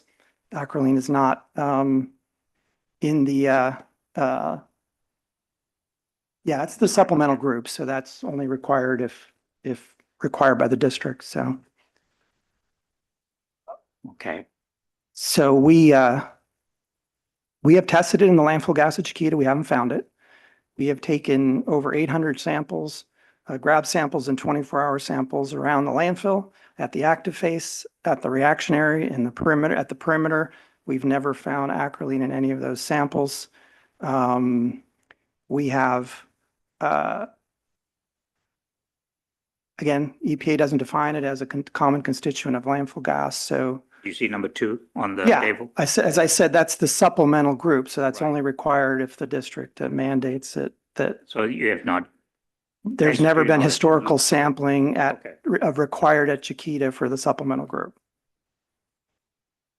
So we don't have any historical data on acrolein. You're showing in your, the studies that were done in the, what's that study where you, trying to, the flux studies, sorry. Significant reduction though, on all the gases basically. So your attribution is because of the controls or changes that have been made to the landfill. That's why you're seeing the reduction. Yes, the improvements in the gas collection and the increase in the gas recovery, the cover system, and the ultimately the increased amount of the landfill surface that's covered, specifically the reaction area. So those are two of probably the predominant things that have helped. Are there going to be more flux studies? Is that still a requirement in the? Yes, every 4 months. Every 4 The months. next one is scheduled already for mid-July. Okay. We'll get another data set. Okay. Yes. Actually, that's all the questions I had. Thank you. Thanks. Any additional questions? All right, next witness.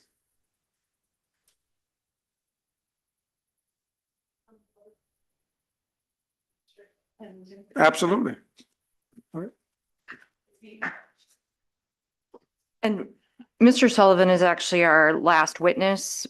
We will be withdrawing declaration of Dr. Richard Ployce, which is at Quad R. Okay, so before we look at this, I just want to make it clear for the record. We're admitting into evidence. We initially called off 3 public exhibits at the onset of the hearing. We called out P10, P11, and P12. Okay, so now we're going to get to the supplemental exhibit index. Okay, I'm going to call them out just so there's no ambiguity. We're admitting this list, correct? Except for Quad R.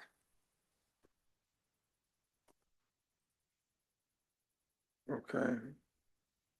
So, Madam Court Reporter, we're admitting PPPP, QQQQ, SSSS, TTTT, UUUU, VVV, WWWW, XXXX, YYYY, ZZZZ, and now we get down to AAAA, BBBBB, CCCCC, DDD, and then we go to EEEEE. We're good? All right, just want to make sure we call it out to the public so there's no ambiguity with respect Mr. to the exhibits. Ms. Roberts. Mr. Chair, can I add to that while you're marking exhibits to problem. have marked as exhibit number 97 for the district, the stipulated proposed conditions that were just passed out? Okay. Exhibit 97. So individuals that are paying attention, just want to be very clear at home.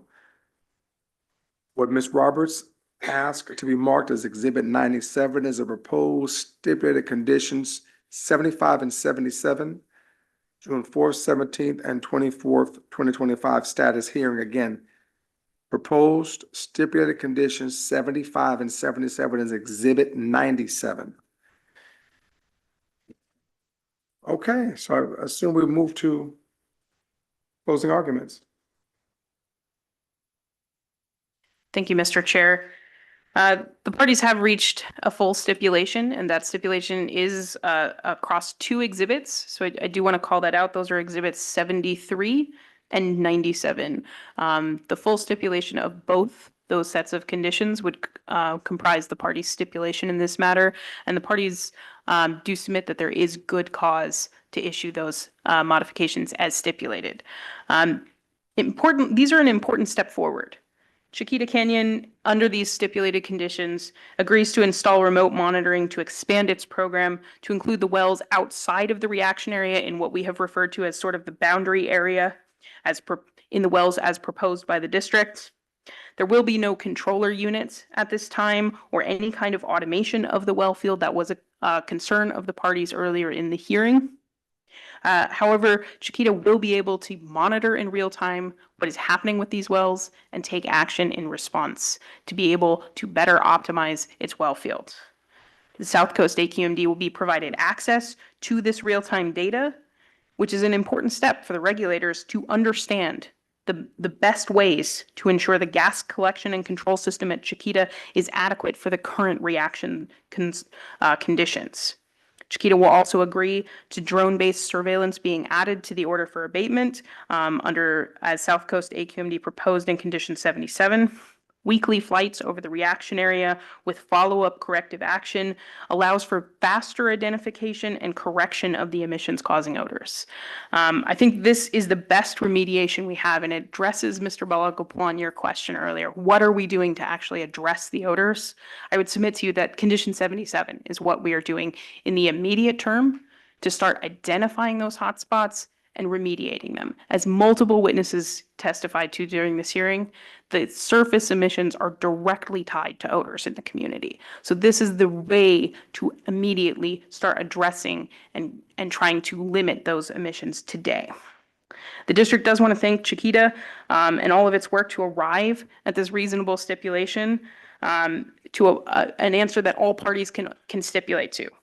There remains a lot of work to do at this landfill, but the district believes that the stipulation today is a way to make incremental progress and to move us forward. It gets us immediate work to try and limit odors and additional data to better understand what might be needed in the future. And so the district submits to you that between the conditions listed in Exhibits 73 and 97 are a reasonable modification, and there is ample good cause for the board to issue it on a stipulated basis. Thank you. Thank you, Ms. Morgan. Thank you. Thank you, Mr. Chair and Hearing Board, for your time and continued dedication to this important matter. Before you today, we're pleased that we now have approximately 10 stipulated conditions. After 3 days of hearing, 8 witnesses, and we appreciate your patience with the thousands of pages of exhibits, we think the evidence overwhelmingly supports that there is good cause to adopt these stipulated conditions. Ms. Roberts covered some of the highlights of these conditions. We'd like to point out that we heard witness testimony about the expanded geosynthetic cover that is being required by other agencies, but the stipulated conditions here today will also improve upon that cover by providing further instruction on ongoing maintenance of the cover to use the new materials that have been approved by other agencies. Chiquita has also agreed to a stipulated condition to increase the aerial methane surveillance at the landfill. Chiquita is doing this on a biweekly basis, and as summarized in Mr. Sullivan's declaration, has already seen favorable data and trends. We look forward to continuing to report to you on the increased frequency and what we hope to be continued favorable trends in that data. Chiquita has also agreed to more remote monitoring, an increase of the remote monitoring that is already in place at a number of wells in the reaction area, and expanding this to wells that are just outside of the data-driven reaction area. With this additional data, Chiquita will be able to continue to fine-tune and adjust its well field as appropriate to mitigate the reaction that is ongoing. You've heard from our witnesses that there have been significant improvements in the site conditions since the beginning of this stipulated order. We think that these stipulated conditions will continue to have that positive effect and improve site conditions moving forward. And as discussed at the first day of hearing, we look forward to having the hearing board on site at Chiquita in the future to see for themselves the significant improvements that have been made as a result of this order and the hard work of Chiquita and its regulators. Thank you. Thank you. Members of the hearing board who'd like to go first? Mr. Pearman. Just 2 things. One, so the written policy issue on number 75 has been removed, correct? That's correct.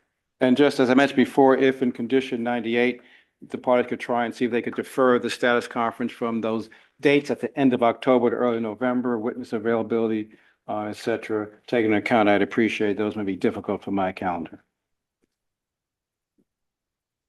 Mr. Balakapalan. Yes, I do find good cause to grant this order, but I think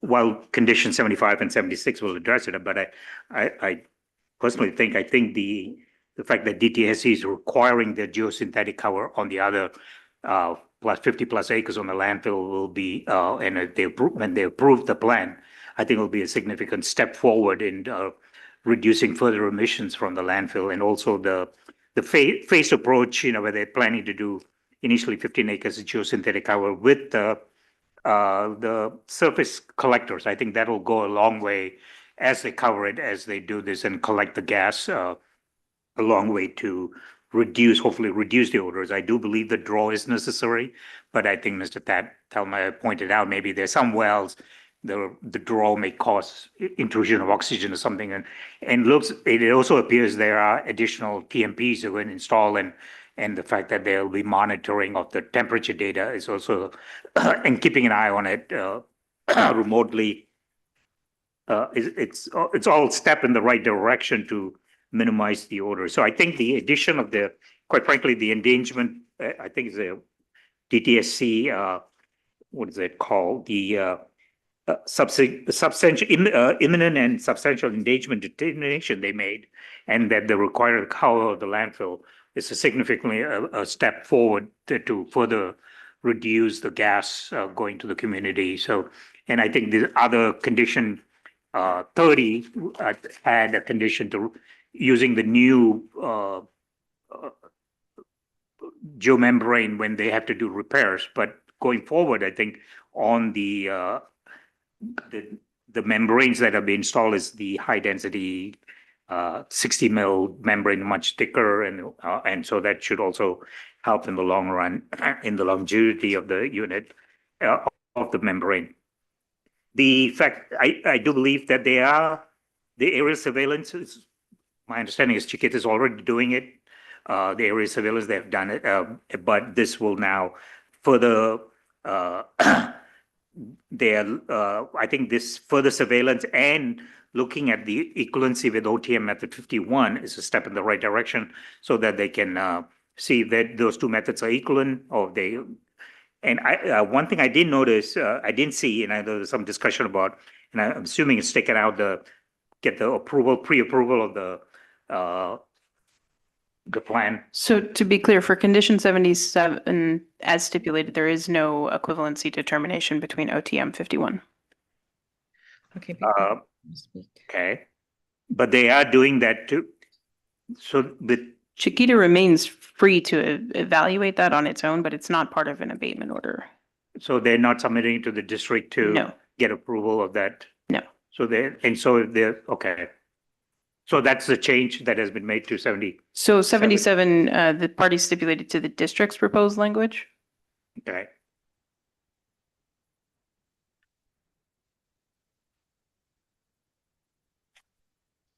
Okay. So they can, okay, all right, that's fine. I misunderstood that. So I do believe the changes that are proposed in the revised condition should help in further reducing the odors. I also like to point out, I think the district should provide Mrs. Sullivan complaint data, and I've worked here at the agency. I was in the administration group, and we did provide Sunshine Canyon with the 2 digits redacted data, which had students do analysis, and it showed that they're very close. So I think that will help in further analysis. I think and the end point is whether we agree or whether the odor is the complaints are the ones that we want to see drop dramatically, and the analysis that is done towards seeing the time of the day, what type of odors, if all these measures are contributing to reduction odors, that is critical, because that's why we're hearing from the public they're still experiencing odor. So we cannot dismiss that. While I think all the other metrics are showing that, the flux studies, I think that's a good showing a significant reduction. The drone study and all the other measures that have been taken, the increase in flow to the flares, I think that also helps in the draw. So all of that are significant measures that are helping to reduce, but the final matrix, in my opinion, is what the public is experiencing. So the continued monitoring of the odors and classification and trying to identify I think it's still, the more data they have, so they can fine tune it, the better it is for everybody's concerned, or pinpoint where issues may come in. The fact that there were 13 geyser events and it doesn't appear those were reported, and maybe they have been to the district and correlated with the type of complaints or when the complaints were received, that I would think would have been critical. So at least they know, oh, okay, there's a geyser event. That's why we're seeing complaints in the neighborhood. There's a correlation. So that ongoing correlation between events that are occurring, at the landfill with the complaint, we cannot dismiss the public's concern and the complaints that they're calling and say, it's all very subjective. That's the matrix that we've been using. The number of complaints, NOVs is one matrix, but the number of complaints is still a vital factor that we, in 18 months, I think Mr. Larry Israel was hopeful that the next time he comes, he will have some good news. I hope so too. But that's further reduction, maybe further reduction in complaints.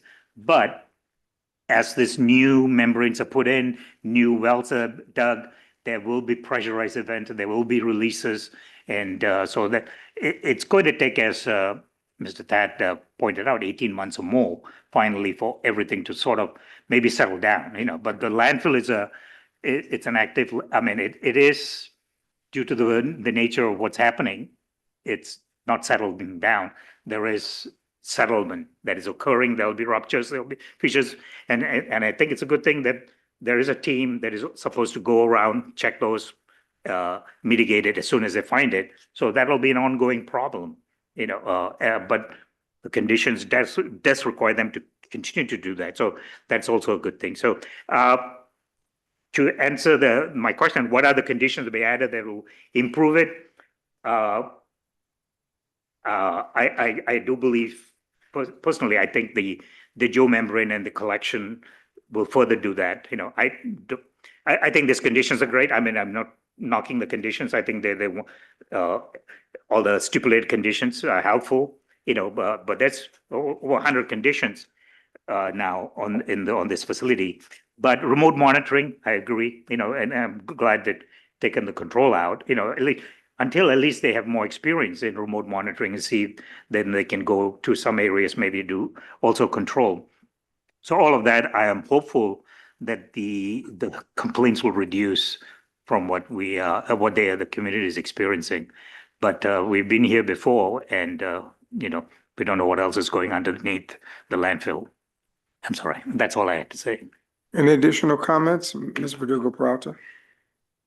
Thank you, Mr. Chair. I'm kind of reluctant. I'm glad that they have come to a agreement in regards to the conditions, but I also hear in the back of my mind, Mr. Thalheimer, I hope I'm saying that correctly, his comments about the fact that he thinks that it could be done maybe a little bit quicker and that they're taking their time on this. And as I've stated several times before, the longer that it takes, obviously, the longer the exposure for the surrounding residential areas and their health effects. So while I commend both sides for coming together on this and working on this, I just caution, and even Mr. Bellico-Pallon kind of alluded to that, I just caution that that it does go forward in a manner that is going to be cognizant of the people that live there and that it'll be done in a timely manner. I'm very glad to hear about the remote monitoring. So I will go ahead and vote for this in reference to good cause, but I'm just a little reluctant, and I'm hoping that my suspicions are that they don't come to fruition. So thank you. All right, thank you. All right, in the matter of facility item number 119219, case number 6177-4, I move that we find good cause to grant modification order for abatement as set forth in the proposed findings and decisions, Exhibit 97. Is there a second? And And 70. Second. Excuse me? 73. 73. 73. I'm sorry. That was the early stipulated Okay, condition. okay, oh, that's right. Hold on, 73. Okay, exhibits with an S, 97 as well as 73. Is there a second? I'll second it. Second. Second by Yeah. Mr. Balakapalan. Any further question or discussion? Dr. Abraham? Aye. Ms. Verdugo Prout? Aye. Mr. Balakapalan? Aye. Mr. Pearman? Aye. And Ali votes in the affirmative. The matter is hereby approved unanimously. Thank you very kindly for the time spent, the petitioner as well as the respondent and all of the witnesses and to the general community. At this moment in time, we are off the record and adjourn at 3:39. Just at a point, I know we discussed this before about, and I don't know what's come out of it, doing potentially a site visit, all members of the board going to the facility Yeah, to. we would need to schedule that sometime or another. I would probably say sometime in August or so, sometime August or So, September. The district would like to be heard on that. We do think that might be a concern under the Brown Act. We are not sure that that could be done compliantly because the Right. landfill is not open to the public, nor is it accessible to the public. And those are hallmarks of the Brown Act. So if we did do it, we would post it because governmental bodies travel all the time to locations in state as well as out of state. So if we did it, it would be in compliance with the Brown Act. I can guarantee you that. But I believe it needs to be explored.